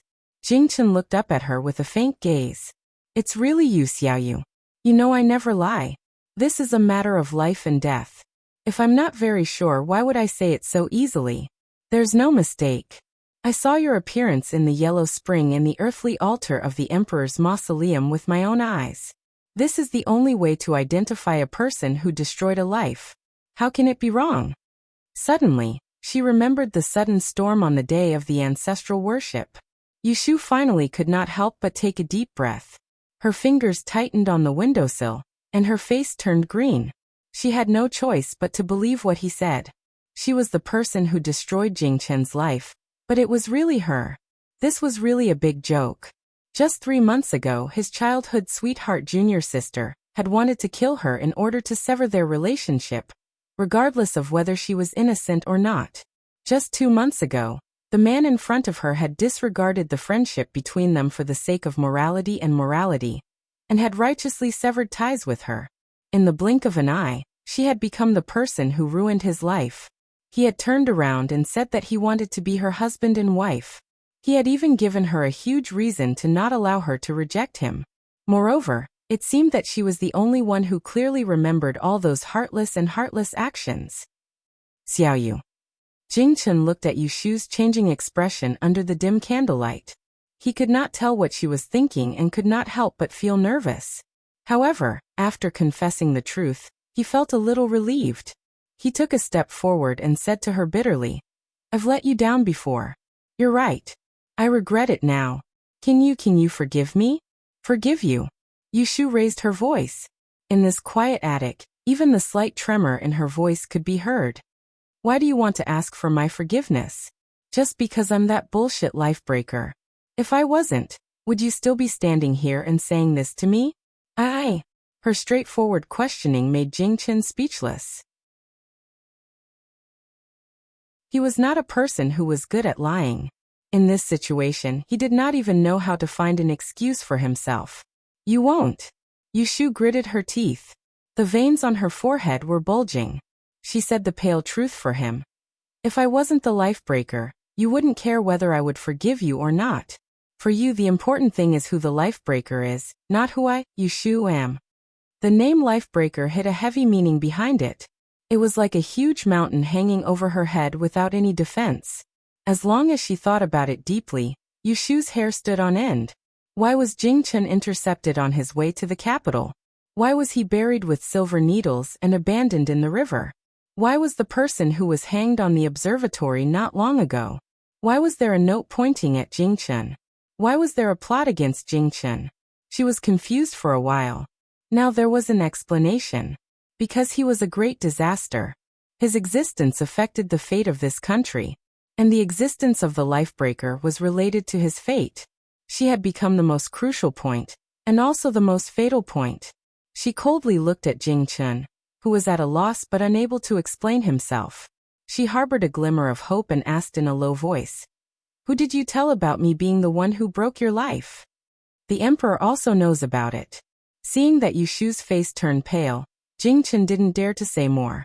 Yushu held a cold breath and said with difficulty, "Let me ask you, have you ever thought that those who secretly hurt you wanted to hurt you because they knew you were a great disaster?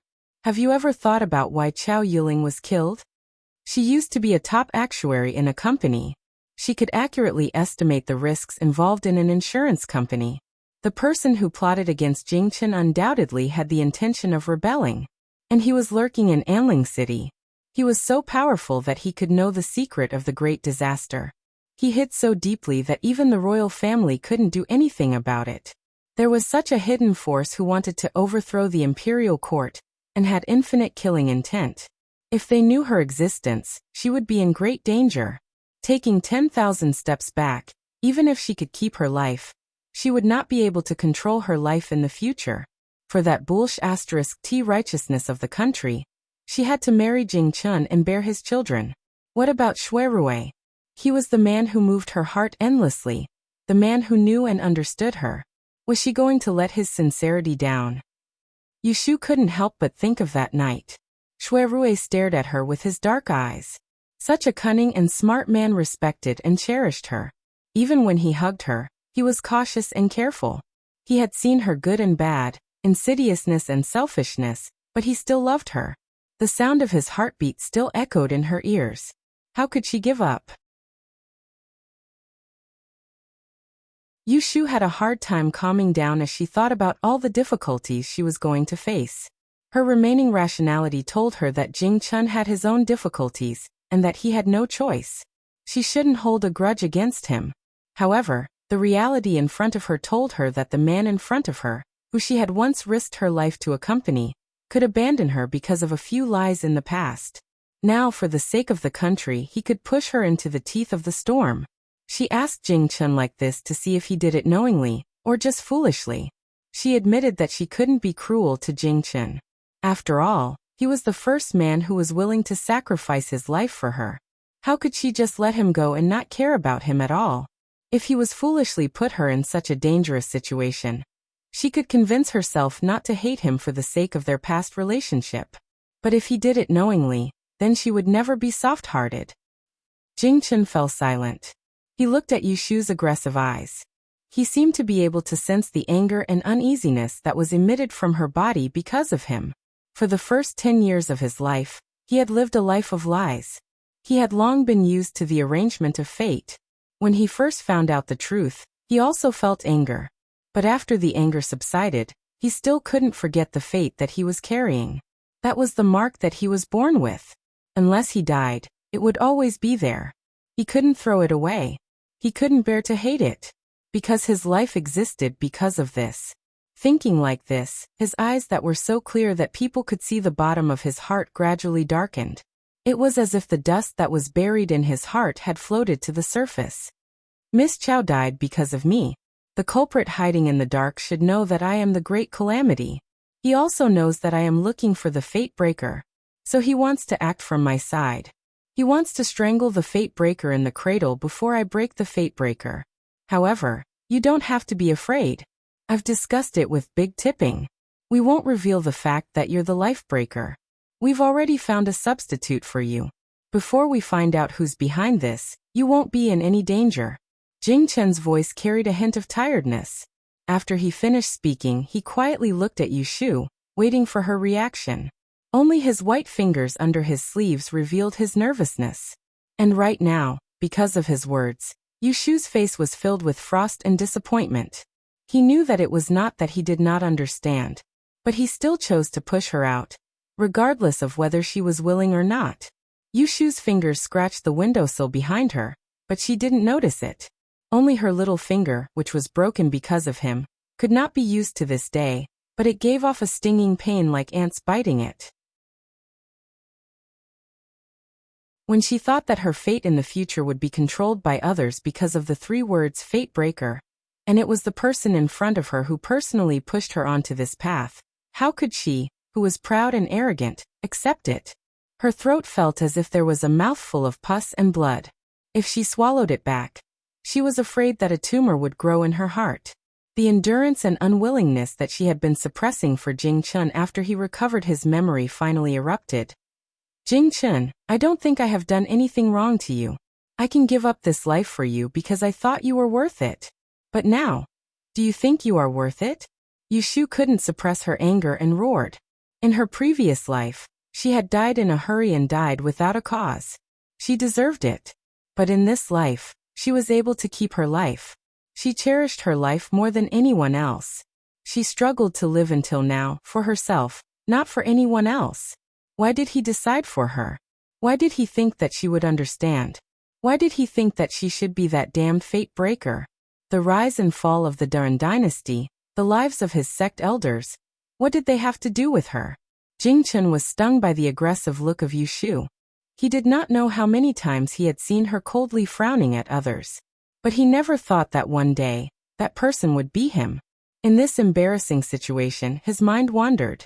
He easily recalled the days when he lost his memory, that smiling face that looked at him all day, and that kiss that gently fell on his cheek in the forest. That lively and moving Xiaoyu, because of his betrayal, had become so cold. I have done wrong to you. His voice became hoarse. He still could not find a word to explain his difficulties. The only thing he could do was not to deceive her. Xiaoyu, I know that you no longer have any feelings for me. If I want you to marry me and have children with me, you will find it hard to accept. Don't worry, I will not force you. I will be good to you in the future, very, very good to you. I will let you fall in love with me again, and be willing to be a couple with me. I will protect you for a lifetime and will not let anyone hurt you. The promise he made sounded so ridiculous to Yu Shu. It was not that he had not said the same words before.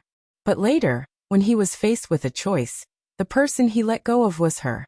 Although she was extremely angry, she surprisingly calmed down. After taking a few breaths, she swallowed the ridicule that was about to come out of her mouth. Fall in love with him again? Impossible. She understood herself better than anyone else. She was a stubborn person. She would not shed tears until she saw the coffin, and would not turn back until she hit the wall. If it was not for the fact that Xue Rui would let her down in the future, even if Jing Chen twisted his head off for her to kick as a ball, she would not fall in love with him. Even if Xue Rui let her down, she would not go back to him. Yu Shu did not speak about Xue Rui out of impulse. Jing Chen could disregard her life and death for the sake of righteousness, but she could not use the person she loved as a shield because of selfishness. Moreover, this situation was very important. Even if it was Xue Rui, it was impossible for him to shake the emperor's heart. In this world, the emperor was the most powerful. For his family and country, he could turn anyone who stood in his way into a pile of bones. You should give up. If you want me to be your husband and wife, you might as well ask me to die. You can hold my urn and go to the heaven and earth to get married. Let's see if you can break your life. Yu Shu said coldly. She would not pretend to be subservient to Jing Chen just because her life was in someone else's hands. Although Jing Chen had placed the matter of breaking his life at the forefront, his guilt towards her was the biggest trump card in her hand. When she could stand on an objective point of view and look at this person, she had nothing to be afraid of. As long as she had a sense of propriety, she could completely make use of his guilt. Xiaoyu, don't say things out of anger. You won't die. I won't force you. I can wait until the day you change your mind. Her words stabbed at Jing Chen's heart. In addition to sadness and regret, there was also heartache. This cold-looking girl in front of him had suffered a lot for him. However, after he recovered his memory, everything he did made her sad. Huh? Yushu sneered. She closed the window behind her and picked up the candlestick on the coffee table. When she walked past him, she paused for a moment. She tilted her head and thought of a question. It did not take long for her to ask. You said that you found a substitute for me. Is it that Zhang Xueyuan? Yes. Jing Chen knew that Yushu had always been smart. He only said one thing, and she could guess 2 or 3 things. After confirming that Zhang Xueyuan had become a target for her, Yushu did not feel very happy. On one hand, she was secretly glad that they knew to cover up for her. On the other hand, she felt a little sad. She hated Zhang Xueyuan, who was arrogant and proud. She had never thought of letting him take a knife for her. However, she did not have the final say. She was in deep trouble. She could not even protect herself, so how could she care about others? As the saying goes, a dead friend does not have to die. At most, she did not want the 3 slaps and did not set a trap for Zhang Xueyuan. She could not do anything else. There were still many questions in Yushu's mind, but she did not ask them all at once tonight. She carefully protected the candle in her hand and planned what to do next. She ignored Jing Chen's hesitation and went downstairs without looking back, leaving him in the dark. Jing Chen stood in the same place and only turned his head to watch her leave. He did not stop her, nor did he chase after her. Listening to her footsteps, he thought back to her question just now. Do you think you are worth it? You're tuning in to the Li Mei's Sword of Destiny YouTube channel. We're so grateful for your support, and don't forget to subscribe to join us on this incredible journey through captivating stories. Your generosity through donations truly makes a world of difference, as it's the primary source of revenue that allows me to expand and enhance this channel for you. Thank you from the bottom of my heart for being a part of this adventure.